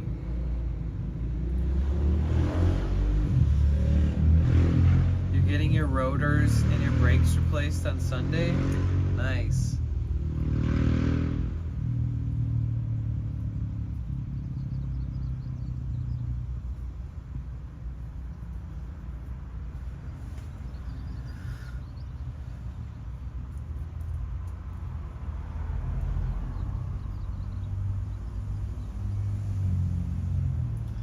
You know what I notice about most people that buy used cars? Like, they don't know enough about the cars until it comes time to fixing it, right? But like, you know what's every used car salesman's worst nightmare? Is like somebody who shows up and is like, how's the coolant system going? How's the timing chain? Is this still on? Is it still like, is it missing anything? Is anything like, how are all the bolts? Are we missing any bolts under the hood? Random ones that I should know about? Like, when's the last time you replaced the water pump or the clutch and the fan or the brakes or the brake lines? Or when's the last time that, you know, it needed new ball joints? Or how, you know, when's the last time this? People fucking hate that shit. They literally wait until somebody who comes in that doesn't ask too much, that looks at the car, trusts them, and then they have to keep going back to those people to get it fixed. And it's just like a weird, it's like, it just seems really advantageous. I feel like when people sell a car, they should be like, okay, the last time all these parts were replaced is this, and we did this work on it, and you know, it's, you know, if you're trying to work on this part of it, you're gonna notice this or whatever. But they never ever ever ever do that because it's a part of the economy. Like, they need you to buy it and they need it to break, and we need more people to work on your shit as it breaks so more people can have jobs type shit.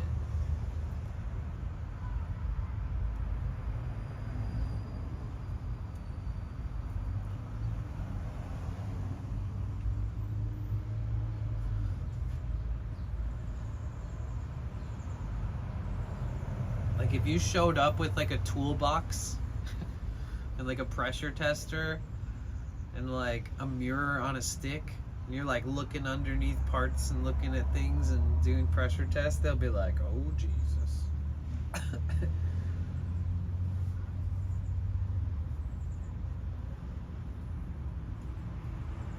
Yeah, luckily your car's real small too. It's not like a van or, you know, something like crazy big or such a small little car. It's like, luckily you can buy all your parts at like the auto shop, you know, right around the corner. Like, if I had a car like yours just sitting somewhere, like, I would take that thing apart to every nut and bolt and take every single part of it apart, just to like learn, because it's such a smaller engine, you know. Even though all engines are so different, it'd still be like a fun. It wouldn't like be overbearing because it's a nice smaller car, and be a fun project to just rip the engine out of and learn everything about the vehicles. Because there's so much more going on. There's so much going on in the vehicle. You know, you've got like differentials, you've got units that connect your transmission into like the gear sections up in the back mount of the motor, and the transmission comes down from the motor underneath. And there's just so much going on in engines where it blows my mind that I don't know, I haven't learned it sooner.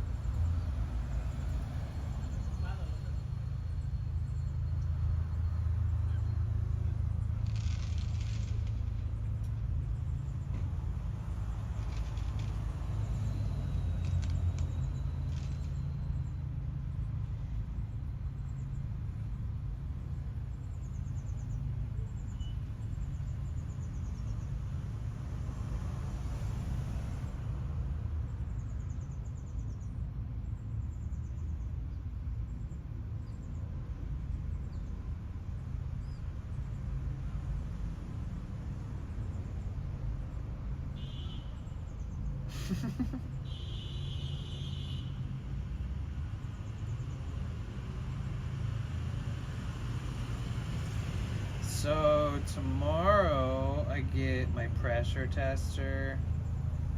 Pretty stoked about that.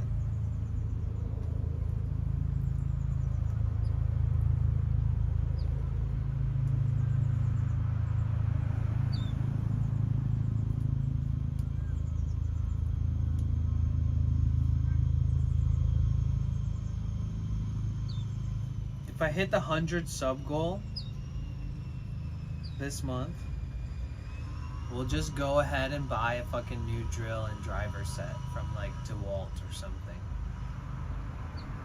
so that we have something for not only working on the engine, but also if I'm going to be building anything out in here, I'm going to need a decent drill and driver, an impact drill and a drill like a normal drill.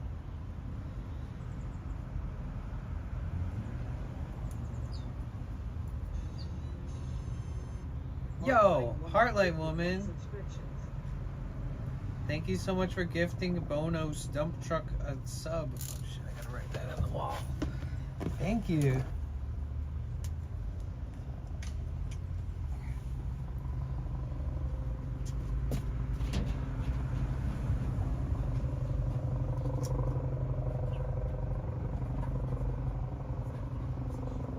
Luckily, I can use Luis's for now, but I'm gonna need one. Thank you so much for the sub, I appreciate that. What is that, military chopper flying over? We're at 67 out of 100? Or wait.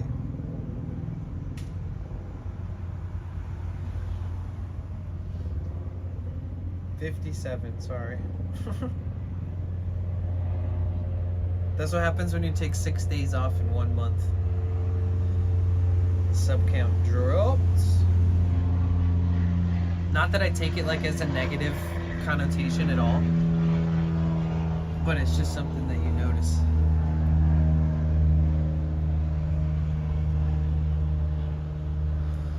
You gotta stay active for those subs to stay active. and Prime subs can only be renewed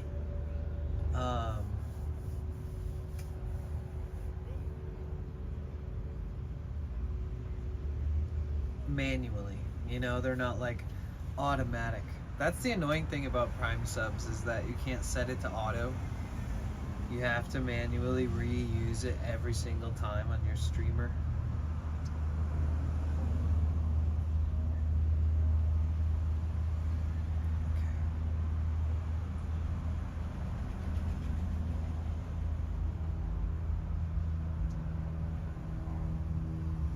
Track shipment.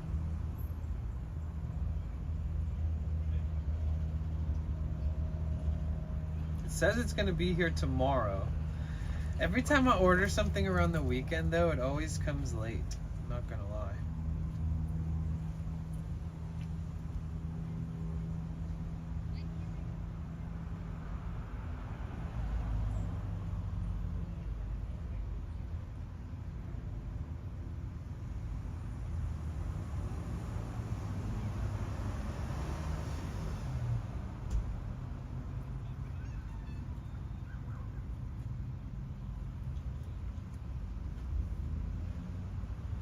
Oh, I have an idea.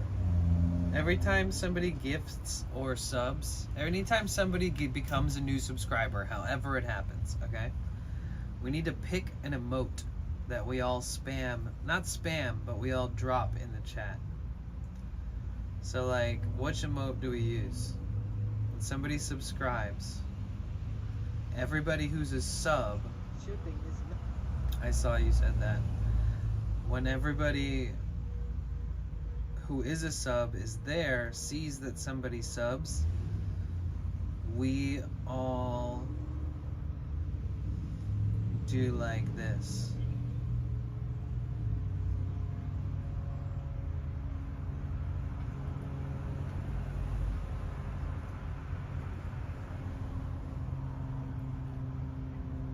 You like that idea? So when somebody subs, we all drop the me getting in a van emote. Or like just everybody who is a sub, we all choose an emote together. We could vote on it. Which one is the best fitting? Like that, yeah, because then it also encourages whoever gets the sub or whoever subbed to join in on the fun, you know? And they know that they're a part of something fun. I like it. I've seen it in another stream. Every time somebody subs, granted, it's a GTA RP streamer, so. The other day after the gym, I shaved my head with a new razor. I used this after oil lotion. Saving this little. When I was leaving, this lady went to hold the door for me, and as I passed her, she goes, "Your head is so shiny and smooth." It made me laugh that she was stunned by the reflection of sunlight on my bald head. That's funny. That's some good product.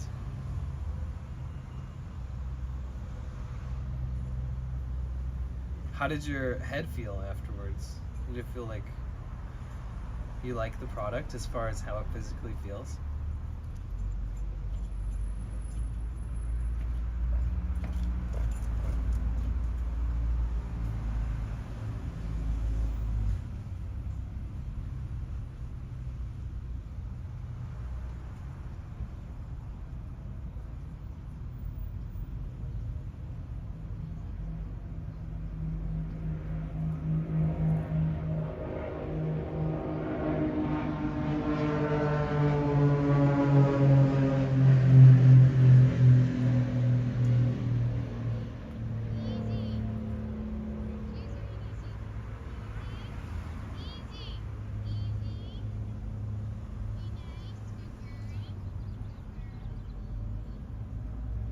Yep, looks like this stuff should come tomorrow.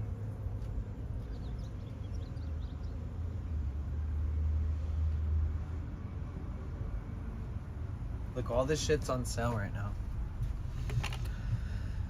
Portable air compressor for tires. 25,000 milliamp hour INIU batteries. $60. It's a good deal.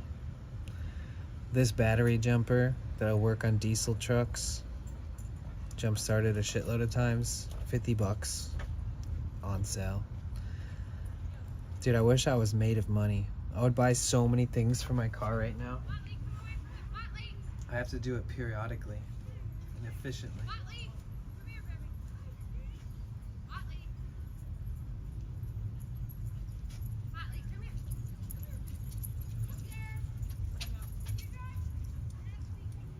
She just needed like a good home. Motley, Motley, So no, cute. get over here. Oh my god.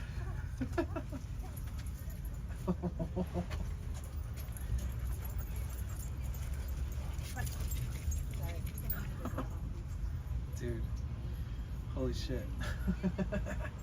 And then that cute little dog out there was like running up to all of them.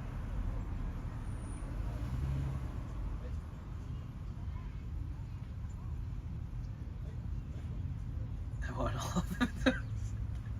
They were all pretty damn cute too. Did you take a good look at them? It kind of all happened fast. Today's National Walk a Lot of Dogs at Once Day. Seen a lot of that going on today. A puppy parade. Yep.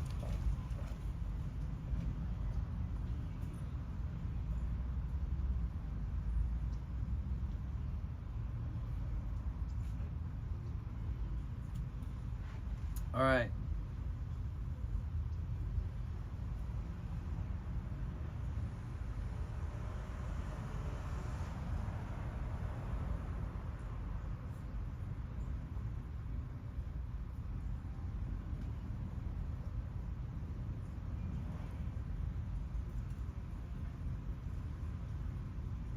Man, Amazon runs like shit.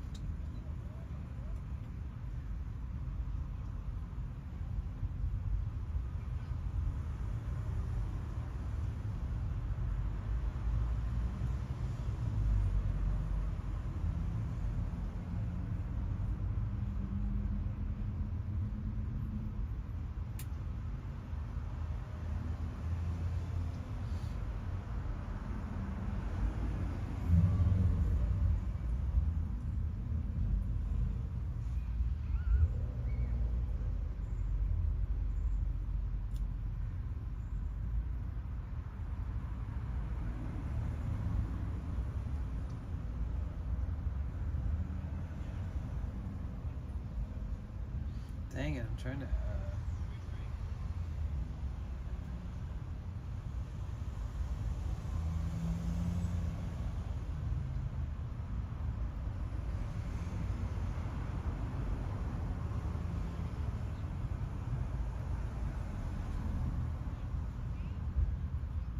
Weird.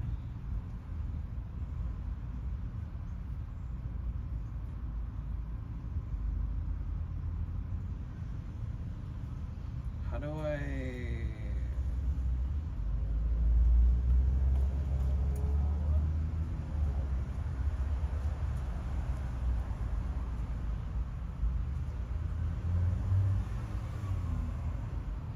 Tell me if that works. Check that out.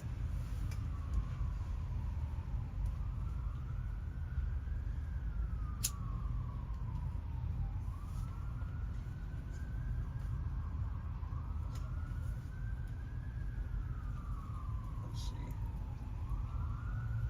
Oh, it kind of worked. I see, I see.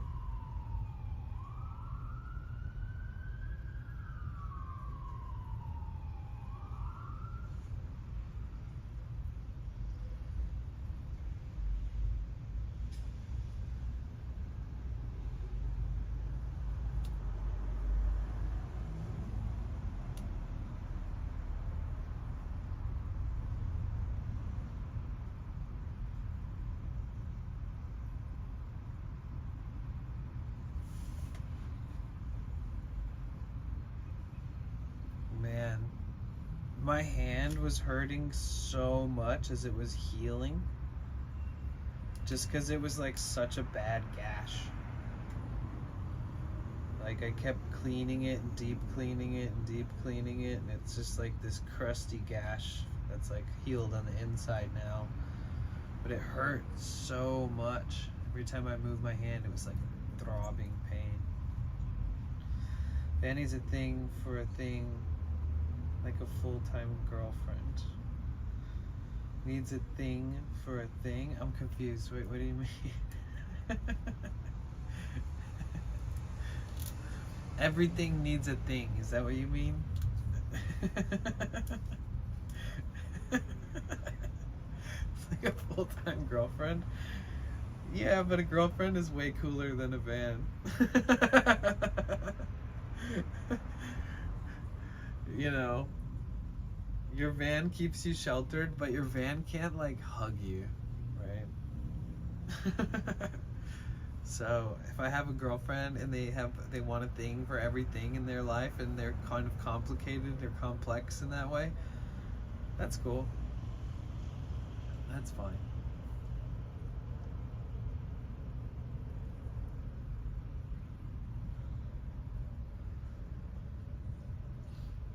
Yeah.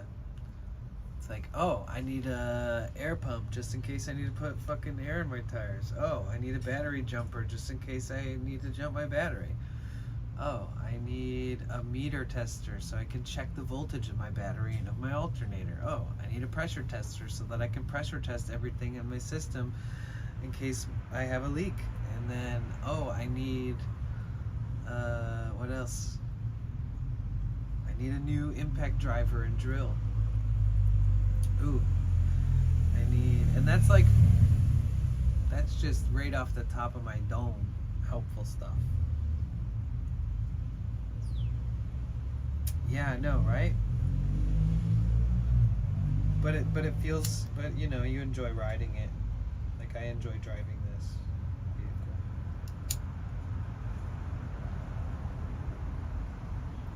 Can you guys believe I drove like 10K miles before I even decided to like start working on it, really? Like I drove to like a whole other state without any of this preparedness in mind, to Vegas. And then I drove all the way up to San Francisco and I drove out into the mountains, and it's kind of crazy to think that I had like such little preparedness. I just trusted the universe. I was actually, my naivety could have gotten the best of me had I broken down or something, you know, but luckily all the trips that we made until I made sure that I learned more about it, and I knew that time was coming, and I didn't, I'm glad that it was just the coolant system, because then it's a lot less complex, even if it sounded complex when I talked about it all the time. It's a little less complex or hard to deal with than say something in the motor, you know, something with the injections, and something with the pistons, or something with the EGR, or something with the turbo, or something, you know, there's so many other things it could have been, so.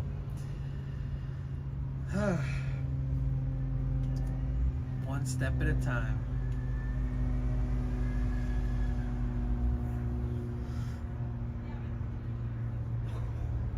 I'll just like, yes, Cassie language. I'll just have to slowly accumulate all that shit.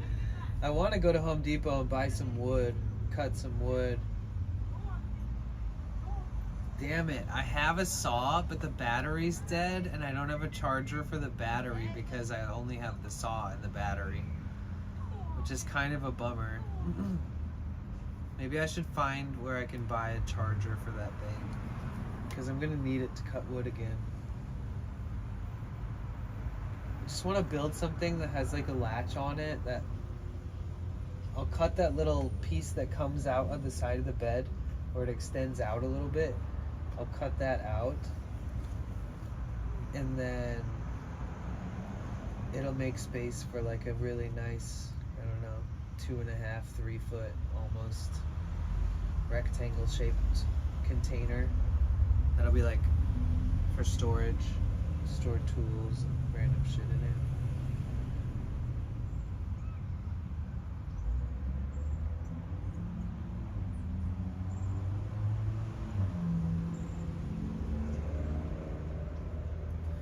Yeah, Cassie has her own language, especially with her phone that she uses.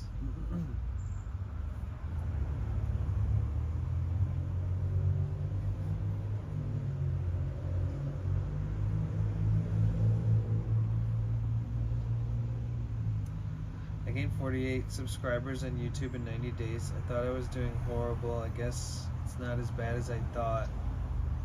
Since I made those HLW videos, that's 16 a month. I'm tired of making those kind of videos. Yeah, I mean, that's where you gotta start off. It's like, it's definitely always gonna be like that. There's nobody that I've ever met that hasn't like tried and felt like fuck, and then tried and felt like fuck, and then had people who are aware of the attempts, etc., etc., to where like enough tries and enough sharpening your content into what you really want it to be, like then you're gonna start seeing more of an influx. But everybody starts out like where you're at, you know? Because when I started my YouTube channel, I was like, God damn, it's like literally like pulling teeth to get people to subscribe to your YouTube channel. And it's like the most accessible platform ever. Like everybody goes on YouTube, and somehow it's hard to get them to open up the fucking site or the app and they just subscribe. Like your real friends, like your supportive, even creative friends, like professional people who are like, hell yeah, I support you in this endeavor, and they just you can't expect it from anyone, basically. So if you ever post and nobody responds, but if you post some other shit, you get like 100 likes and they're super responsive, don't take it personally. It's just how it is for everybody. For some reason, it's like asking somebody to subscribe to your YouTube channel is like kryptonite or something. But that being said, the more time that you put into it, the more seriously that you take it, and the more that your content shows that, the more that not only will people that randomly see it take it seriously, but the people who've been ignoring your requests to go check shit out will finally notice the traction that it's getting, and it'll all start kind of happening. It'll start snowballing, you know? That's kind of just how it works. And sometimes it's a slow roll, you know?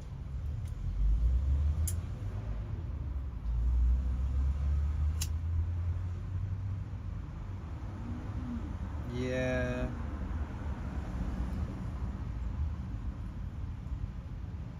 It's tough. Because it's like, I think long form content is much more powerful, you know, whether it's live or it's edited and then shared and it's like long form. Because the longer that one person watches your video, the more that builds up viewer retention, which also builds up better distribution for your videos. So these short videos aren't going to promote your long videos, and the short videos is basically like TikTok meets YouTube, you know? So it's hard to balance that out. YouTube's changed a little bit, so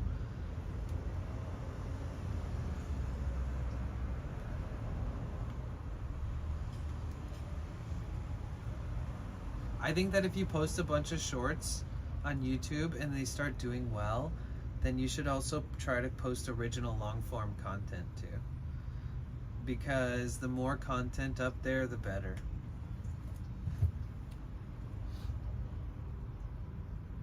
I mean, there's like, I think consistency has a lot to do with growth on YouTube. Just like any other platform, but it's later. See you later. Bye. But yeah, I think consistency on YouTube is like, YouTube is a lot like Twitch. They're like the two platforms where you will not grow fast. You can grow fast on Instagram, you can pop off on Twitter, you can pop off on TikTok especially. But YouTube, minus shorts, is just like an uphill climb. Kind of like Twitch.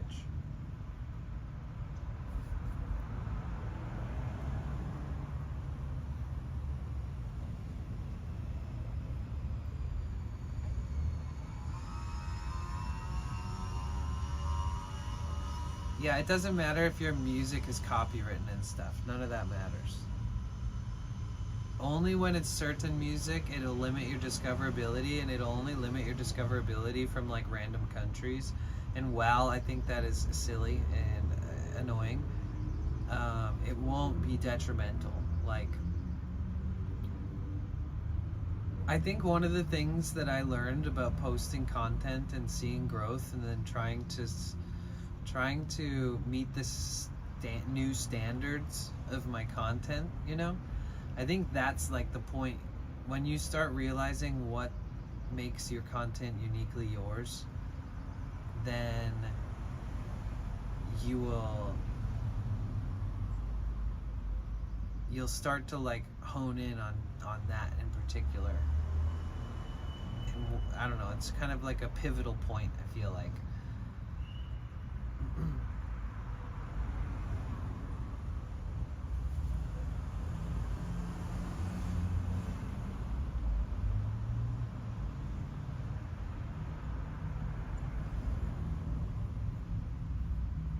Because once you find what your niche is, like you really find what your niche is,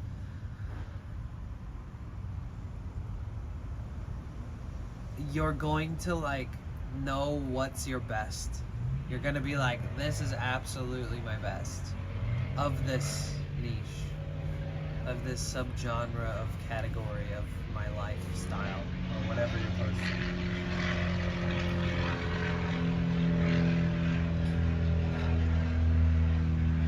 That's when you know you're in a good place, is when you have that feeling like, oh, this next one could be super good. Like, man, this one's gonna pop off. Like, you should never, like, deny the chance that any of your content could go viral, because it could. You never know.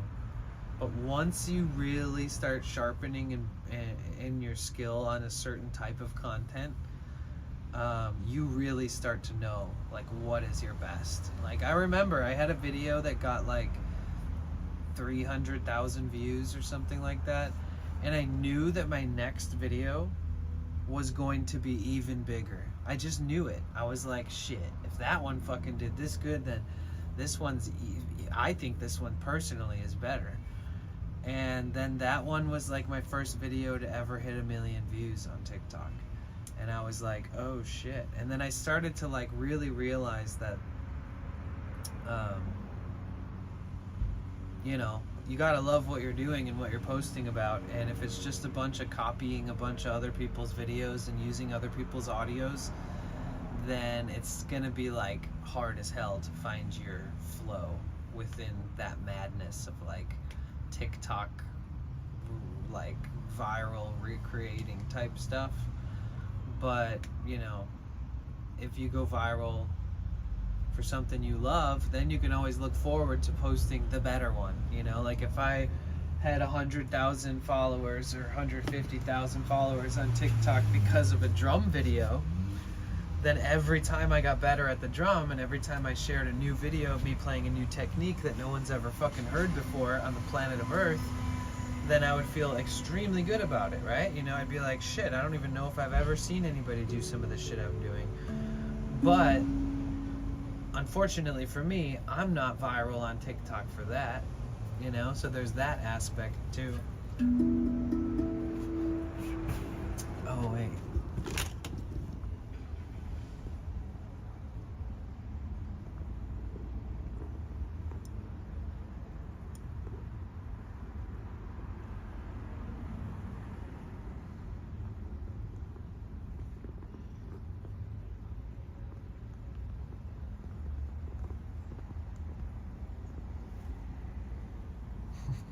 Deep talks.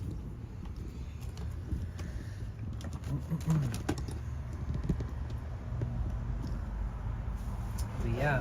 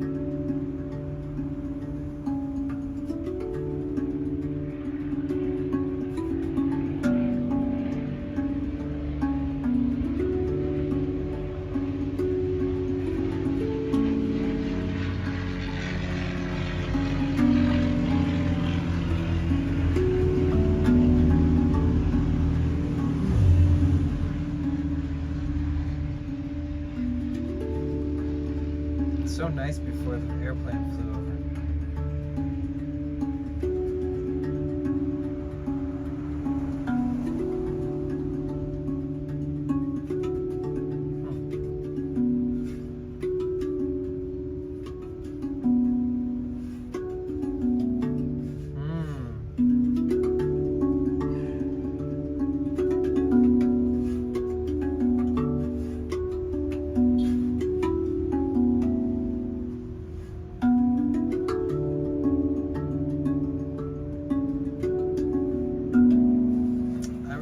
Wherever this is going. Thanks for the chat. Don't want to take up all the time on chat.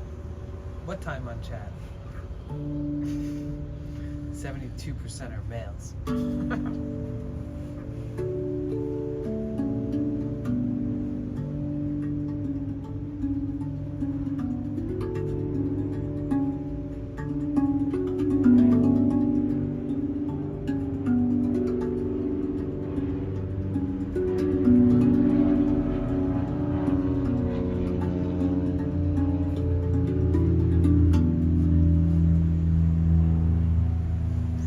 Airplane City.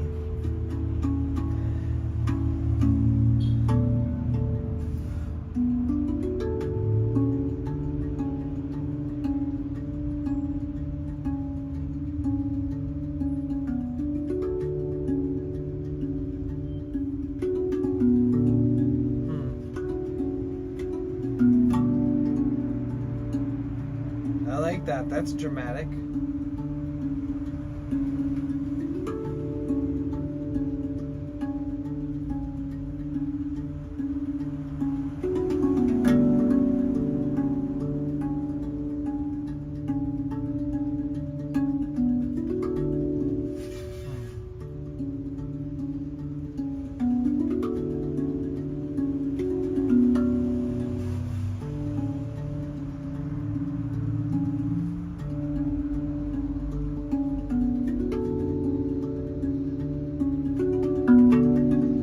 Fuck.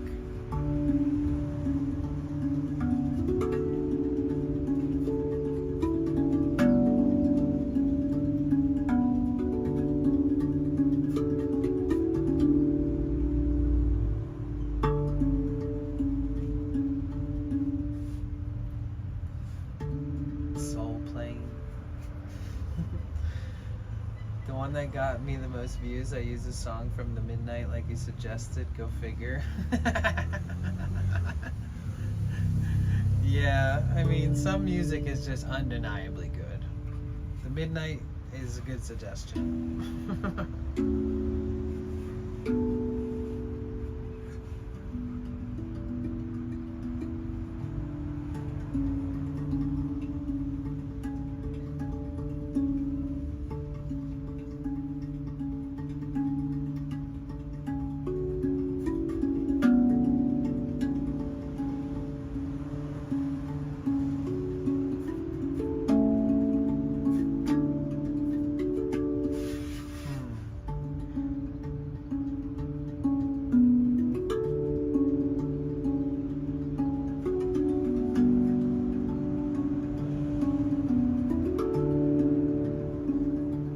I like it.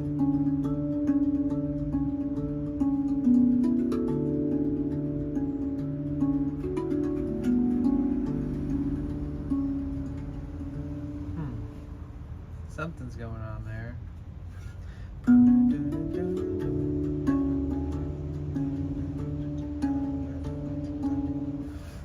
I really love this one. It's so sweet.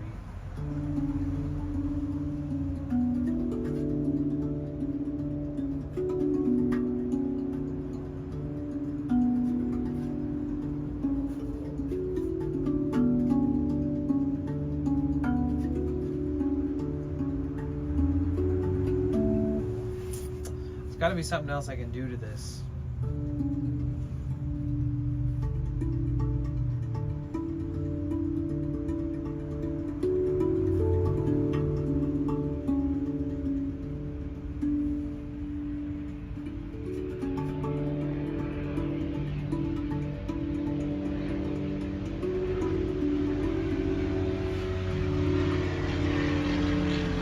should fly a little lower.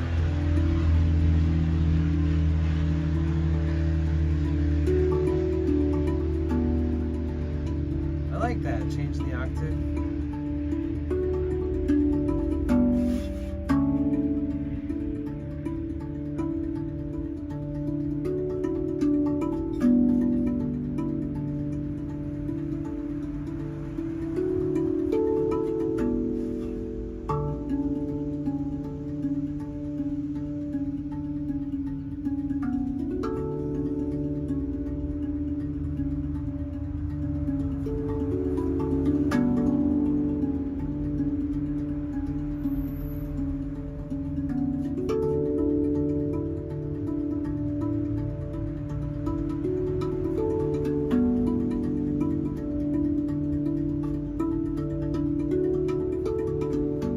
Fuck yeah.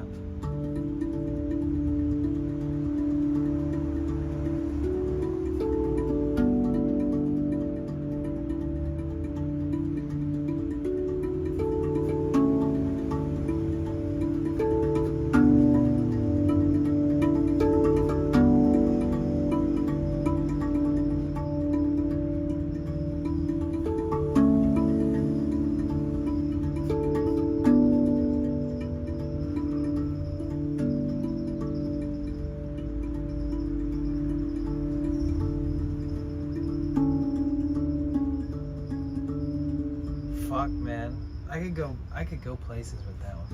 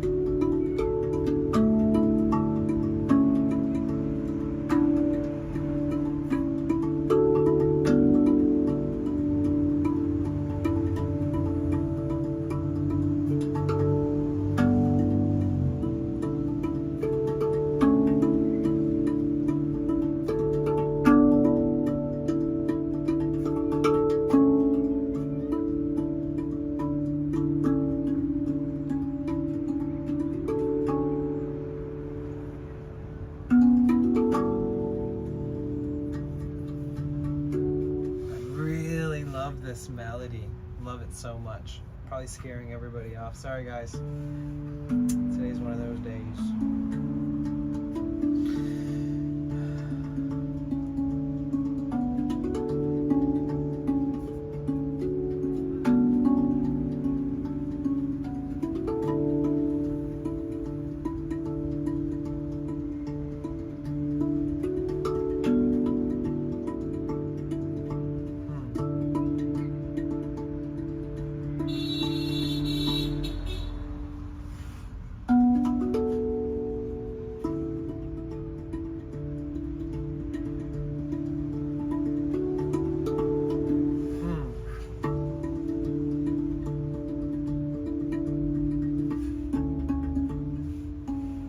It's hard for me to keep up with that melody.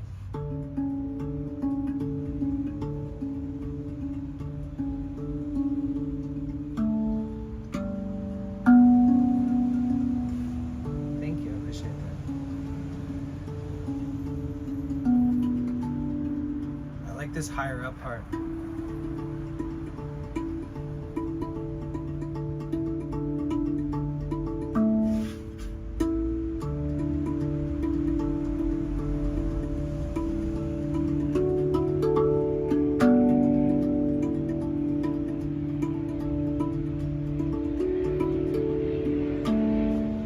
had that flow was going strong, dude.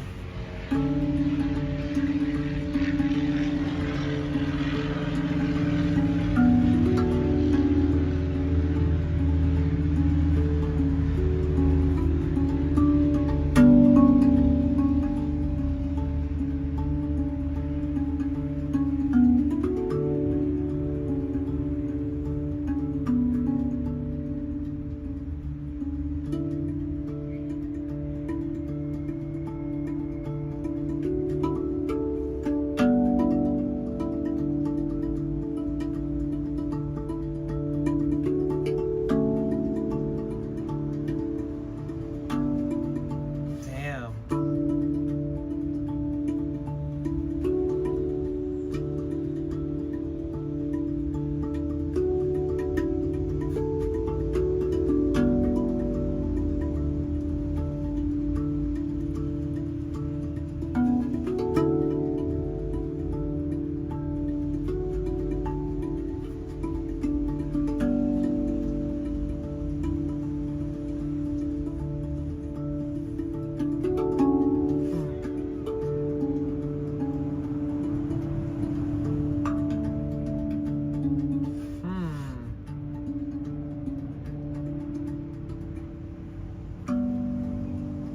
Oh, nice.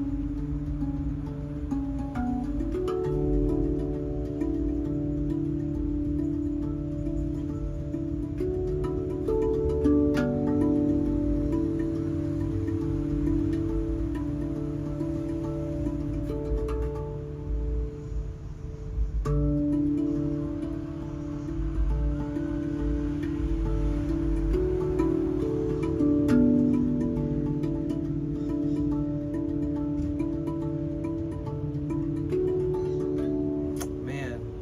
Oh.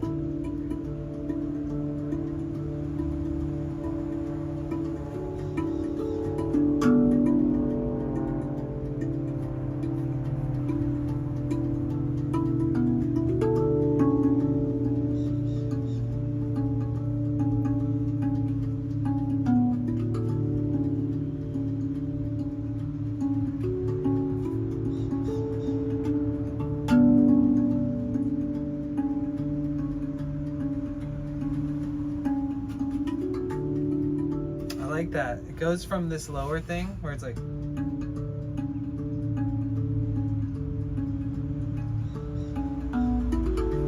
it's up there.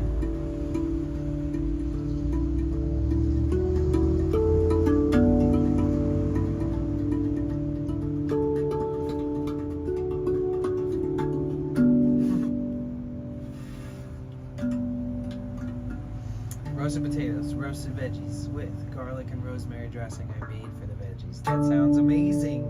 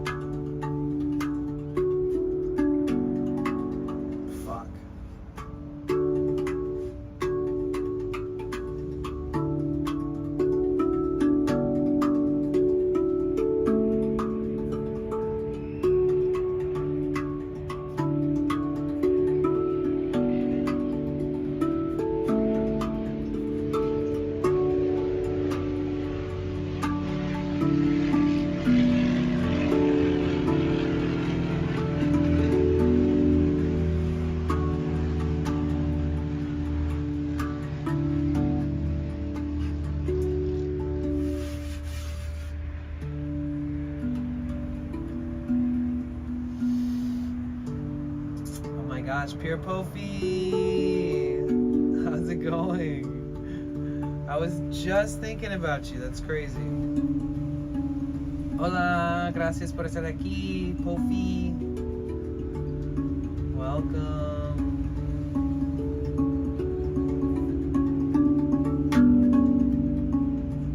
How you been, you guys?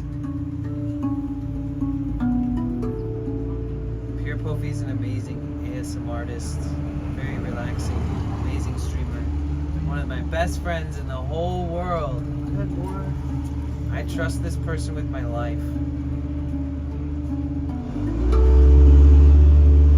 Wow, that's a beast of a truck.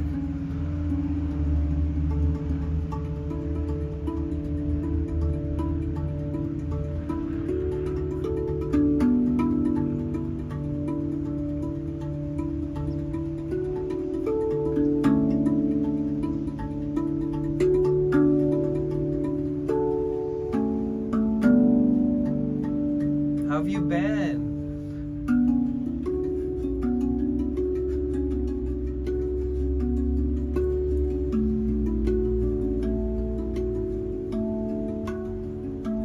Where will we go? We'll never know. Let's jump in and get taken by the flow. We'll come and we go like the leaves they blow. In the wind, let us begin. Reconnections, these are blessings. No more stressing, cause this was our lesson. I don't remember what else I'm supposed to sing right now. Shout out, Viva la Mexico. Will you ever find me?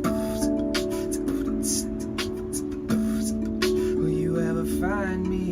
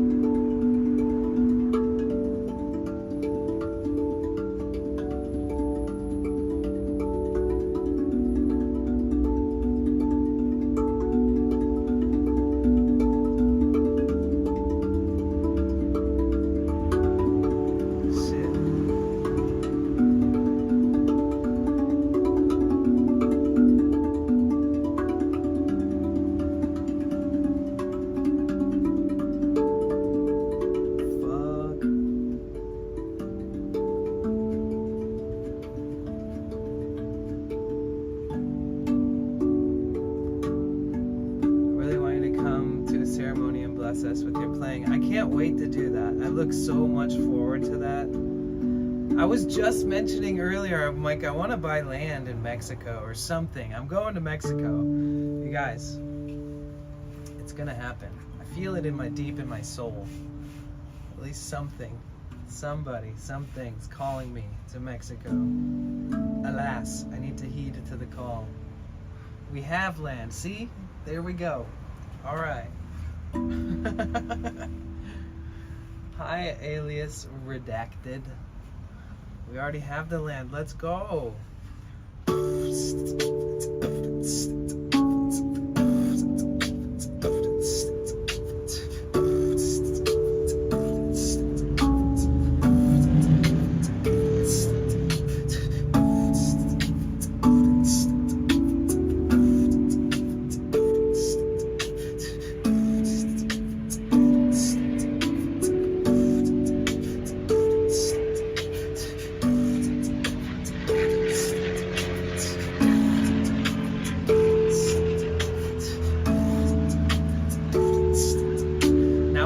Freestyle in Spanish over this part.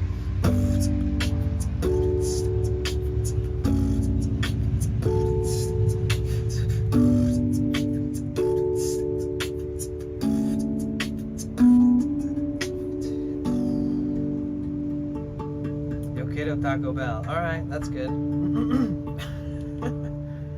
That works, I guess.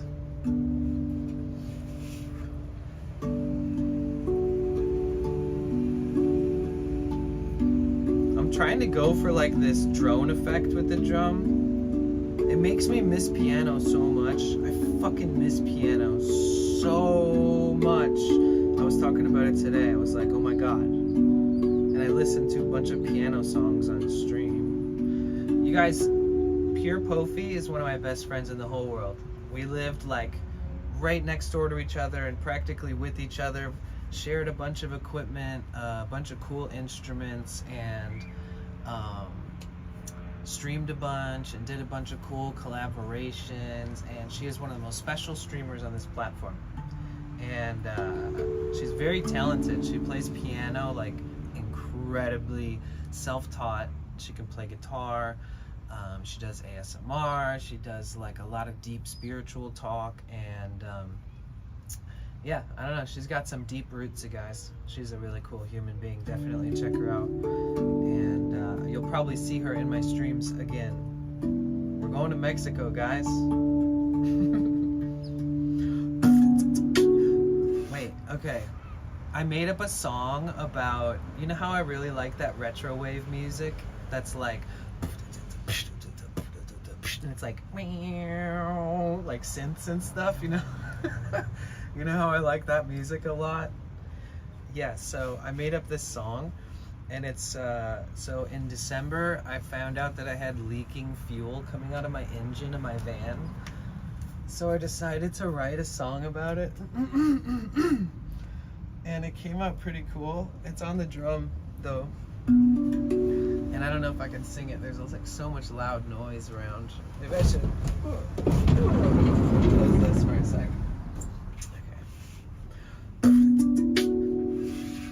Okay, so the song is about December. It's about, I've only played this stuff and made it all up on stream, so it's like about our adventures too. It's goddamn, after that big of a build up, it better be good. Do you remember those nights in December? Kept the engine running, the gas was burning hot, rain and the thunder rolling on in. Ain't gonna stop me, I'm not gonna wait for the storm to end, no.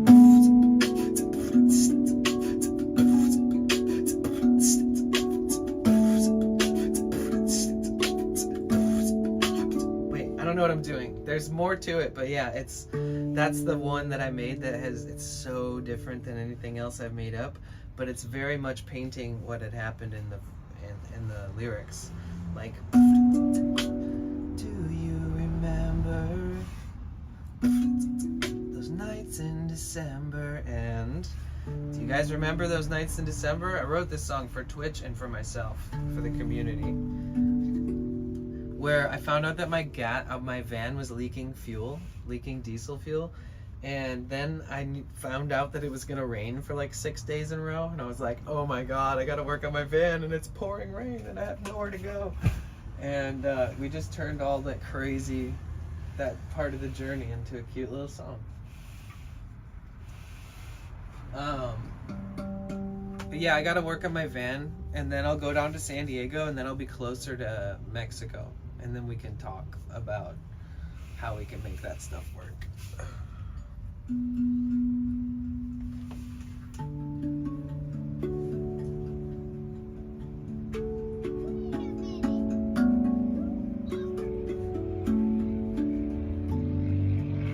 Welcome in, Elmara. Elimara.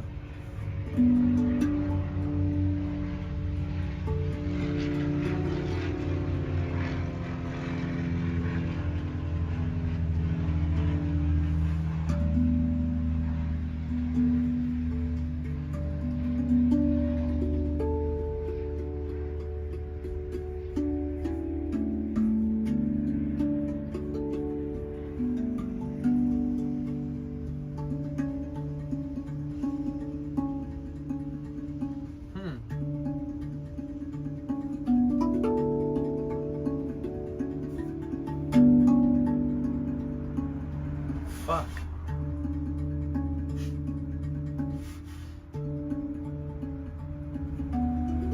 Three.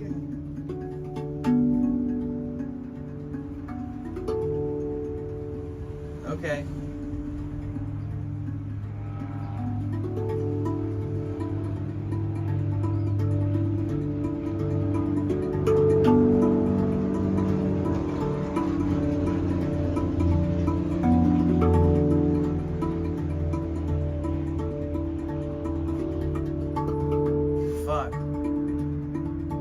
getting somewhere with this. I made all this stuff up today. This whole thing, I'm finally working with this little bit right here.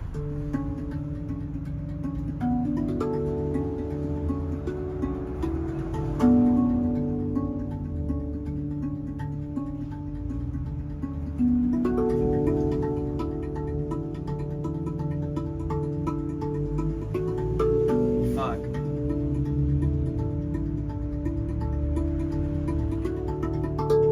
There's something missing.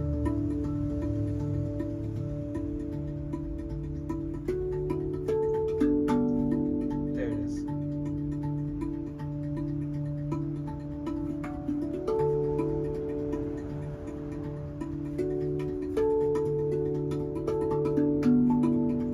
That play up there.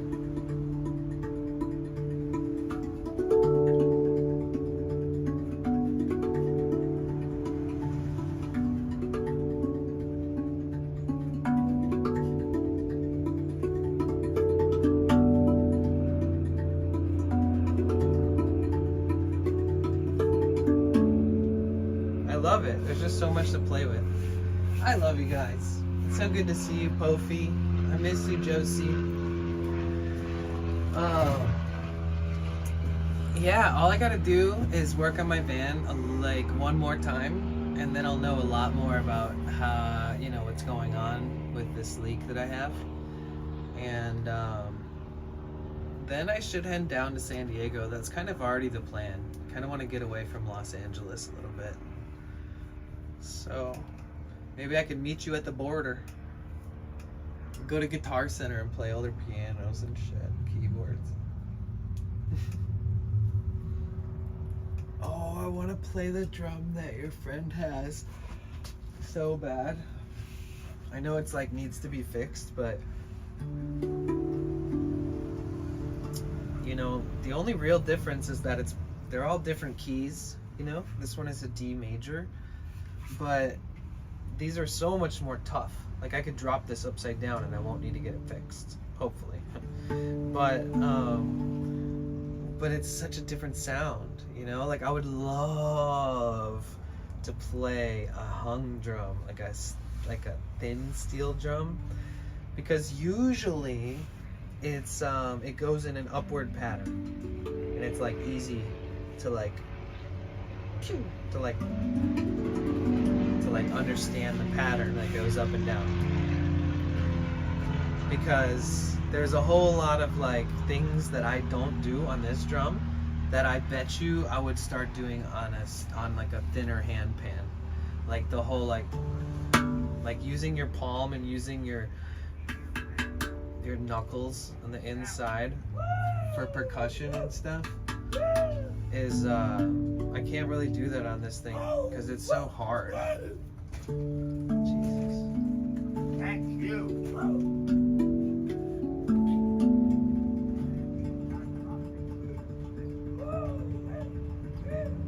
Why is that guy trying to make so much noise and be weird? Usually he's not like that. That's interesting. You might go in like a couple of weeks to get the drum fixed. Okay, well I'll try to be in San Diego even before then, to be honest.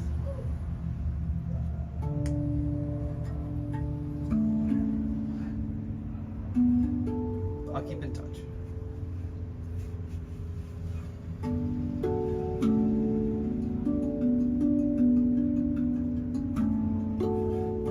Oh, you know what I miss? It's gonna sound so corny.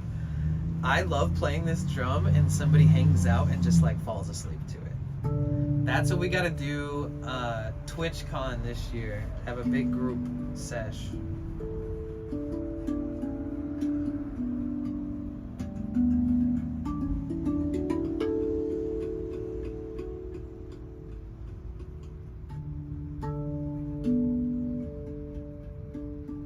Kofi would come and hang out, and then I'd start playing this, and then all of a sudden she'd be fucking sleeping.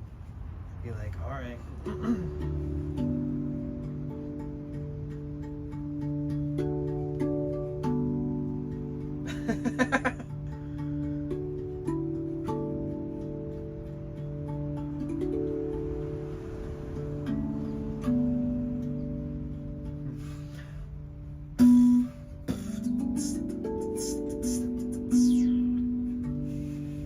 I'll have to teach you a bunch of new patterns and stuff that I know you'll understand. Like I haven't been playing the guitar as much. It bums me out. I'm gonna get it out of storage soon. I didn't want to ruin it with the wet weather that we've been having. But yeah, there's some cool stuff I want to show you on the drum. Because that, if I show you, it will translate over to your friend's drum too. Like if you start thinking about these different, like I'm playing in a whole different new field of like I don't think about it the same as much. Like there's this whole different way that I look at the drum now.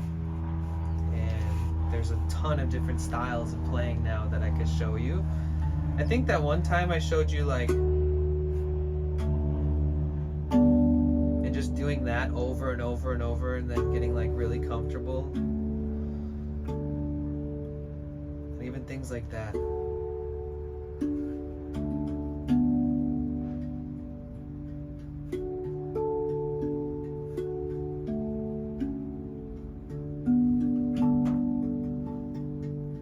And doing these little things, like, it makes me miss piano, but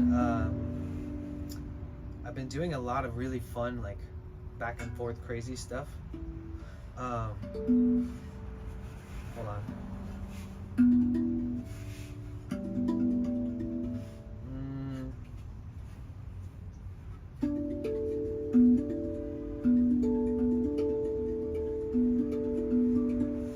This one's fun. Before you go, check this out.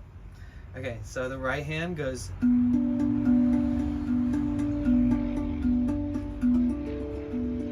So the right hand goes like this. Right? You guys hear that? Yo! Micah Lul, thank you so much for the sub. I appreciate that. Gotta get off and take a nap. Love you guys. Take care, Heartlight Woman. See you later. So this hand, thank you so much for the sub. I'm about to put your name up on the sub wall. I have all my subs written across the wall. So this hand, and then this hand. But when you put them together with a little bit of groove, isn't that crazy?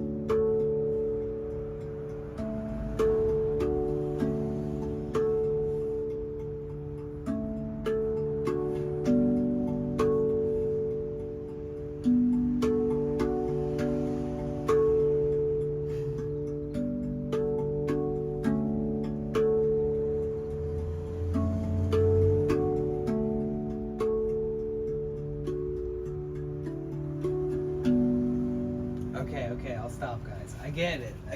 I got the memo. I'll give it a break. Look at the grass. So look at the grass.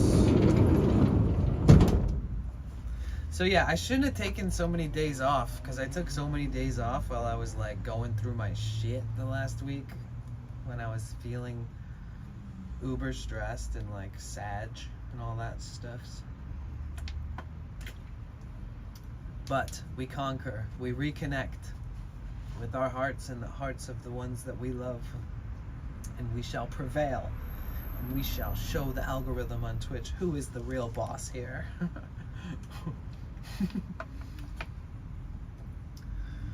You need to sometimes, I know, but on those days I wish I had a setup like I used to, where I could just stream my old content, you know, like play a sound bath all night or something, because it doesn't like throw a wrench in the algorithm as much. But if you take time off, you will get significantly less viewers than you were having before. And it's not just because the algorithm too, it's because if you stream like every damn day, you might be the one reason that some people even open the app, you know? So if you take some days off, then those people who are just opening it every day because you're on like a sort of a marathon sort of, those people just don't open it because they don't have a need to, you know? And they don't check in like, I don't know, I think there's all these different variations of how people react to you taking time off. Like the regulars will always show right back up, and if you're like a smaller streamer, it doesn't really affect you as much. Like say if you were a huge streamer and you get shit tons of fucking views, and then all of a sudden you take like 2 weeks off, and then all of a sudden, you know, go from like 1,000 viewers to like 200, you're like, what? I only took 2 weeks off, what the fuck? That's when you really notice it heavy.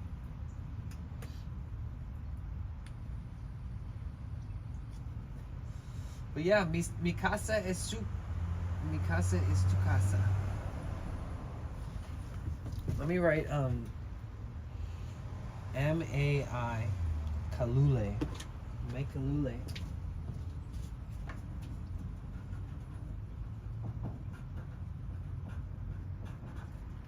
Okay. So I don't know if you saw this, but we have our subwall here in the van. It goes all the way to the back.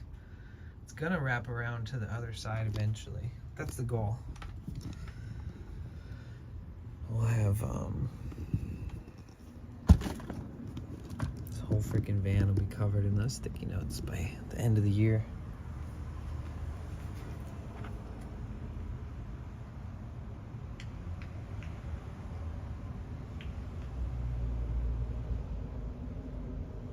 Bye, Chelsea. Hey, Panda. Thank you. Appreciate that, Panda. Thank you, Chelsea. Dang, sorry I missed those YouTube comments. I was so zeroed in on Twitch, guys. We're trying to get my account on YouTube re-partnered because they unpartnered my account due to inactivity for 6 months of inactivity.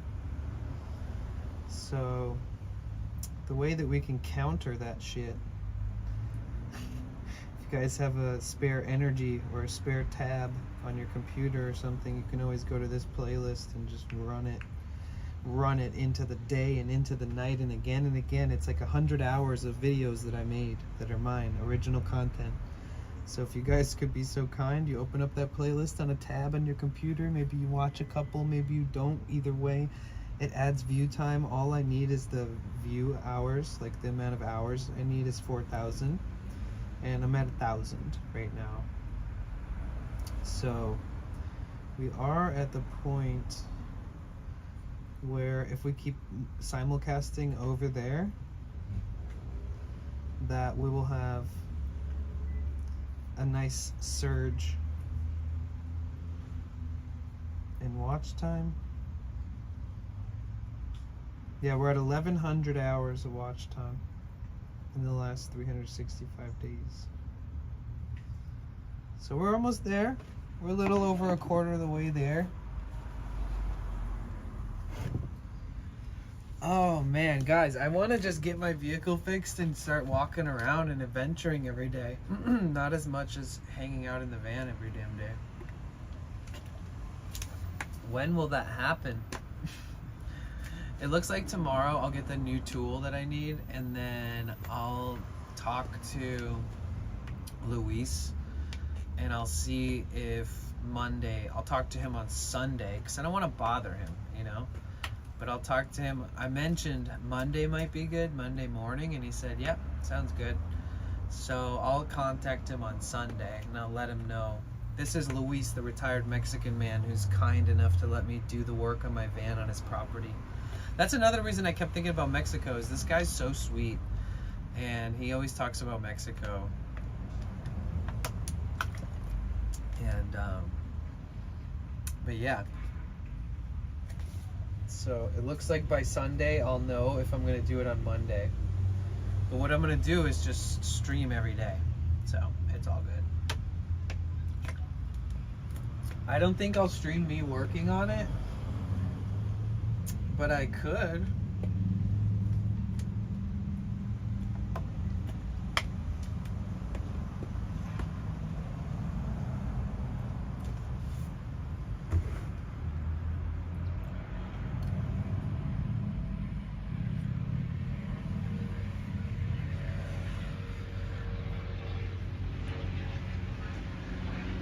So I'm doing the waiting game again.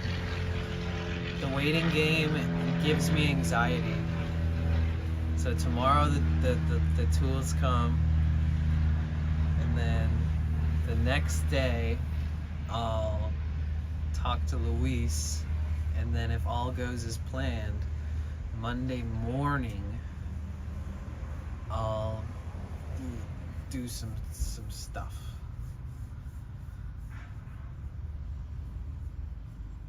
So there's a slight chance. Dude, I wish that there was like full confidence. And I guess I have full confidence in a part of it.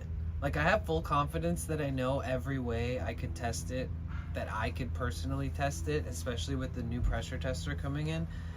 I feel very confident that I've like gone above and beyond. And even Luis, when I went over there and said hi to him, he's like, man, for your first time, you did an incredible job. Like, you know, it's the fact that it's, you know, running and it's such a big job and like this and that. But either way, so have confidence in that. But the only thing is that I have to figure out and test it. So I won't be able to confidently say why it's leaking until I fucking figure it out. So I do have a lot of confidence, but I have to do more work and learn a little bit more, and I'm excited. I just want to get it done and over with already, so I can start thinking about other things and go hang out with cool people and see cool places and look at pretty sunsets and sunrises every day, and not wake up like planning my days around picking up tools and parts and stuff. It gets old. It's starting to wear me down. I'm ready to go have some fucking fun. And fun is just me with my backpack and the modems and a fucking pocket full of spliffs and a backpack full of snacks and waters. That sounds fun. Run around and look at fun stuff with you guys and chat the whole way through it. I miss it. I feel like this has been like such a home. I'm so grateful to have this vehicle, because even though, like, I don't know, it just feels like I'm in a bedroom at a desktop, hanging out, streaming with people, hanging out. It feels like this is my desktop streams when I just been chilling the last like month or so. Like people like, are you an IRL streamer or do you just live in a van? It like went from me being like adventure. Guess what? Tomorrow morning, you guys, be ready early, sunrise. Guess what? Tomorrow night, I'm gonna go to this place and try to walk a bunch of fucking cool places I've never walked and blah blah blah. Oh guys, I'm gonna go to San Francisco and go across the bridge. But then the last couple of months, it's just been like this every day. I mean, somehow we've still grown. Like, I've gotten more followers in the last month or two than I have when we were even adventuring. I've gotten more followers just sitting here. I don't know if they're like waiting for me to go do a crazy IRL stream. I hope they are, because that is the point. But yeah, it's interesting. I think, like I was saying, the more you put in the time and the more that your community is active in your stream and the more that you're getting subscriptions and donations, etc., it definitely tweaks the algorithm for sure. 100%. So we've been going in a positive direction the last couple months. It's really cool.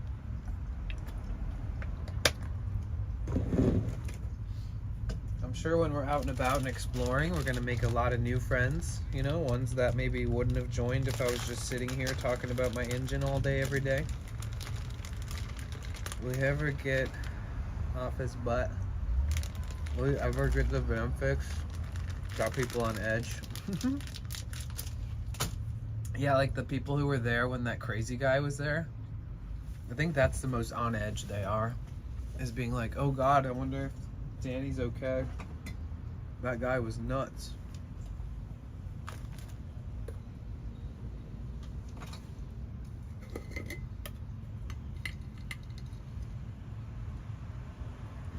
All right. First person to show up at my van with an ounce of the best weed you've ever had in your life gets VIP for the rest of the year in my stream. Stream snipe me, show up with an ounce, you get VIP for the year. New rule.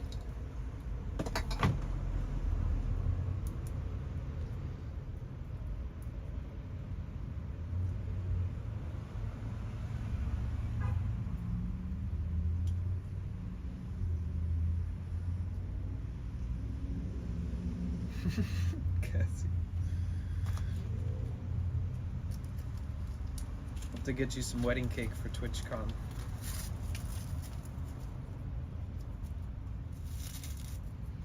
You guys, our whole community is going to TwitchCon. I'm just peer pressuring everybody into going.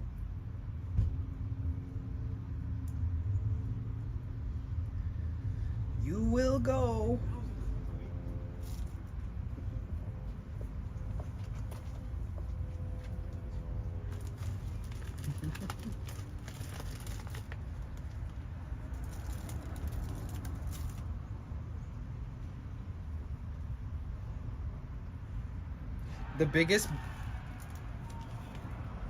The biggest bummer is when you go to TwitchCon and like everybody in your community is like, "Oh, I wish I could go," and it's like, God damn it. That's why every time TwitchCon ends, I start talking about who's going next year, like right away, just to like plant the seed for the possibility of like you can't say, oh, I wish you would have told me sooner if I tell you the day after the TwitchCon is done. Like, you have 360 something days to figure it out at that point, you know? So I've been doing that, like right after TwitchCon, I'm like, you go next year? Hope to see you there. It's almost like I work there, but I don't know what it is. I guess I'm just playing the part. I'm just enjoying it. Enjoying being in that environment with all that cool technology and cool vendors. And my service sucked in San Diego. I've said this before, but my service was great in Vegas. Hopefully it's different this time around in San Diego. If not, that's gonna suck. TwitchCon at the Cozy Park. Well, TwitchCon is TwitchCon San Diego is nice because there's these areas too where you can just like step out on the and be like on this balcony, and everybody just steps out there and smokes like joints and hits their vapes and hits their oil pens, gets stoned.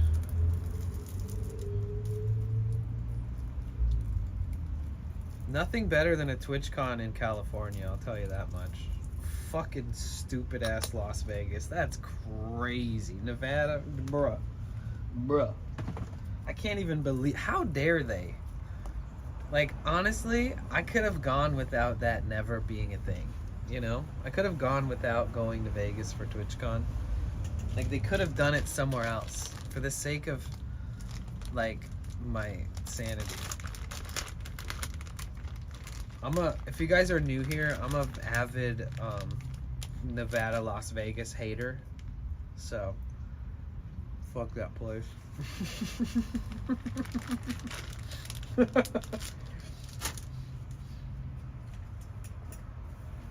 can't park anywhere there. They'll ticket you. You can't sleep in a vehicle there. Sleeping in a van is illegal. If your van doesn't have RV hookups, you can't pay to go to an RV park. Otherwise, you have to pay a bunch of money for a hotel or drive 40 minutes out of town. No, I fucking hate Vegas. Like, with my whole core.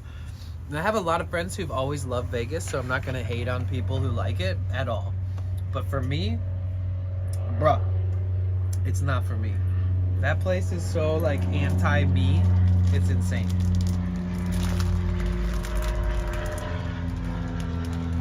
You know, it's all about who you know, though, right? Because I'm sure there's, like, sick people there. I'm sure there's, like, really cool art there. There's probably amazing musicians. And, like, it kind of bummed me out that my experience was the way it was. To be fair, I really went there with, like, high hopes. Like, I was like, this is gonna be sick. And the second I got there, I was like, wait, why can't I park anywhere? And I was like, fuck. Damn. I drove my van out here so that I didn't have to spend a bunch of money on a hotel. So it was just like, it was confusing.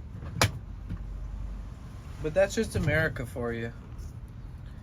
But yeah, I didn't even go to the strip. I streamed like 12 hours a day, every day. And then I streamed until I was exhausted. And then after that, I would park my van in like a 24-hour 7-Eleven parking lot that had like naked tweakers walking around. And that place, I knew that like the cops wouldn't want to come there because it looked like the cops have come there way too many times already and probably don't want to deal with their shit anymore.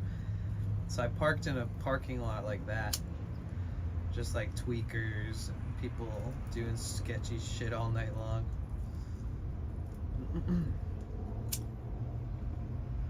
And then my homie hooked me up with a really safe, super legit spot to park at the very end of TwitchCon, luckily. But I went out there a little bit early, and I was planning on staying there a little bit longer.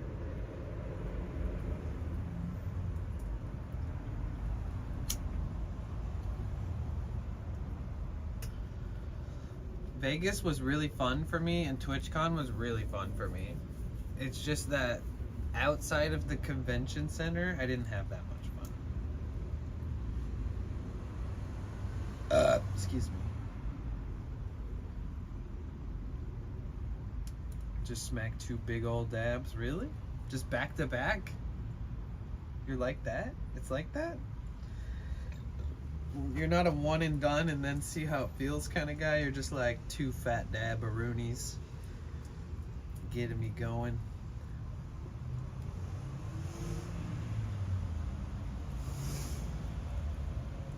I always forget that once you start dabbing a lot, you just dab a lot, you know?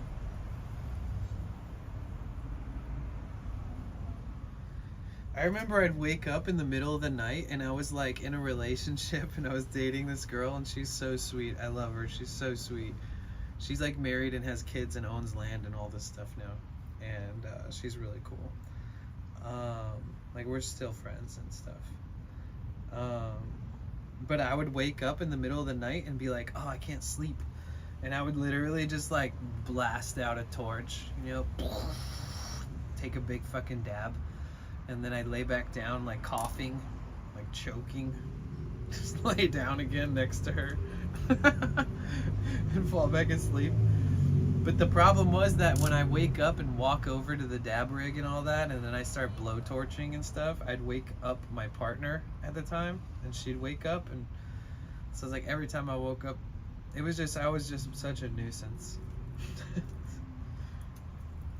But imagine it would have been sick if back then vape pens were actually a thing. They really weren't as much a thing as you'd think.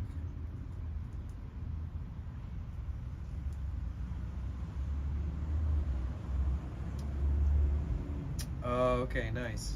Well, at least nowadays when you have dabs and stuff, it's usually something really nice, good quality.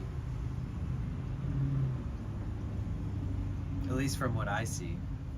Maybe that's not always the case. seems like now more than ever, people are like, check out this rosin, it's $80 a gram, and you're like, holy fucking damn, it looks so good. Yeah, I'll have to hit up my buddy and go out to his farm and see what's going on out there once the van is doing good. Maybe that's what I'll do first. Go north, go out into the mountains again like I did when we very first started the journey.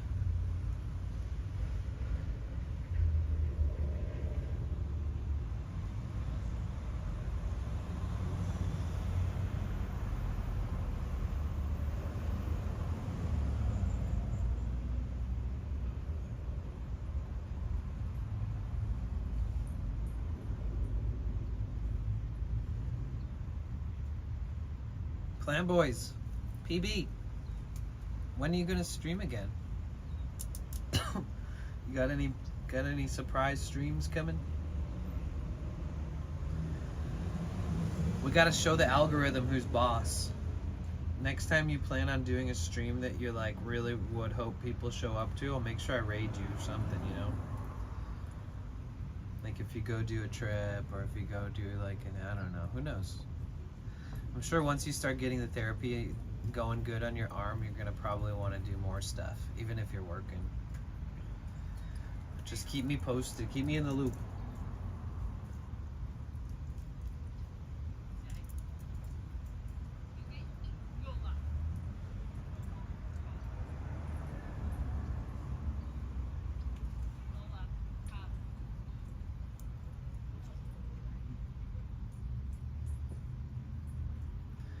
Yeah,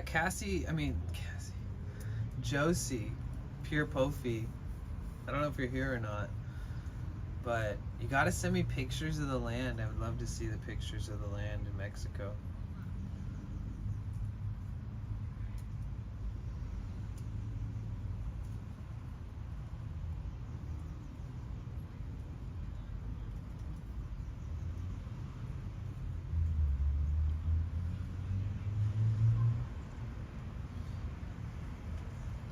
Oh yeah, Jocelyn or Pure Pofi is like the reason why I stream so much, because I streamed a bunch and then I had like a very short schedule. Like my streaming schedule when I first started Twitch was Tuesdays and Thursdays for 1 hour per day. So it was like maybe 2 sometimes hours.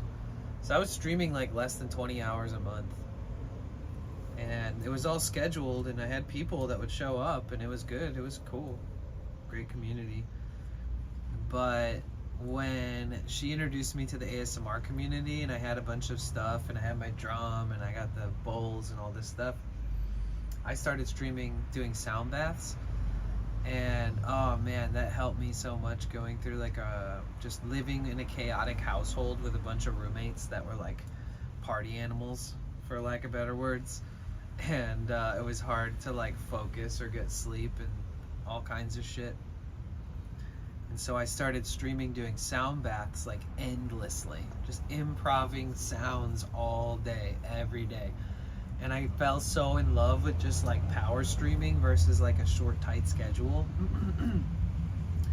Granted, eventually I would like to have a nice schedule, and the good thing about a schedule is it brings more people to your stream at once. If somebody goes, oh, this person's always streaming, I can always go check on them, then they're just gonna open up their phone whenever, and hopefully you're live. But if you have a schedule, I think that it will bring more people to a shorter window of time, because that's when you're streaming, or you know, your routine is like pretty on point. People know when to show up. I think doing that in the future is going to be good for my channel, and I think that eventually, like if for some reason I was pushing for partner, I would shorten the amount of hours I stream and up the quality of the content, hopefully. And then I would go for that good average. Stream a little less. Less is more, like when you're trying to get affiliate, and then stream as much as you want. But then if you're trying to do something that's like analytical or number based like that, less is going to be more, again. But yeah, I think that a schedule eventually is going to be a nice change of pace here instead of just kind of popping on every single day. I think I'm going to stream tomorrow. Should be able to IRL in like a month. Okay, cool. That's what's up. Do you have a Nintendo Switch? I feel like I asked you this already. Sorry if I did. If you do, we should definitely play some games sometimes because I can like piggyback any of my modems or phone systems Wi-Fi to the Switch. Fuck, we're watching ads, boys.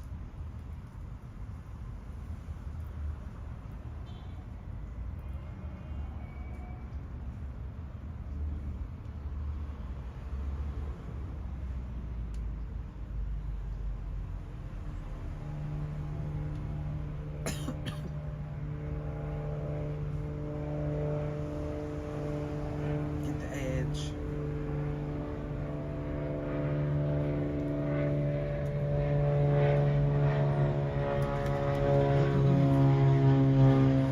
So what would be the deciding factor between you streaming and not streaming tomorrow?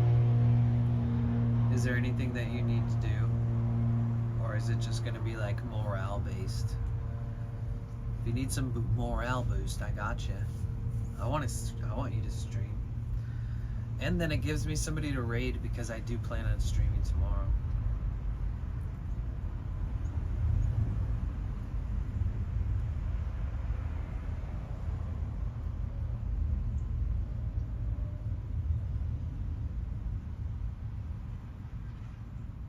The Fruit Man's umbrella almost just blew away. Oh my god.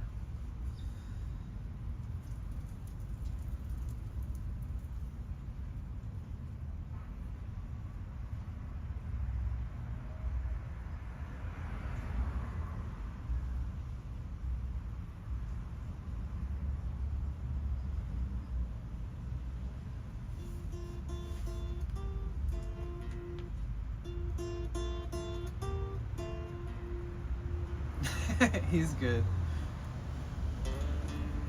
He's the one person on the street that I'll always look out for. Like if somebody was fucking with him, I'd be like, be right back guys, and I'd run over there and be like, don't fuck with my boy here.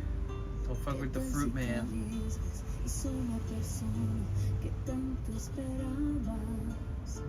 I'll run up. What y'all? Karate kick him in the neck. I would make him rich. He gets a lot of business. I mean, it's not always the same guy either. It's always somebody different. Not always, but throughout the weeks and stuff.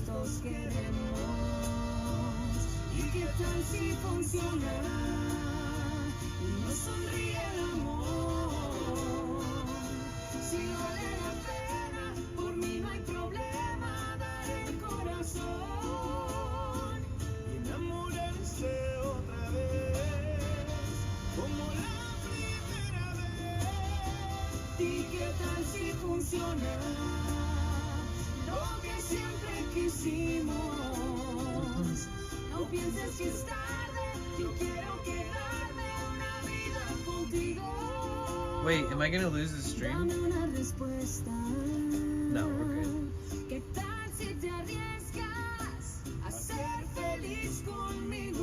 I'm gonna do a few things around the house. Love you all. Come back if you're on. Okay. Es un placer para nosotros coincidir con Weird. This app does not want to work.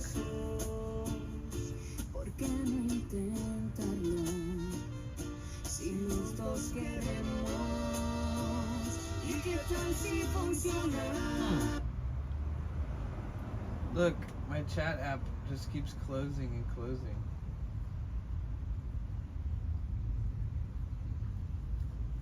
Okay, I got it to open.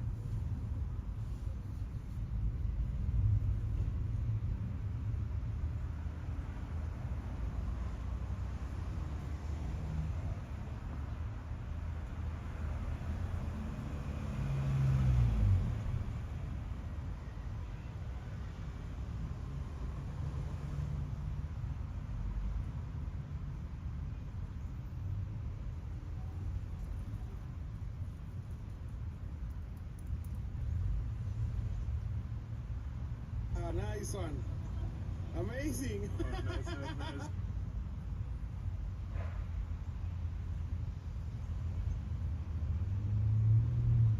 Oh shit, we can raid Tara today. Nice. She's doing an IRL stream.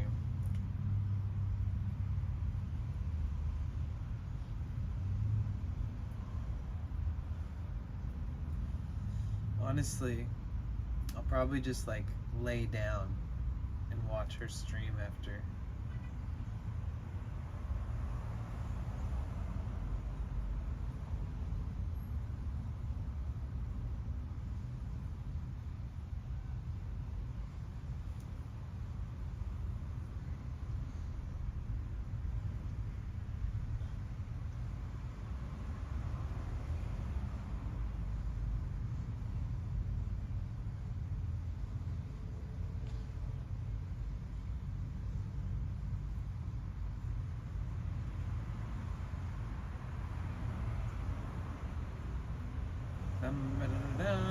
Welcome to the Discord, Krissa.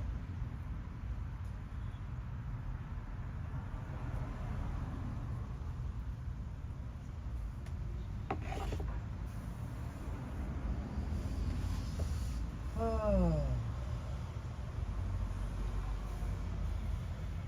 What a day. It's nice to catch up with you guys. I definitely needed some rest. I tried to sleep as much as I could the last couple days. Just let go of any kind of attachment to anything I felt like I should do. And just like make it exactly like just rest. Alright, let's raid Charlie right now. Tara's a good choice. She's an IRL streamer in New York City, and she's a stoner, and she is streaming from, I don't know, it says cannabis culture, so she might be going out and like at some kind of event since it's the weekend. It's kind of niche there in New York, so it's cool to see. Sorry it wasn't so poppin' today. I didn't really do anything fun except for hang out and chat, which is fun, but you know. Sorry I didn't get the engine fixed in time, because I thought by now we'd be going on some kind of crazy adventure already. I thought the water pump was gonna get fixed my first shot, my first try. I was very wrong. Very, very wrong. Any plans tonight? Lay down in this bed. Just try to sleep. How about you?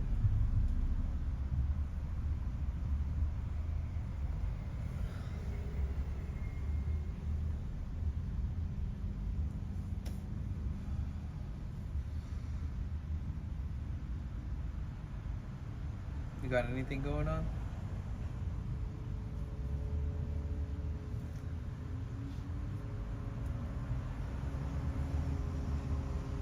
Laying low as well. Yeah, it feels good to just chill. When is the rain coming? I feel like the rain is coming. I feel like it's supposed to rain on like Tuesday or something like that, sometime soon. Wonder what day that is.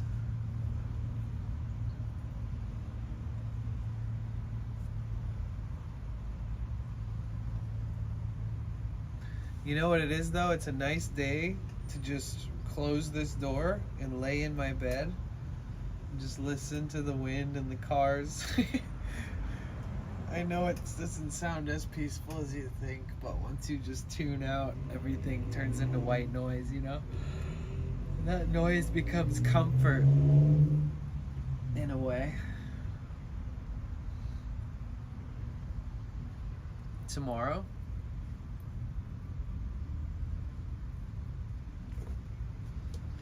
What about tomorrow?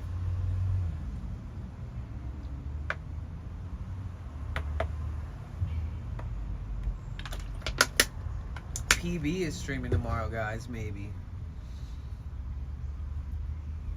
We need to go fucking troll him in his chat the second he gets on there. Man, there isn't enough streamers on Twitch. Everybody in the chat right now, what you gotta do, I got homework for you. Start streaming. That's it. Please. Everybody. I want to see all you guys streaming and trying it out, testing the waters. You know? Maybe we'll find some new people that'll be a part of the streamer circle, not just the community circle of viewers and chatters and community. I know that's a lot of pressure, but I believe in you guys.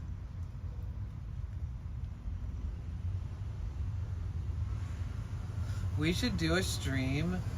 We should do, okay, I don't know if Plant Boys is here, but if he was here, he would hear me say this. It would be cool to do a stream that's like streaming for beginners, where we talk about, like, we just talk to people who are maybe interested in streaming, or we just talk about it as a topic, and then maybe people that come in will see the title and be like, oh shit, or we'll promote it as such, like in our Discords, like, oh, we're gonna do a thing where we both talk about our experience thus far. And then like maybe we could do one on my channel, and then I could raid you, and then like if you have guest star on your computer at home, you could pull me up via guest star and I could be a guest if you wanted through that way. I don't know how you would be a guest on mine though. Maybe we just do it on, it'd be funner to do it between both communities though, because then I could raid afterwards or something like that, which is helpful. Are you guys down for a raid? Who's in lurk mode? If you'd like, just come out of lurk mode for a second. Or if you're new here, hi, my name is Danny.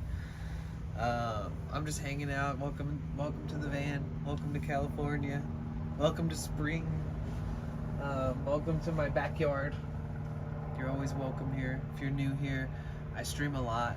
I took like 4 days off and then took 2 more days off after coming back for a day. But usually I stream pretty much every single day. So if you open up Twitch, you go scroll through the little, feed of people that you follow that are streaming, and I'll probably be on there. Or if you turn notifications on, if you want to come, because that. Sorry, I was in lurk mode playing Fortnite. Oh, but you heard me. Wouldn't that be kind of nice? Even something simple. It's just like, why not? We both. I think our personalities and our demeanors and stuff might be a good insight for certain people. I think so. In our experience.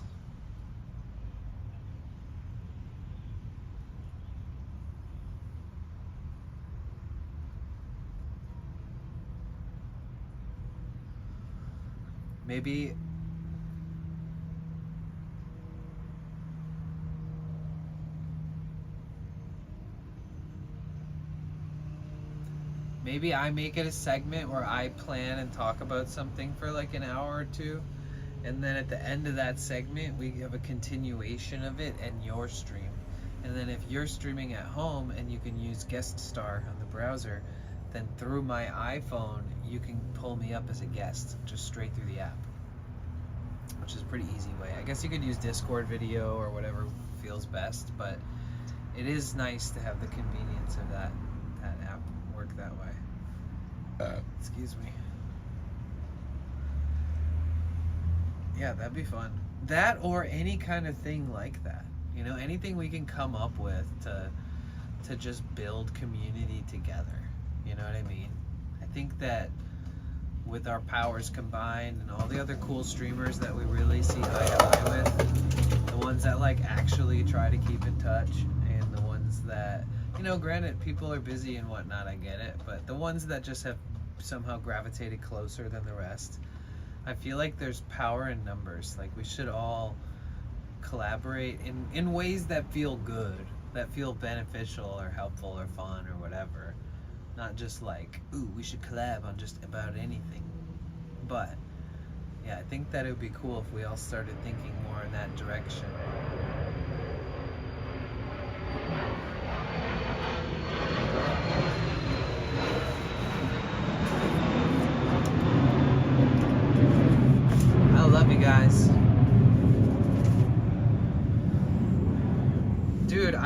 Fortnite.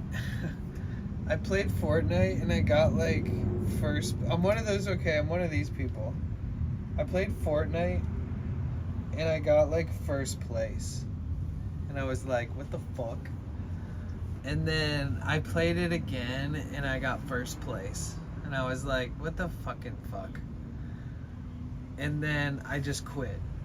I just knew for a fact, A, I was gonna be addicted, and B, I was gonna start losing. So I figured the odds that I won was pretty rare. So I was like, you know what, I'm calling it.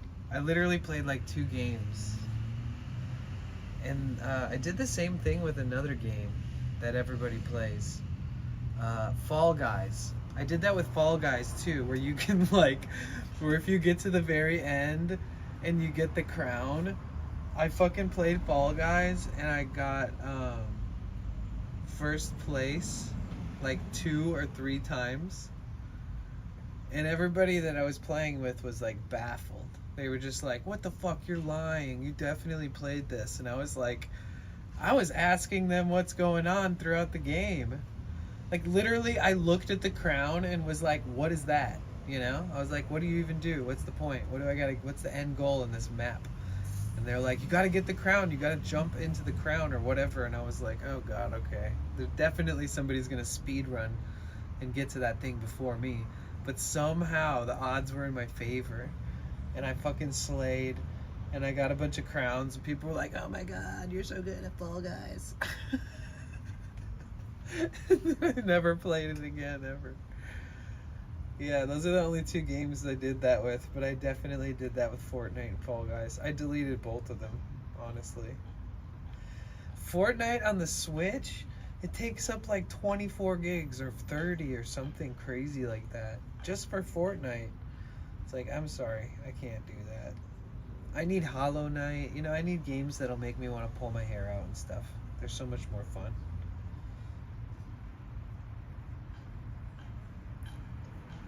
Like puzzle games, meticulous like tactical building, like not building like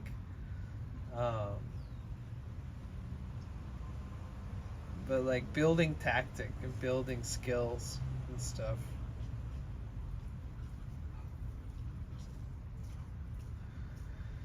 But so Tara it is. Let's get Tara. Let's give her a call. Ring ring. Bliss raid incoming. Oh, she's in like a cool ass building. Oh right, I'm not supposed to eat out. Okay, we're gonna raid Tara. Love you guys. Sorry I'm sitting here like a potato all day.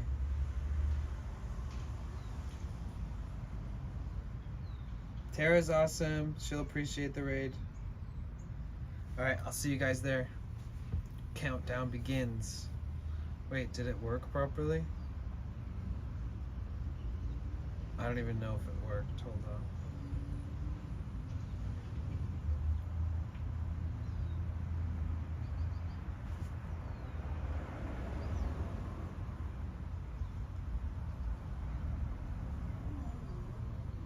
Did it not load? Did it not load? Oh, there we go. Yay! It worked. Oh, there we go. Yay! It worked. Okay, I'll see you guys there. Appreciate you guys hanging out today. Sorry I'm slacking. Keep in touch on Discord. You know the drill, y'all. When you guys get there, feel free to spam Bliss Raid or Bliss stickers or say Bliss Raid or whatever you want. Either way, love you guys. See you later, PB. It's always good to see you, bro. Later, Charlie, Cassie, anybody else who's still lurking, B-Rob. See you there. Peace.